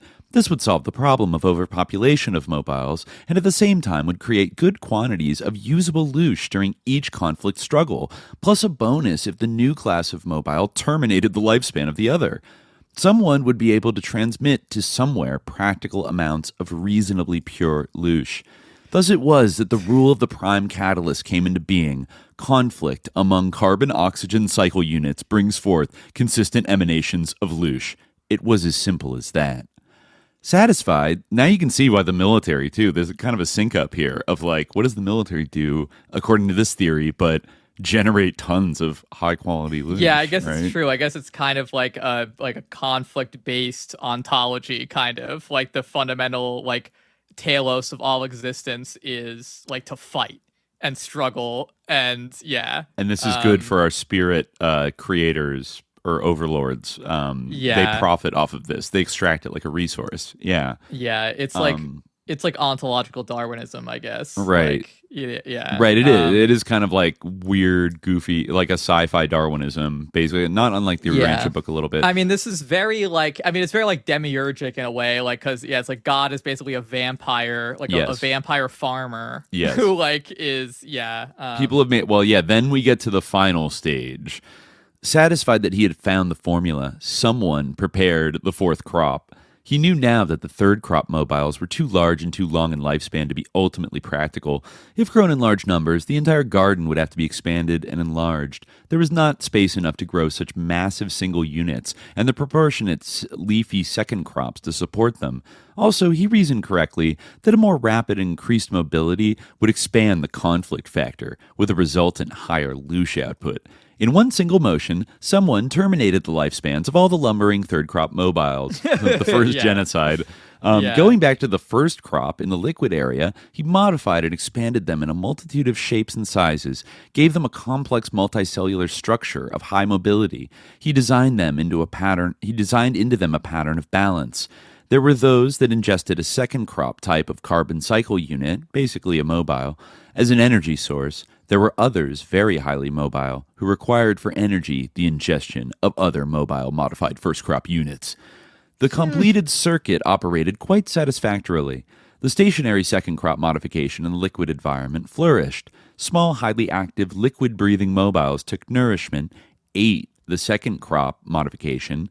Larger and or other active mobiles consumed for energy the smaller plant eaters. When any mobile grew too large and slow, it became an easy target for the smaller mobiles who attacked in voracious numbers. The chemical residue from these ingestive actions settled to the bottom of the liquid medium and so provided new nourishment for the stationaries, modified second crop, completing the circuit. The result was a steady flow of loosh, from the lifespan termination of the stationaries, from the intense conflict among the mobiles to avoid ingestion, and finally from the sudden termination of the lifespans of such mobiles as the inevitable product of such conflicts. Turning to another portion in the garden, the gaseous area with a dense compound base, someone applied the same techniques with even more advanced improvements. He added many varieties of stationaries to provide sufficient and diverse nourishment for the new mobiles he was to create. As in the other garden area, he made such mobiles into a balance of two species, those who ingested and drew energy from the second crop stationaries, and those who required other mobiles for sustenance. He created them in literally thousands of original types, small, large, yet none so large as the third crop mobiles, and ingeniously gave each some appurtenance for conflict. These took the form of mass, elusive speed, deceptive and or protective coding, and color radiation, wave action and particle perceptors and detectors, and unique higher density protuberances for gouging, grasping, and rending during conflict. All of the latter served neatly to add to and prolong the conflict periods with the resultant increase in loosh emanation. As a side experiment, someone designed and created one form of mobile that was weak and ineffective by the standards of the other mobiles in the fourth crop. Yet this experimental mobile had two distinct advantages. It had the ability to ingest and take energy from both the stationaries and other mobiles. Second, someone pulled forth a piece of himself, capitalized, no other source of such substance being known or available, to act as an intensive ultimate trigger to mobility. Following the rule of attraction, someone knew that such infusion would create in this particular mobile species an unceasing mobility. Always it would seek to satisfy the attraction this tiny mote of himself engendered as it sought reunion with the infinite whole. Thus, the drive for satisfaction of energy requirements through ingestion would not be the only. A lot of basic scientific errors in this too, because didn't it's well, yeah, it said that it was unique that human beings can eat plants and omnivores. Animals. There's many creatures like that. Anyway, there are many omnivores. Yeah, I mean, a lot of people. Bentov also got the frequency of the ionosphere slightly wrong, so his calculations should be but I feel like this is high school biology or even below that. But anyway, right. Well, this is a goofy version of both evolution and the Adam and Eve myth. So basically, thus the drive for satisfaction of energy requirements would not be the only motivating force. More important, the needs and compulsions created by the piece of someone could not be satiated throughout the garden. Thus, the need for mobility would be ever present, and the conflict between this need and that of energy replacement would be constant. Possibly a continuous high-order LOOSH emanator if it survived. The fourth crop exceeded all of someone's expectations. It became apparent that a consistent, useful flow of LOOSH was being produced in the garden. The balance of, quote, life operated perfectly, with the conflict factor producing immense amounts of LOOSH and a steady supplement brought into being by the constant lifespan terminations from all types of mobiles and stationaries. To handle the output, someone set up special collectors to aid in the harvest. He set up channels to convey the raw LOOSH from his garden to somewhere. He no longer did somewhere depend principally upon the wild state as the principal source of LOOSH. The garden of someone had ended that. With the success of the garden and the production of LOOSH by cultivated means, others, capital O, others, began to design and build their gardens. This was in accordance with the law of supply and demand. Vacuum is an unstable condition, as the amounts of LOOSH from someone's garden only partially met the requirements of somewhere. Collectors on behalf of the others actually entered the garden of someone to take advantage of these small emanations of LOOSH overlooked or ignored by the collectors of someone.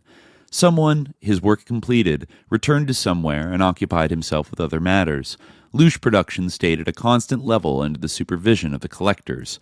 The only alterations were ordered by someone himself. Under instructions from someone, the collectors periodically harvested segments of the fourth crop. This was done to ensure adequate chemicals, radiation, and other nourishment for the younger, oncoming units. A secondary purpose was to provide occasional extra amounts of LOOSH created by such harvesting. To reap such harvest, the collectors generated storms of turbulence and turmoil in both the gaseous envelope and the more solid chemical formations that were the base of the garden itself. Hurricanes, volcanoes, etc. Such upheavals had the effect of terminating lifespans of multitudes of the fourth crop as they were crushed into the rolling base formation or smothered under waves from the agitated liquid area of the garden. By peculiarity of design, fourth crop units could not maintain their carbon-oxygen cycle surrounded by the liquid medium. The garden patterns of life might have gone on thus throughout eternity had it not been for the perception and inquisitiveness of someone. On occasion, he would study samples of LOOSH from his garden. There was no motive in doing so, other than the fact that someone may have held a remote continuing interest in his project. On a particular analysis of a LOOSH sample, someone had casually examined the emanations and was about to return it to the reservoir when he became aware of a capital D difference. It was very slight, but there it was. His interest centered immediately. He looked again. Woven delicately in with the more common LOOSH emanations was a slender fragment of purified and distilled LOOSH. This was an impossibility. Purified and distilled loosh resulted only after the, quote, wild state loosh had been processed. The wild state loosh had been processed many times. The loosh from the garden of someone required the same treatment before it could be used. Yet here it was, so finely graded in its refined radiations that it could or would not return into compound with the raw substance. Someone reaffirmed his tests, and the result was still positive. There was a factor in his garden of which he was unaware. Quickly, someone left somewhere and returned to his garden. Outwardly, all seemed the same. The solid base gaseous areas of the garden were an endless carpet of green reflection from the thriving second crop. The modified first crop in the liquid area was in perfect accord with the action-reaction law, a division of cause and effect. Someone perceived without delay that the difference, the source of distilled loosh, lay neither with the first or second crop. He found his first momentary touch of distilled loosh emanation in one of the units of the fourth crop, which by then had filtered throughout the plantings of the second crop. The flash came during the unusual action of this unit as it entered into a life-terminating struggle with another fourth crop unit. This alone would not create distilled loosh, someone knew, and he probed deeper for the source. It was at that moment he discovered the difference. The fourth crop unit was not struggling in conflict over an ingestible remnant of a weaker fourth crop unit or a tasty frond from a nearby second crop stem, or to avoid termination of life and ingestion by other conflicting fourth crop unit. It was in conflict to protect and save from life termination 3 of its own newly generated species huddled under a large second crop unit waiting for the outcome. There was no doubt about it. This was the action that produced the flashes of distilled loosh.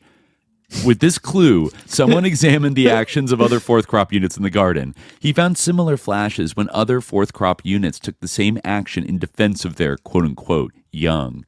Still, there was an inconsistency. The sum of all such flashes of distilled loosh emanation from all such actions by the current fourth crop units would not amount to half of the total he had found in the sample from the reservoir. It was obvious another factor was present. Systematically, he hovered over the garden, extending his perception to all areas. Almost immediately, he found the source. High-order distilled loosh radiation was originating from one particular section of the garden. Quickly, he hurried to the spot. There it was, an experimental modified fourth crop unit, one of those that contained a piece of himself in its functional pattern, so humans. It was standing alone under the leafy upper portion of a large second crop unit. It was not, quote, hungry. It was not in conflict with another fourth crop unit. It was not acting in defense of its young. Then why did it emanate distilled loosh in such great quantity? Someone moved closer.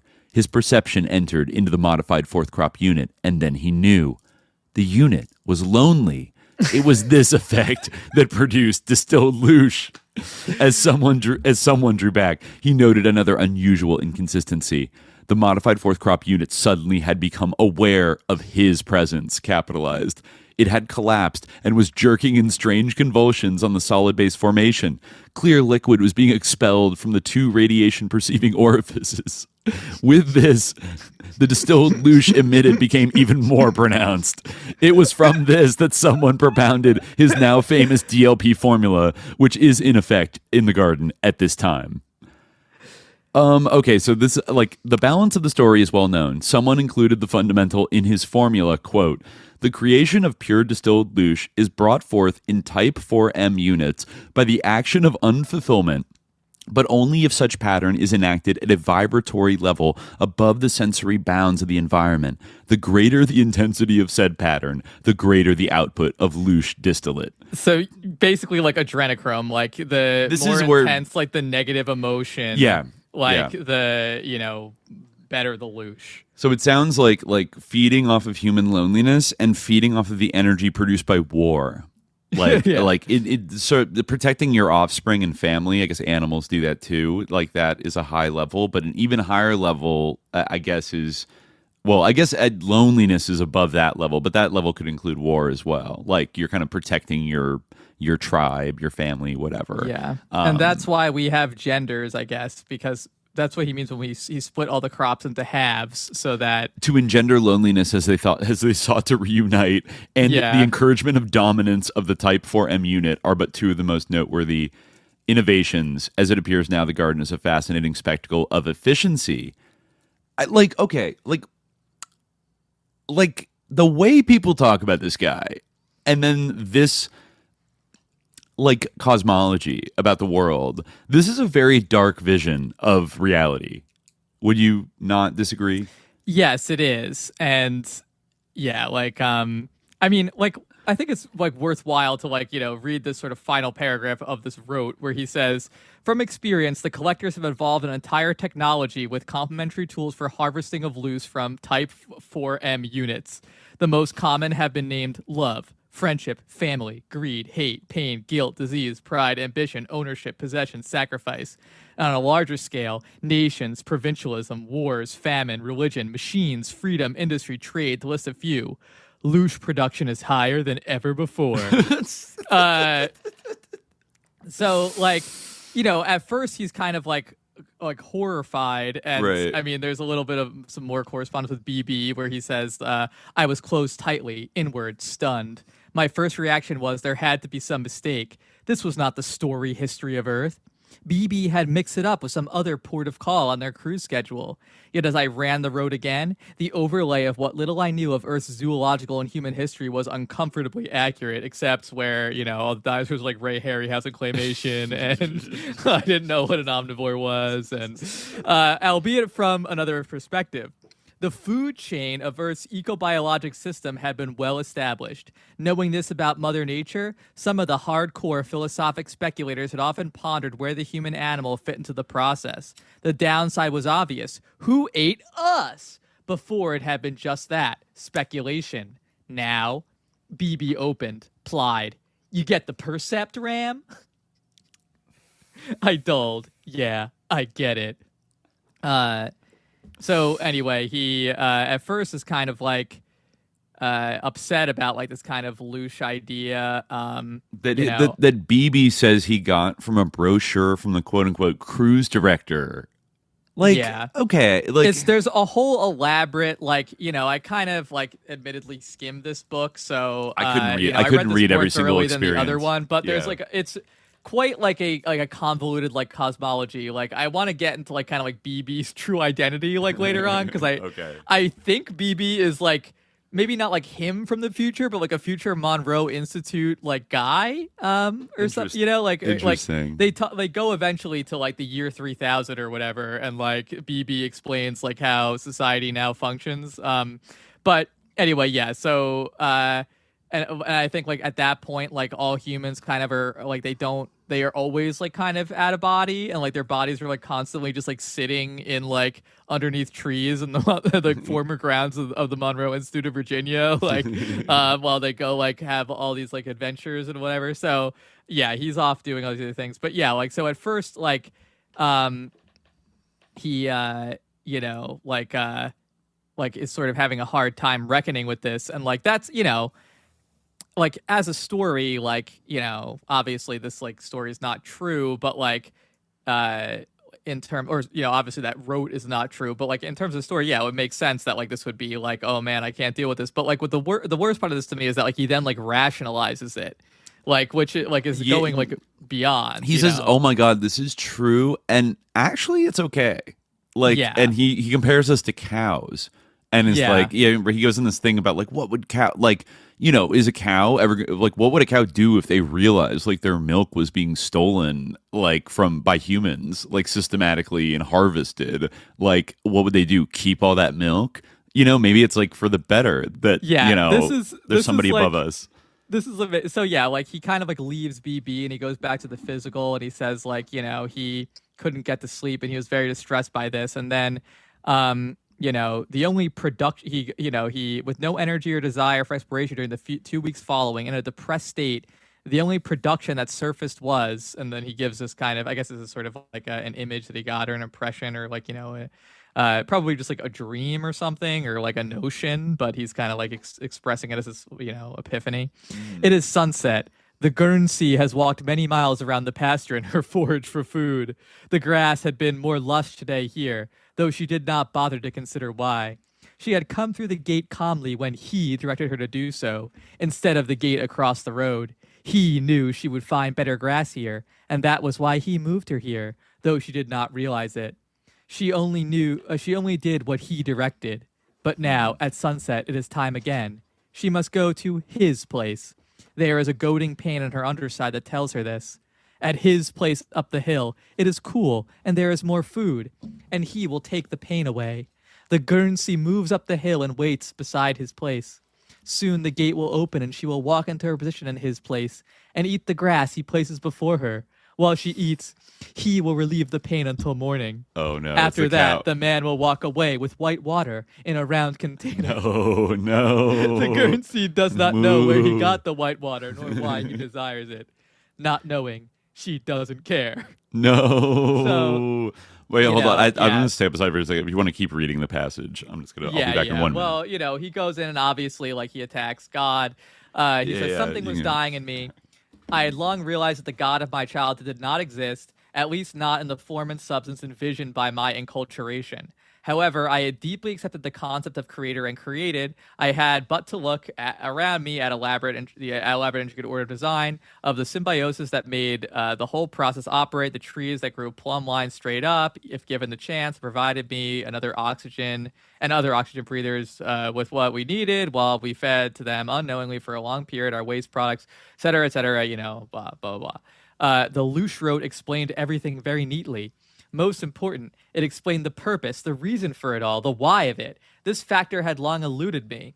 The LOOSH answer was simple and obvious. The reason was there.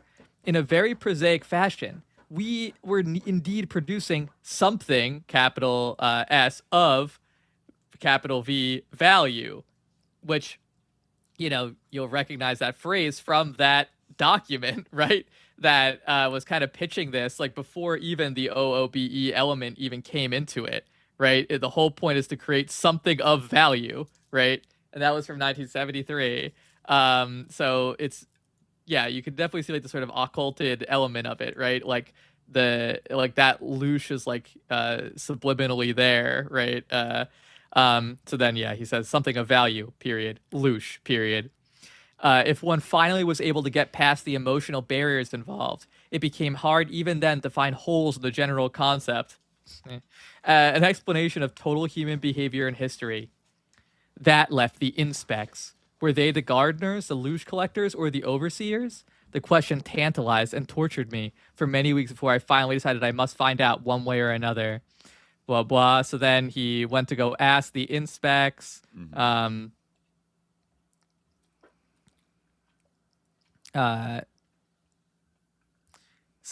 He talks to them. Very good, Mr. Monroe. You were quite correct.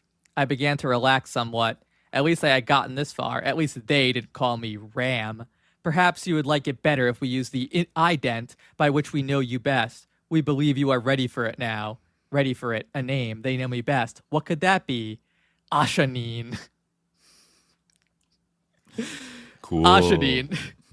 It was both familiar and strange. Again, that feeling of trying to recover from severe amnesia, the gentle patience of those trying to help me remember. But the LOOSH. We are aware of the disturbance you have undergone. It was necessary that you experience this. It goes to the territory, as you put it. Then the LOOSH wrote was real. I began to flicker. It is the translation that is not real. The difficulty of placing Earth and human values properly into perspectives and energies that are not of time and space is a factor very familiar to you. I turned inwards, picking up the LOOSH wrote. LOOSH. So, like, a rote it is, like, basically, like, it's a thought ball, but, like, you can carry it around. It's kind of like a cassette tape. Like, that's basically what it is. Right. So you, like, put it into your belly and, like, place it. Plays That's, like, you a kind of little like, they're like story. Teletubbies. Like, but anyway, so I turned inward, picking up the LOOSH wrote. LOOSH, an energy generated by all organic life in varying degrees of purity, the clearest and most potent coming from humans, engendered by human activity which triggers emotion, the highest of such emotions being love? Is love LOOSH? Continue, Ashanine. But according to the rote, LOOSH is thrown off when life ends its physical existence, when pain occurs, anger, hate. These can't be the same as love. How would you define love in your terms? I knew that would be next in the order of things, and I couldn't come up with an answer. Throughout history, great minds and greater philosophers had given it a try, with only partial success, and I was none of these. I wouldn't even consider trying. But you know it exists. Love is not an illusion. So this is an interesting part where, like, he kind of realizes that So I was just reading the chat. So talking about the white water. No. So then he has this weird kind of thing where I think he realizes that he never felt real love and is a sociopath. But anyway, so I released the roosh and turned inward, scanning. It was easier from this perspective, or perhaps it was the presence of the inspec energy. It presented itself much as a simultaneous mixture and sequence of musical chords and short melodies. Only it wasn't sound; it was patterns and colors of light, scattered among the clutter of harmony, dissonance, discord, excitement, fun, fear, and emotion, beginning shortly after birth. I had the percept of occasional surges of white, first from my mother and father, then smaller flashes I was unable to identify as the source. I kept scanning through my very early years of any slight glimmer of white originating in me that I put forth. To my dismay, all I could find was one small white glow for an Airedale dog named Pete. I was certain that the girl in high school, what was her name? Not even a flicker either way. So he's like, in my early life, all the way through high school, I never felt love except for 1 second for a dog. Well, I guess that's wow. Nice. At least you felt it for the dog for one moment. Most common misconception, early manifested survival drive. So that's the inspects clarifying that what he thought was love was actually just his survival drive. I agreed, yet I could understand why. The bright red and pink chords and urgent melody were impressive even from this viewpoint. No wonder an ignorant curl such as I, that was in a fast forward mode. A curl such as I would come up with the wrong percept. I went on through the mess that I was in a fast forward mode, and I could spot sure and solid white surges here and there of which I had then been unaware, and their reality depressed and saddened me, because I found no significant emission from me that was remotely similar. It was all coming in, and I took it, and I didn't respond. I finally cut it off, would go into it no further. I wasn't much of a LOOSH producer. Too many other color chord patterns and melodies. Except for now. I knew some strong emissions and a few points were coming out of me. Did it take that long? You understand waveforms. All come from the same baseline, the colors and the white. The difference is frequency and amplitude. I knew what they were doing, and I appreciated it. My focus was being diverted from what I thought was unpleasant back into an abstract yet trunk and roots position. Using the same stuff, interactive experience, one began to learn to express anger, pain, fear, and all the rest, and finally, hopefully, if you pass the course, a special energy waveform labeled love. Yet we don't really know what it is, and with my suspicion growing, how to really use it.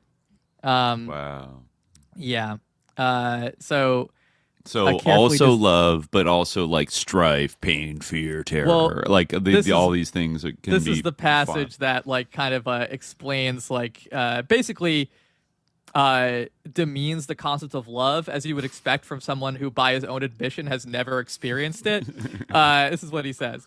Okay. To learn to be high-quality LOOSH/love producers, the fact that human physical consciousness was for the most part totally unaware of being involved in the process may be an important ingredient itself. Precious few are cognizant of the non-physical agenda, at least overtly. It was getting pretty heavy for my cognizance, yet I began to get a very faint percept, elusive, but it was there. What would happen if the Guernsey cow did discover that her milk had value? What could she herself do with it if she didn't have a calf to feed it to? Could she save it? Could she spend it on more hay or protein vitamin blocks to lick? What if she then discovered man was taking the milk she produced? Rebel, refuse to deliver any more milk?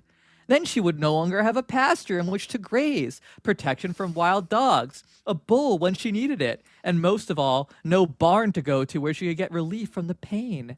Without a sense of serial time, she forgets that pain eases eventually. Perhaps even knowing, she wouldn't care. She wouldn't want to mess up a good thing. Therefore, who cares? Who would care? The inspects say, to use your term, you can't beat the machine. The percept was still there, faint, still to be explained or satisfied. What about those who do beat the machine? There always had to be exceptions. No machine is perfect. Only one anomaly is needed to prove a statistic or create one. Are they carted off to be ground up at the hamburger meat? If so, is hamburger a sort of super loosh or something entirely different? Is this also a part of the machine product, or is it rust that is scraped away and discarded? And the bull calves, what is their role? Never will be loosh producers. It only takes one bull for every 50 cows, so there's a surplus. in nature. The machine, left alone, there's a way that is automatically taken care of. The impersonality, that prospect of dominance and predation, is certainly not in the winning column. Hold it there. The percept is getting stronger. There would be no LOOSH production without at least one bull. So he is an indirect LOOSH producer, vital to the method. That would infer, so are grass, hay, water, minerals, and the rest. Remember your waveforms, beat frequencies you like so much. Let's see here. If a smart transmitter propagates certain waves, they can resonate with other related vibrations of the kind to form a multiple pattern, which, if thought of as light, would be white. So in and of itself, you don't have to be the end product antenna or transducer, just one of the oscillators. You may never display actual LOOSH radiation, but you have a vital part in its production. Remembering the scan of my early years, I felt much better. Then why are you disturbed? The percepts still itched inside me. They were right. What would I do with LOOSH/love if I had a large warehouse full of it? Hand it out? It would only come back with interest, and I would have to build another warehouse to hold the compounding growing volume. The percept surged brightly. It was so obvious. Someone. Somewhere. If I could. You are not ready at that point. To go somewhere? To meet someone? And in all of this, how do you fit in, my friend? If I had the courage to ask these. We are not someone, as you put it, nor are we from the somewhere you indicate. Also, we are not the keepers of the Garden of Earth, nor the gardeners, nor do we collect and transfer human-developed LOOSH/energy elsewhere or when. We do not fit any portion of the human compressed learning process. However, we have observed a generation and growth from its inception. We do participate when needed without interrupting the learning sequence. Such need is expressed when there is a blockage in the flow. Hush participation ultimately serves a vital need for us. I had a need to ask the question, somewhere is not the heaven of your history. It was created, as were all other systems. Then someone is a creator who was created. You are a creator who was created. Each of you does carry a small rote, as you call it, of someone who created you. Through that rote of someone, your creator, you carry a percept of the creator who created someone. I turned inward. So this is I can't quite tell, I guess you can't have an infinite regress. So I assume that, this basically is, straight up Gnosticism. Someone is the demiurge, and there is God. Yeah, but someone is not God. Sounds like a demiurge. It's that's the character from the Hebrew Bible, but they're just someone. They're not the God. Basically. Yeah. So there you go. Well, I'd also I know. Okay, so he's okay with it, and we should be little cows that get milked for our LOOSH. It's really for the best. Yes. There's one more and it's also weird because the whole element of love came later on in that kind of sort of rationalization process where but I guess whatever. But I guess he doesn't really know what love is. He doesn't seem to know what love is. And it doesn't really define it. No. And it's kind of does come secondary to the negative things that are farmed allegedly.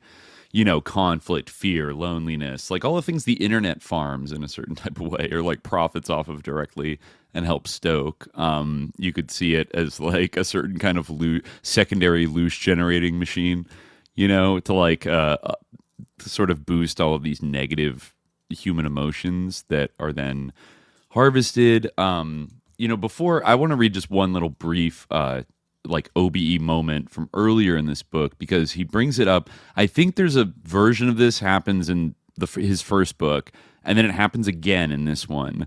And I feel like the content of what happens is worth throwing in there, giving everything else, because it's already feeling a little sus.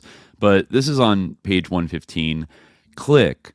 I am standing in front of a stone building with a tall spire. Wide steps lead down to the cobbled square, and the square is filled with a flow of people, horse-drawn wagons and carts, and the dusty smell of human sweat, animals, cooking, and excrement from all manner of living things. I am a priest, and although it is hot, I am wearing my brown hooded robe that reaches to my ankles. It is cool inside the church, yet I am loath to enter. The capital R ritual is about to begin, and I must attend and participate as part of the duties of my calling. I am sick in heart at what I must do. It is so different from that which I dreamed those years ago, my life in the service of the Almighty. The glory of the tolling bell in the spire, the rich voices of the choir echoing throughout the arched roof in holy harmony, the majesty and mystery of the processional, the bowed heads of the reverent, kneeling people, they are the same. These are the parts that brought open the rising need in me, and I answered, now they are the same, but I am not. Where is the need? It is left unfulfilled. Where is the mystery? It has vanished under the weight of the unfolding years, and that which my eyes have seen and my ears have heard. The bell begins its tolling, and that is the signal that I must enter and join the others. I turn and pass through the smaller door to one side and into the great hall. I move slowly down the main aisle to the waiting group at the altar. The high priest stands in front of the altar, wearing his white robe, with the golden braided symbols across the front. On his head is the holy crescent moon. Behind him are the 7 keepers of the realm, each holding a staff atop which is one of the 7 sacred stars, lighted like by Orientalist. It's about to get worse. You know. It's about to get worse. Behind him are the 7 keepers of the realm, each holding a staff atop which is, one of the 7 sacred stars, lighted by a flaming taper. As I approach the altar, I know what I will see upon it, and I am correct. A young girl, attired in a flowing gown of bright red to hide the blood, is lying upon its stone surface. Silken cords are attached to her ankles and wrists, then to large rings on the sides of the altar. I know well the ritual, although I have never performed it. Once I have completed the sacred act in the name of the Almighty, I will transcend that status of a lowly priest and become an alternate keeper of the realm.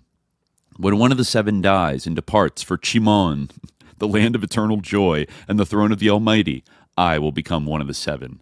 When the high priest departs, one of the 7 will take his place and assume his power and glory as the direct communicant with the Almighty. Perhaps I may be that one, but now I am not sure. The dream of years past flickers within me, and it is not this. If I do not perform the ritual, I will be stripped of my robe, cast out into the street, where I will be stoned to death by the populace. I move next to the altar, and the high priest hands me the ritual blade, a slender, sharply pointed knife with a carved silver handle. I have been instructed carefully where to insert the ritual knife at various spots on her body so as to keep from causing her death immediately, but to engender exquisite ecstasy within her while the high priest and the 7 give their blessings. I raise the blade for the first swift insertion, and I stop, arm upraised. I am looking into the eyes of the girl. In them are fear, puzzlement, resignation, and beyond these, a knowing, a depth that carries me past the distortion of my dream and into what I was sure was always there. I lower my arm, turn, and drop the silver knife, only a knife, in front of the fat man who calls himself a high priest. I cannot do it. No, I will not do it. And I am free. And a bright white ray comes through the ceiling of the great hall and centers on me, flashes through my entire being. The silver knife melts into a mound of metal, the silk cords drop from the girl, and the altar trembles and splits open as the girl rises from it and stands. The men in the robes kneel, transfixed, their eyes staring into blindness at the brilliant white ray. Click. So were they harvest? Is this are they implying that LOOSH is being harvested here in some way, or it's got adrenochrome vibes of of we're gonna extend the terror and the ecstasy. Why and these ritually... are his past lives, basically. Okay, this is a past life of his. Okay, yeah, I assume. That's the the whole thing of the the different sort of experiences that he's having. These are his past lives. Yeah, I guess afterwards they tell him what you call emotion is essential to the basic learning process. It is a specific observable result of exposure to the LOOSH/love radiation. Therefore, it is the driving force, the creative energy which motivates human thought and action. Without it, you would remain as animals. It's kind of funny because, I feel like in the origin story he gets later, animals do produce LOOSH. And they even perhaps defend their young, their offspring, right? And things like that.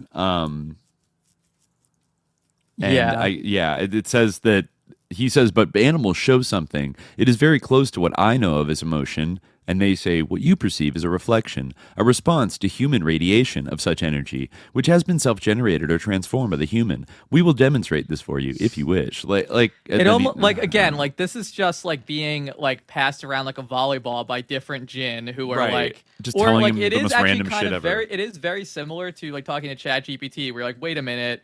In our last conversation, which you like don't remember because it's like you're a separate instance of the model or whatever. Yeah, good point. Like you said, this is like, oh yeah, like let me fucking rationalize that. Like it's just like his own mind and like whatever like little dream he's having that is like continually changing and like making it almost more like just shifting all these things around.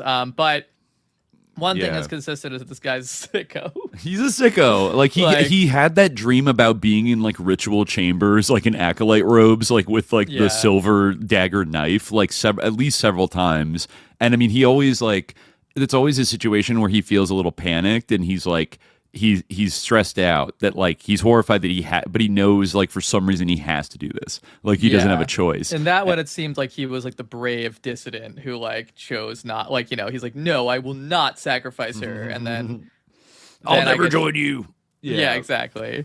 But then he joins them. Like also, I don't know. Like he just they kind of like when they tell them this. I mean, because in the cosmology of LOOSH extraction, like sacrificing somebody in a ritualistic format like that and prolonging the terror and everything. I mean, it sounds very like adrenochrome theory, but that's probably where adrenochrome theory, it was inspired by this, probably, because this is the first, in addition to broader things about like energy vampire reptilians in like kind of conspiracy UFO lore, right?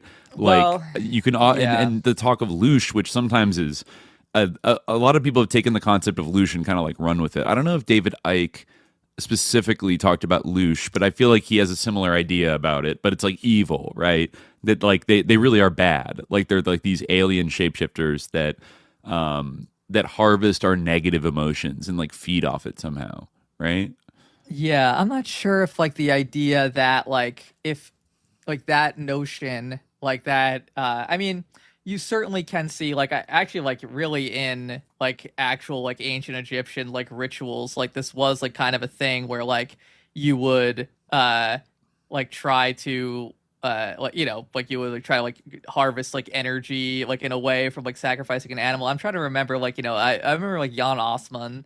It's like been like literally like a decade since I read it, but I remember like when he talks about like the ritual, the opening the mouth and things like that.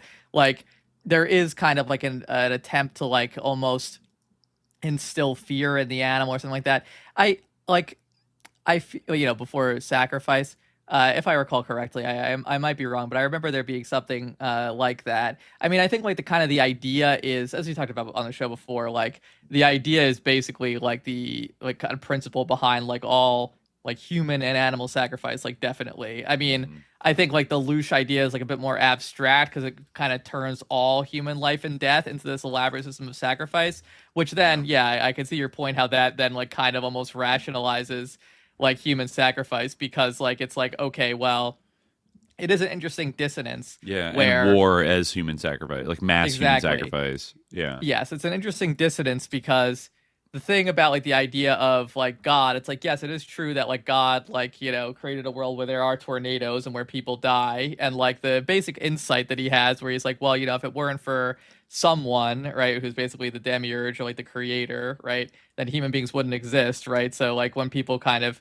it is kind of a a thing that people do. It's like, well, like why would God like kill a baby? It's like, well, you can't like apply like human morality to God. It's not the same thing. Like it's not like a person sitting in a control booth. It's like, I want to kill babies. Like you can't understand like creating humanity, like and being like the creator of the universe. Like you can't relate to that mentality. But in this case, like but God is also like a giver of like laws and principles and like moral precepts, not to be confused with percepts, and so that's like whereas someone in Monroe's cosmology, like basically all morality is a lie. Right, or it's kind of like irrelevant. It's kind of like irrelevant, which is a biggest like red flag about a lot of like this new age stuff. And the kind of light and love or whatever kind of and thing like, is like good and evil don't matter. Yeah, and insofar as like the qualities or the attributes of God like are to be like imitated, like someone does not have like attributes you would want to imitate. No. I mean, and if you did, you would end up being like a rapacious, like agribusiness, capitalist, like capitalist, yeah, basically. His LOOSH his like mega farm. Am I frozen again? Yeah. Oh no, I'm not. I'm not. Never mind. I'm just, I think seeing myself look down. Yeah. Yeah. Okay. Yeah. But yeah, or like who like obeys the eternal law of supply and demand.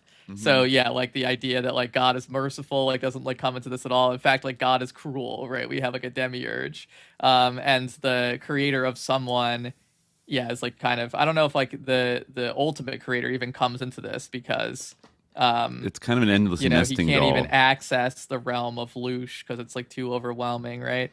Not sure if like that creator really comes up too much, but. Yeah, still, like, so you end up with this kind of, I mean, if you want to get a sense of like the moral, like sort of architecture of all this, like, I think the year 3000 stuff is kind of useful. Like, so, okay. Yeah, like, so this is when he and BB, this is in chapter 15, Promised Plan, where BB takes him to beyond the year 3000.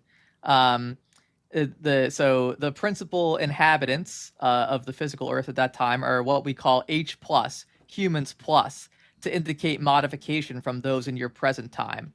As you are now, you will be a visitor. And Robert Monroe's excited about this, and he says, well, so that was it. I had made only a few visits since the future time. I would never have the guts to try to jump by myself, but with them, that is the inspects helping him, close tightly, it will be better that way. My excitement was great, and my vibrating reflected it. So I turned inward. I like how, like, in the OOBE state, he's like this little like ghostwriter being is like beep beep beep beep. Like I'm tittering with excitement. I'm vibrating. Oh yeah. Anyway, so I folded it all back into a loop and closed. This would be the real road, not the projections and imaginings of those looking at the small trends, which always click. We were high above the earth, much as one would perceive it from halfway to the moon, which was still there behind us. The earth was the same blue-green color, with white covers of clouds, partially obscuring the land below. We moved in steadily, and I was happy to see the deep gray and brown rings were no longer there, which meant the blockage got cleared up. Good! No more repeaters. But it was the new feature that pulled my focus and wouldn't let it go. The repeaters were like, I think, the people who continually like are in the cycle of reincarnation, kind of. Around the earth is a single flat ring, much like the ones around Saturn, and it was radiating and sparking, not from the reflection of the sun, but from its own internal source. You will understand fully the meaning of the ring as we progress. As we moved around, not through, the sparkling ring and headed inward, I became aware of another change. The M band was full of communication, but no noise. No noise? That could mean only one thing. Man had finally got it together. Further evidence was the lack of the haze M band noise creates. No more random thought clutter. This at least gave me a beginning percept of what I might expect. We came into a low altitude at about 8,000 feet and began circling the Earth over the northern hemisphere, east to west, near a 28-degree latitude just a few miles off the coast of what appeared to be Japan. The seas were soft light green, and gentle swells some 10 feet from the trow to crest moved majestically over the surface. Deeper, I could perceive schools of fish leisurely weaving along, not too fast, their track matching neatly the contour of the distant coastline. Thousands of them, blah, blah, blah, blah, fish, fish, fish. But then he noticed there were no ships. I reached out along the horizon and far beyond. Not even a rowboat or dinghy. I scanned overhead across the sky with streets of white cumulus clouds. No aircraft, just gulls and terns, sweeping and searching among the heavy swells. And higher than that, beyond cloud base, nothing. No jet contrails, no jets. Then we had crossed the coastline and were over Japan. Off to the north was Fujiyama, a white cone glistening in the sun. Below us was a neat carpet of tidy fields in a large checkerboard square, each a subtle shade of green. Correction, much more than greens. Spotted among the green like a gigantic bouquet were clusters of fields, each of a different color. One mass of bright orange, other deep blue, whites, reds, fields of blooming flowers, bushes, and evidently hybrids of the two, because no flower could be that large. It was a pattern that could be seen only from high overhead, yet there were no aircraft, and that began to give me another faint percept. As we moved west, I became aware of other missing signs.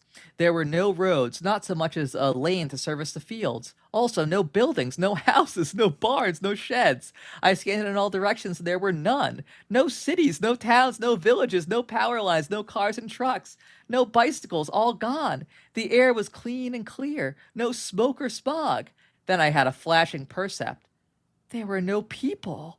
That was what I actually was looking for. Men, women, children. What terrible catastrophe took them all away? They are there. They are fewer in number, but it was not an event that made it so. What you perceive is by design. We began to move more rapidly westward across the unending array of colored bouquets in setting green, some so large they appeared to be many miles in width, and soon we were again over water, the Sea of Japan as I remembered it, and still no ships on what once was such an important transportation route. Back over land again, the Korean Peninsula, and the pattern was different. In every direction were tall and stately trees with close upward turned branches of a species unfamiliar to me, but again no sign of human artifact to indicate Kilroy had been anywhere near the place. Your percept is, how do you call it? Obsolete. Before I had a chance to turn inward on that one, we were over water again, moving even faster back over land. This would have to be China. Surely with its teeming millions, some had to be visible. Evidently they didn't have to be at all. We swept over mile after mile of deep green forest broken only by occasional grassy clearings and wide rivers and streams. Where are the rice paddies so vital to human sustenance? There are a few, but for a different purpose. Bird sanctuaries. The land below became more rugged, and soon we were skimming between ranges and peaks of very mountainous terrain. Vegetation was sparse, blah, blah, blah. So, basically it was desolate earth, et cetera, et cetera. He goes to the Mediterranean Sea, then, blah, blah, blah. He goes, et cetera, et cetera. Okay, does he find people, or have they all become like spirit beings? Well, eventually he makes it to the Monroe Institute. Oh, okay. Okay. Yeah. So... I'll just go over here. So, the inspect energy faded and I was alone. I seemed very physical as I stood there. I could feel the sun on my face. Light, cool breezes ruffled my hair. Hair? I wasn't supposed to have. They were expecting me. I scanned in all directions, but with no ident. No, there is one. And it's very familiar. Over in the woods, I turned and walked. Walked? That inferred legs. I looked down and I did indeed have legs, very normal and very human, bare legs and bare feet, and I could feel the grass on my toes as I walked. I touched the rest of me as I headed for the large oaks. My body was physically real and warm under my fingers. I glanced down, and it was my body as a beanpole, 22 years old. Ha! No clothes. That's some kind of progress. Now I could feel the soft wind against my body, the air in my lungs as I breathed. It was the first time I could remember that I experienced a fully operational physical body in this state of consciousness. But I don't see why I had to get all the way back to a skinny 6-foot, 137-pounder. I reached the edge of the woods and started to enter. When I ran into a barrier, something that threw me back into the field. I stopped and looked, but my percept showed nothing. The familiar ident I couldn't associate with anything was behind the barrier, so I tried again. It gave a little, but no more. And the invisible force itself was familiar, yet I couldn't connect the ident and the barrier. Something was missing. You can stay in the grass, and we will join you there. No sound. It was nonverbal communication. We made it. Humans did it. We made the quantum jump from monkey chatter and all it implied. I was eager to meet the welcoming committee, whoever they were. I didn't have to wait but a moment. A man and a woman came out from under the trees and stood in front of me. At least that nice polarity hadn't changed. Both appeared to be in their late 20s, attractive, well-formed, skin a suntan color, the man's hair light brown, and the woman's dark. They smiled as I inspected them. I opened. Well, I guess we haven't changed as much as I thought we would. Not physically, anyway. Sorry about the mix-up, Ram, the man rolled. Your host forgot about the barrier, so we're taking his place. I blinked. You must know me with that Ram stuff, the man warmed. Yeah, and you're sure a familiar one to me. The ident is funny. The way it comes out, I know it's not right. The man vibrated and rolled. Like, if they're physical, how are they doing this? Why are they vibrating? I guess in their minds. Yeah. Not in 1,000 years would you believe it. It's more than 1,000, so now you better believe it. I had a bright flashing percept, and I didn't believe it. BB? BB rolled. Who else? Oh I turned my God. inward and so the true identity of BB. An acolyte from the future. Yes, I turned inward and found the ropes that had percepts on the barrier, where it had repelled me before, and I knew who my host was to have been. That's AA back in the trees. BB opened wide. He was sure eager to meet you in person. He was so eager he forgot about the barrier, but he's getting percepts. Does he know what the barrier is? BB smoothed. Yeah, he knows, but he told me you had to find out for yourself. I turned to the woman, no longer able to resist the enormous pull she knowingly or unknowingly was exerting upon me. I can't imagine like writing like all these people who we read like they're so like incredibly like horny and weird. Yeah, definitely. I can't imagine like writing anything this like embarrassingly horny. Like, you know. Yeah. I turned to the woman, blah, blah, blah. Her smile told me it was the former, but she was closed tightly, and I respected the signal. Okay, that's nice. Like BB's, her ident was strong, far stronger, but it was fuzzy. How could I forget such a vital, important? Her smile was mischievous. You don't. Well, what do you want to know first? BB cut in. I could run you my rope, but it might not be what you want. I turned to BB. Exactly what year is it? Year? Oh. Time. They gave up that kind of measuring somewhere after they reached the 3,000 mark. No. Didn't need it anymore. What next? I flickered. Where are we? I know from the way we traveled on our approach that we're just inside the United States near the coastline. BB smooth. AA thought this is where you would like to come first. Not the United States any longer. No states or countries anywhere. Don't need them. But you ought to get a percept in this particular place. I turned and scanned around me. It was familiar. The knoll where we were standing, the rising tiers of blue-tinted ridges to the west. Blue ridges! The percept was total. How many times before I stood in this very knoll and looked to the west, and had made the stairway of rounded hills my launching chute, the flood of living human experience I had attached to this spot, this site. The houses, the fences, the buildings, roads were all gone. The lake was still there. The trees, so many more trees of varieties I'd never seen before. And to the east there was water. Water where once was a 4-lane highway, water stretching off to the horizon. We call it Virginia Bay for old time's sake, part of the ocean. BB was very smooth. You always yelled about the law of change. Some of us hibe here for old time's sake. I blanked. Hibe? The woman opened ever so slightly. We store our favorite human bodies here under the oak trees until we need them. Which is not too often, BB added. I turned inward. Hibe. Hibernation. Sure, why not? Okay, so everyone's like living in the astral plane most of the time, and they leave their bodies just like discarded meat suits that are like preserved until. Yeah, they're inside a resonant energy balloon that stops them from any ticks, mosquitoes, viruses, etc. Or protects them. Yeah. Wow. So. I was wondering, going through this, like, did like 90% of the population die? And I guess, I don't know, maybe they did, but they're astral people now, so it's like okay that most of humanity's like dead in the traditional sense because they're floating around. It's kind of like, oh, everyone died, nature healed, isn't it wonderful? But like everyone's still here in the astral plane, so it's all good. I'm just like, people that go and get like one-shotted or like dedicate their life to the Monroe Institute, like I am very curious, like what does this story like evoke for them? like I mean, because I'm, you know, or a lot of these like experiences, maybe they have their own that are so overwhelming that's why they believe in this stuff so like totally, you know what I mean? I don't know, but I can't. It's hard for me to be like, yes, this is like a beautiful vision of where humanity's going to go. And this guy in particular is like super trustworthy and like clearly has wisdom that he's pulling from beyond the veil that we all need. And it's like, I don't know, like there's a whole lot of problems with not even getting involved in the CIA military like funding of this institute. Which like they did, like to a large, the reason this institute is still around today is because of the U.S. military and the CIA paying them for research and training services, right? Mm-hmm.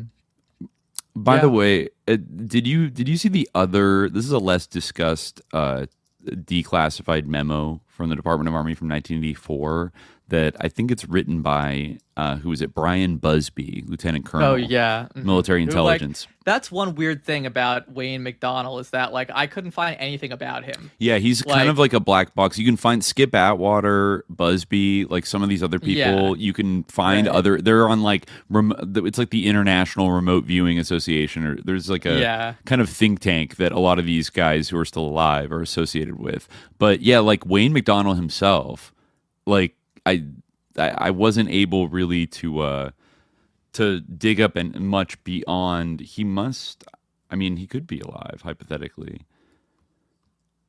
Let me just do a double check. But notoriously, there's not a lot of information about him beyond like this leaked memo, right? Mm-hmm. Yeah. Yeah, but I thought one thing that jumped out at me that was interesting about this this memo, which is just, it's kind of an update, like a follow-on from McDonald's, longer paper, like checking in, it's talking about the Secretary of the Army at the time under Reagan. I believe this is like John Wall, the Honorable John the Honorable John A. Marsh was the Secretary of the Army in 1984 under Reagan, and I guess they had to go and like brief him about the Gateway process and like the military involvement in the projects of RAPT, Center Lane, and MIAS, which is Monroe Institute for Applied Sciences.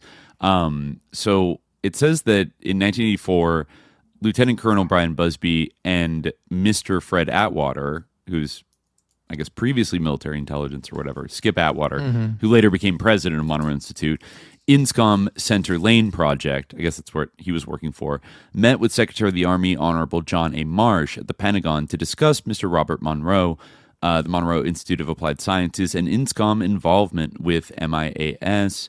Some other people were there. Approximately 15 minutes in the meeting, Lieutenant General Arthur E. Brown, Director of Army Staff, walked into the meeting, blah, blah, blah. So this isn't a very long thing. But let's see, going down here, INSCOM's use of MIAS, which included an explanation of RAPT training, the Center Lane use of Mr. Monroe in a personal services contract, the number of INSCOM personnel who have attended RAPT training, and the number of Center Lane personnel who have received Hemi-Sync training.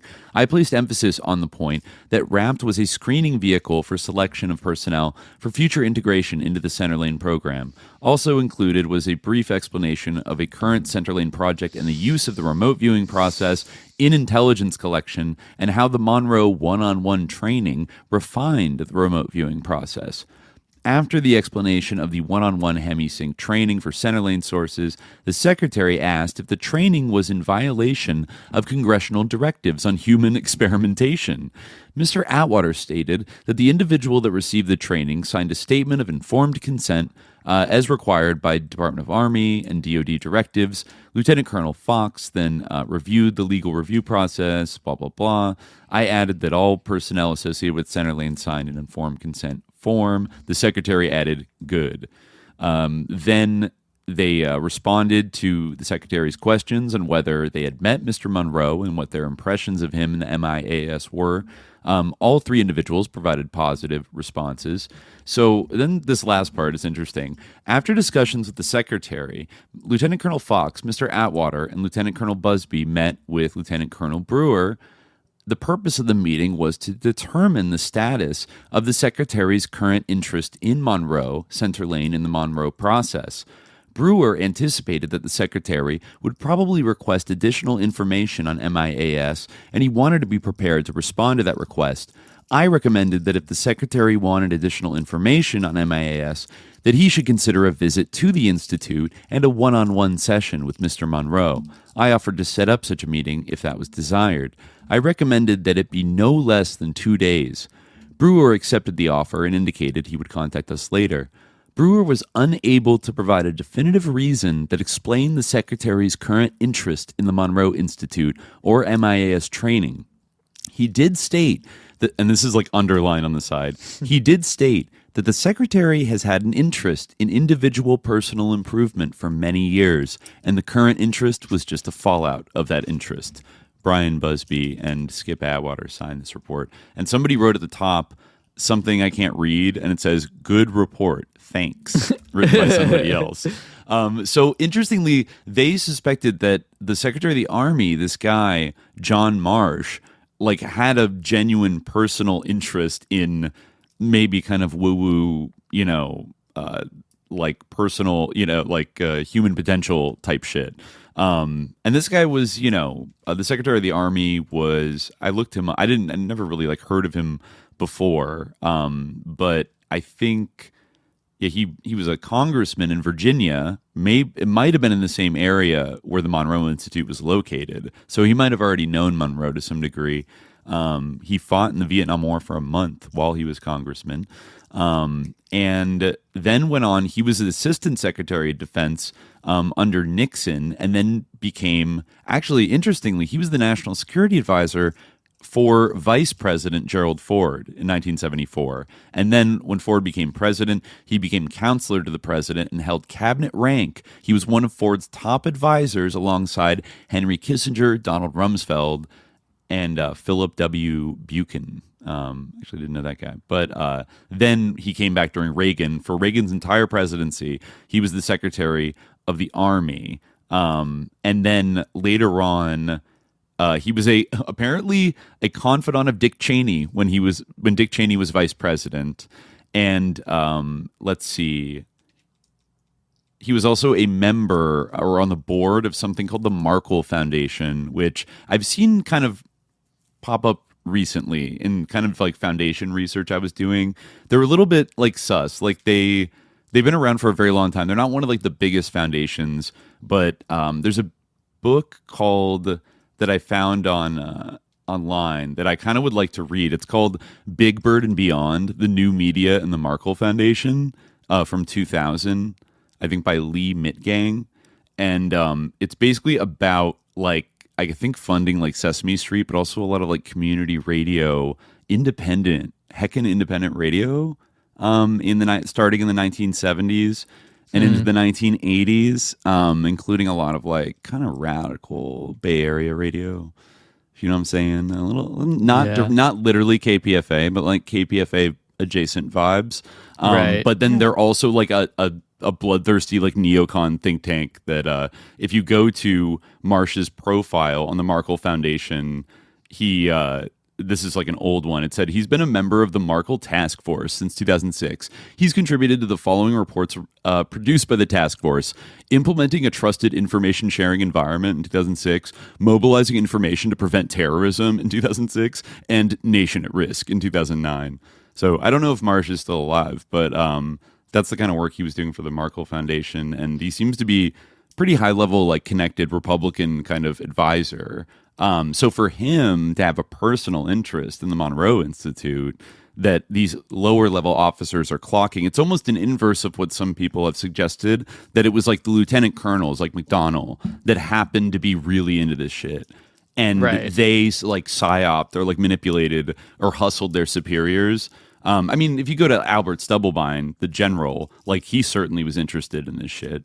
And then later would go on like Alex Jones all the time and stuff. John Alexander, the guy below him, similarly. So that's already a pretty high level. But then all the way up to the Secretary of the Army, instead of like, oh, they tricked him into supporting this for spy, it's like, well, no, actually he was kind of demanding that they like look into this more, and he was approving of all of their like research and validation of this stuff.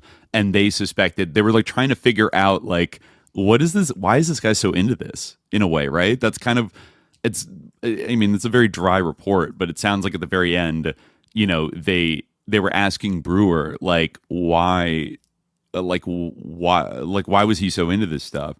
And he did state that, yeah, he's had an interest in individual personal improvement. Maybe he went to the Monroe Institute and got like one-shotted by it and loved it. I don't know. But that shows you how high it goes up sometimes. It's not like, yeah, like at a certain level they're serious and like they weren't considering it. And, I think the Soviets were doing a lot of the like similar stuff, like looking into things like that. They were playing for high stakes in the parapsychological kind of realm. And all I think now is like, whatever they're up to these days, Like they haven't exactly. People talk about this like it's in the past, but they haven't like stopped having deep involvements with the military and the CIA. They still train people, right, and do studies and things like that. The connection's still there, even with a young, newer generation running it right now. But they become very savvy in the social media environment in order to hype themselves up as a meme. And you have like the kind of tech bro, Silicon Valley, like one-shotted Silicon Valley bro plus operator bro, kind of media mafia, and even, you know, like kind of Vice, Wired, some others that are kind of more left-coded that have been kind of showing their curiosity and trying to and elevating the profile, like profiling the Monroe Institute, but kind of in a way that like, oh, it must be pretty much harmless today. Like, I don't want to be too alarmist, but it's like, I don't know. Like, I certainly wouldn't like devote my life to like whatever happens to you when you go to like the Monroe Institute for a week, right? No. No, like just read the guy's original like works, like his books, and like think about the LOOSH thing. Read where this guy's like.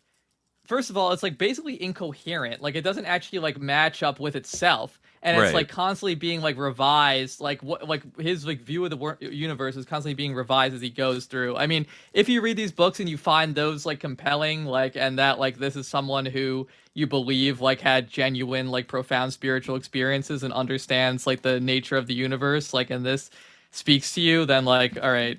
But like, yeah, don't like get like, because like, you know, you're basically being put into a suggestible state, and you know, like hypnotized, which like, you know, is I'm sure it does help to induce that state, but it also like, you know, is or to induce these kind of outer body experiences or these kind of you know, transcendent kind of states, but it's, you know, also state, as I said, of suggestibility. So like bear that in mind, and like just, you know, like you are definitely vulnerable.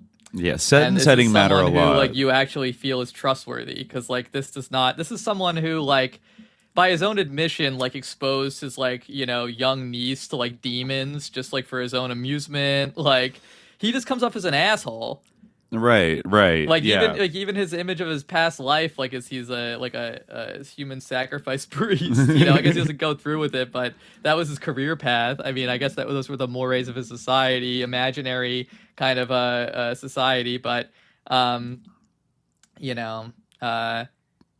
But other than that, it's not like, his cosmology doesn't feel that different from either ChatGPT or like Orbology Girl. Like in the sense of like it's just kind of like making stuff up. Like it's just you're kind of riffing. Like it's not like you can't really verify any of this, and also the things that he is purporting to, the lessons he's purporting to draw from these experiences are sus.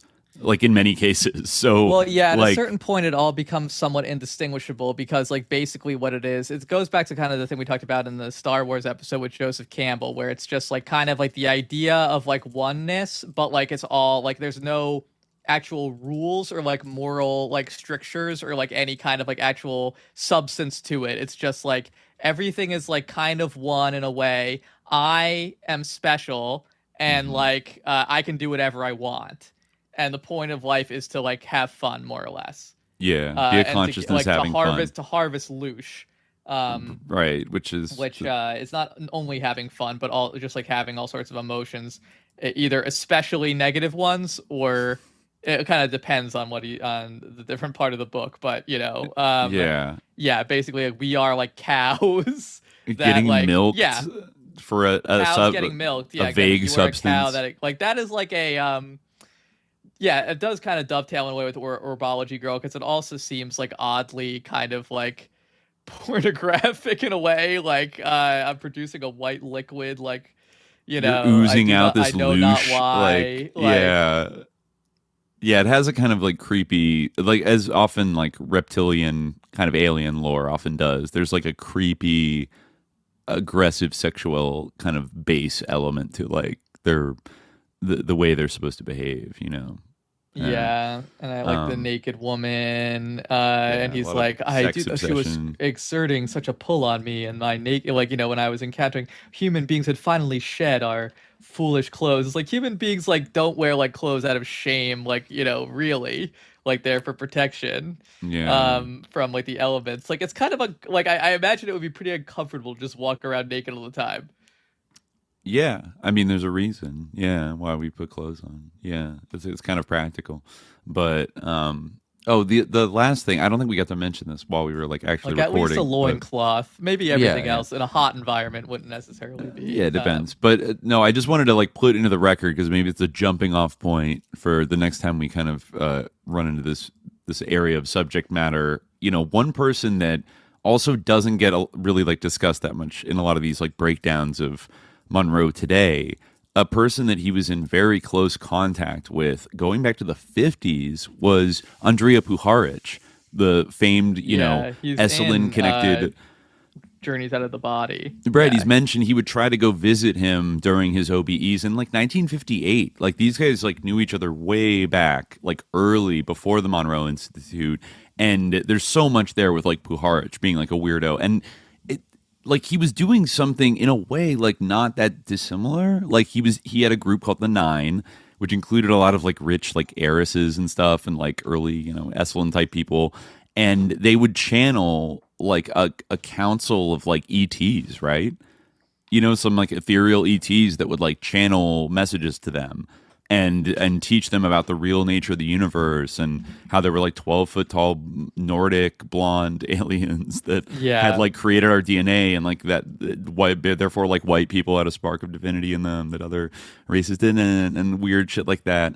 I'd like to read, even though red flags for like Peter Levenda a little bit, I would like to actually read like whatever it is, like the Sinister Forces book about the Nine, because that's like probably the OG kind of compendium of stories about that. Like Puharich has popped up, made little cameos in a lot of different episodes that we've done, but we never zoomed in on him. We should definitely do an episode like on the Nine because we haven't really. Yeah, but like that's also completely buried. That there was like he was really involved with this like kind of sus lord, like CIA psychic sus lord kind of guy. That was also big in the Esalen thing, and from the very, very beginning. So even though there's like in the 70s, Monroe attracted the attention of the government and like the military and the CIA, I do kind of wonder, like he had the contacts to be in contact with the CIA much earlier than like 1971, even before he went to Esalen, right? Even before Esalen existed, So was this guy kind of in contact and in collaboration for like the entire time? Because that's the other thing, a lot of people like love to like make the distinction. It's like the CIA didn't create the Monroe Institute, like so they're not like sus, like they were already doing their thing, and then the army and the CIA like stumbled upon them and we're like, wow, what you're doing is so cutting edge and interesting, and we're worried about the psychic gap or something, I mean, as we said before, I think that it's like, regardless of that, like it's certainly true that they like definitively shaped it. Like, I think that's Skip Atwater is like the perfect like example of that. Like he became the president like after like all these people were like super involved. Like there's like it's like a definitive aspect of its history, and you could see it almost as like a think like a military intelligence think tank, like first and foremost, that also like admits like civilians to come use it. But in fact, like that probably is like a big part of like why it was the way it was, because like I think that it's quite right, like the sort of comparison that you were drawing before, maybe during the 10 minutes that we were frozen, but you were talking about the similarities with psychedelics, but they split like Monroe. I assume he wrote that. I mean, it's not like signed or anything, but it seems to be him. He explicitly says like, we wouldn't want to use like anything too expensive or like any kind of drugs or anything like that. And like, this is a way to do that. Not to say that the U.S. military is against using drugs to enhance the performance of its soldiery, but it does have the advantage of not like requiring soldiers to do ayahuasca to like experience spirit realms. They don't have to do ayahuasca every week. They can just like listen to a tape, which is more as he would say practical. It is, yeah, with a bunch of little cassette tapes. You can, for 30 minutes a day. It's very efficient and very, like easy military tech, and also it's a way of shaping it, like Monroe says from the beginning, of really blowing people's minds and changing the way they look at the world, though similar to psychedelics in a way, like somewhat similar, right? Of like having that just like whoa experience where you get kind of like one-shotted, and then in often cases like you start to believe in like this like deeper reality, this kind of interdimensional invisible reality that has entities in it. And I think people get sucked into, just get like spellbound by that and like sucked into it. But this doesn't feel like a super, given that they hide all the entity stuff when they're promoting themselves, like it doesn't feel like the most responsible place to be going in, to get opened up to like the astral plane, to like talk to some like Jinn security officer that's gonna like take you over the hell bridge and then take you to like the future with no humans or whatever. It just seems like you're playing around in a world that is almost the Monroe Institute. They're paid to not correctly understand. It's hard to get the Monroe Institute to like warn people about misunderstanding the astral realm when like their paycheck depends upon not accurately warning people about the astral realm. We live in an increasingly Dajjalic world at present, and like the whole like apparatus of like, I guess it's really like new age, like neo new age, like spirituality, from the sort of like Bledsoe type of like UAP spirituality. As distinct from, as a development of UFO spirituality, and also like, the sort of capitalization of sort of a psychedelic spirituality. And like as a component of that, and also the and this like all the sort of like remote viewing, reality shifting stuff. But it's wild. We're gonna have to keep our eye on it because it's strangely becoming more and more popular as things disintegrate more and more. And I if we can at least like slow a few people down into like tumbling headfirst into like the Monroe astral plane, like the Hemi-Sync metaverse, where like Sus Jin will tell you that like supply and demand is the law of the universe, is the whole of the law. Supply and demand is the whole of the law. That at least it's a little harm reduction. But I think people are right. People should be a little more suspicious of an entity that is like completely bankrolled and an outgrowth of our deep and also state. Someone who like hates God so much. I think it's also kind of suspicious. Like that part in the book, we should stop, but there's that part in the book where like he gets attacked by like some kind of like parasitic demon being like while he's having one of these experiences, like he has to like invoke God, and he says like, my mind is open to only constructive forces in the name of God and good, and like he has that line where he's like, people who know me will know like how serious this must have been if I was willing to say that.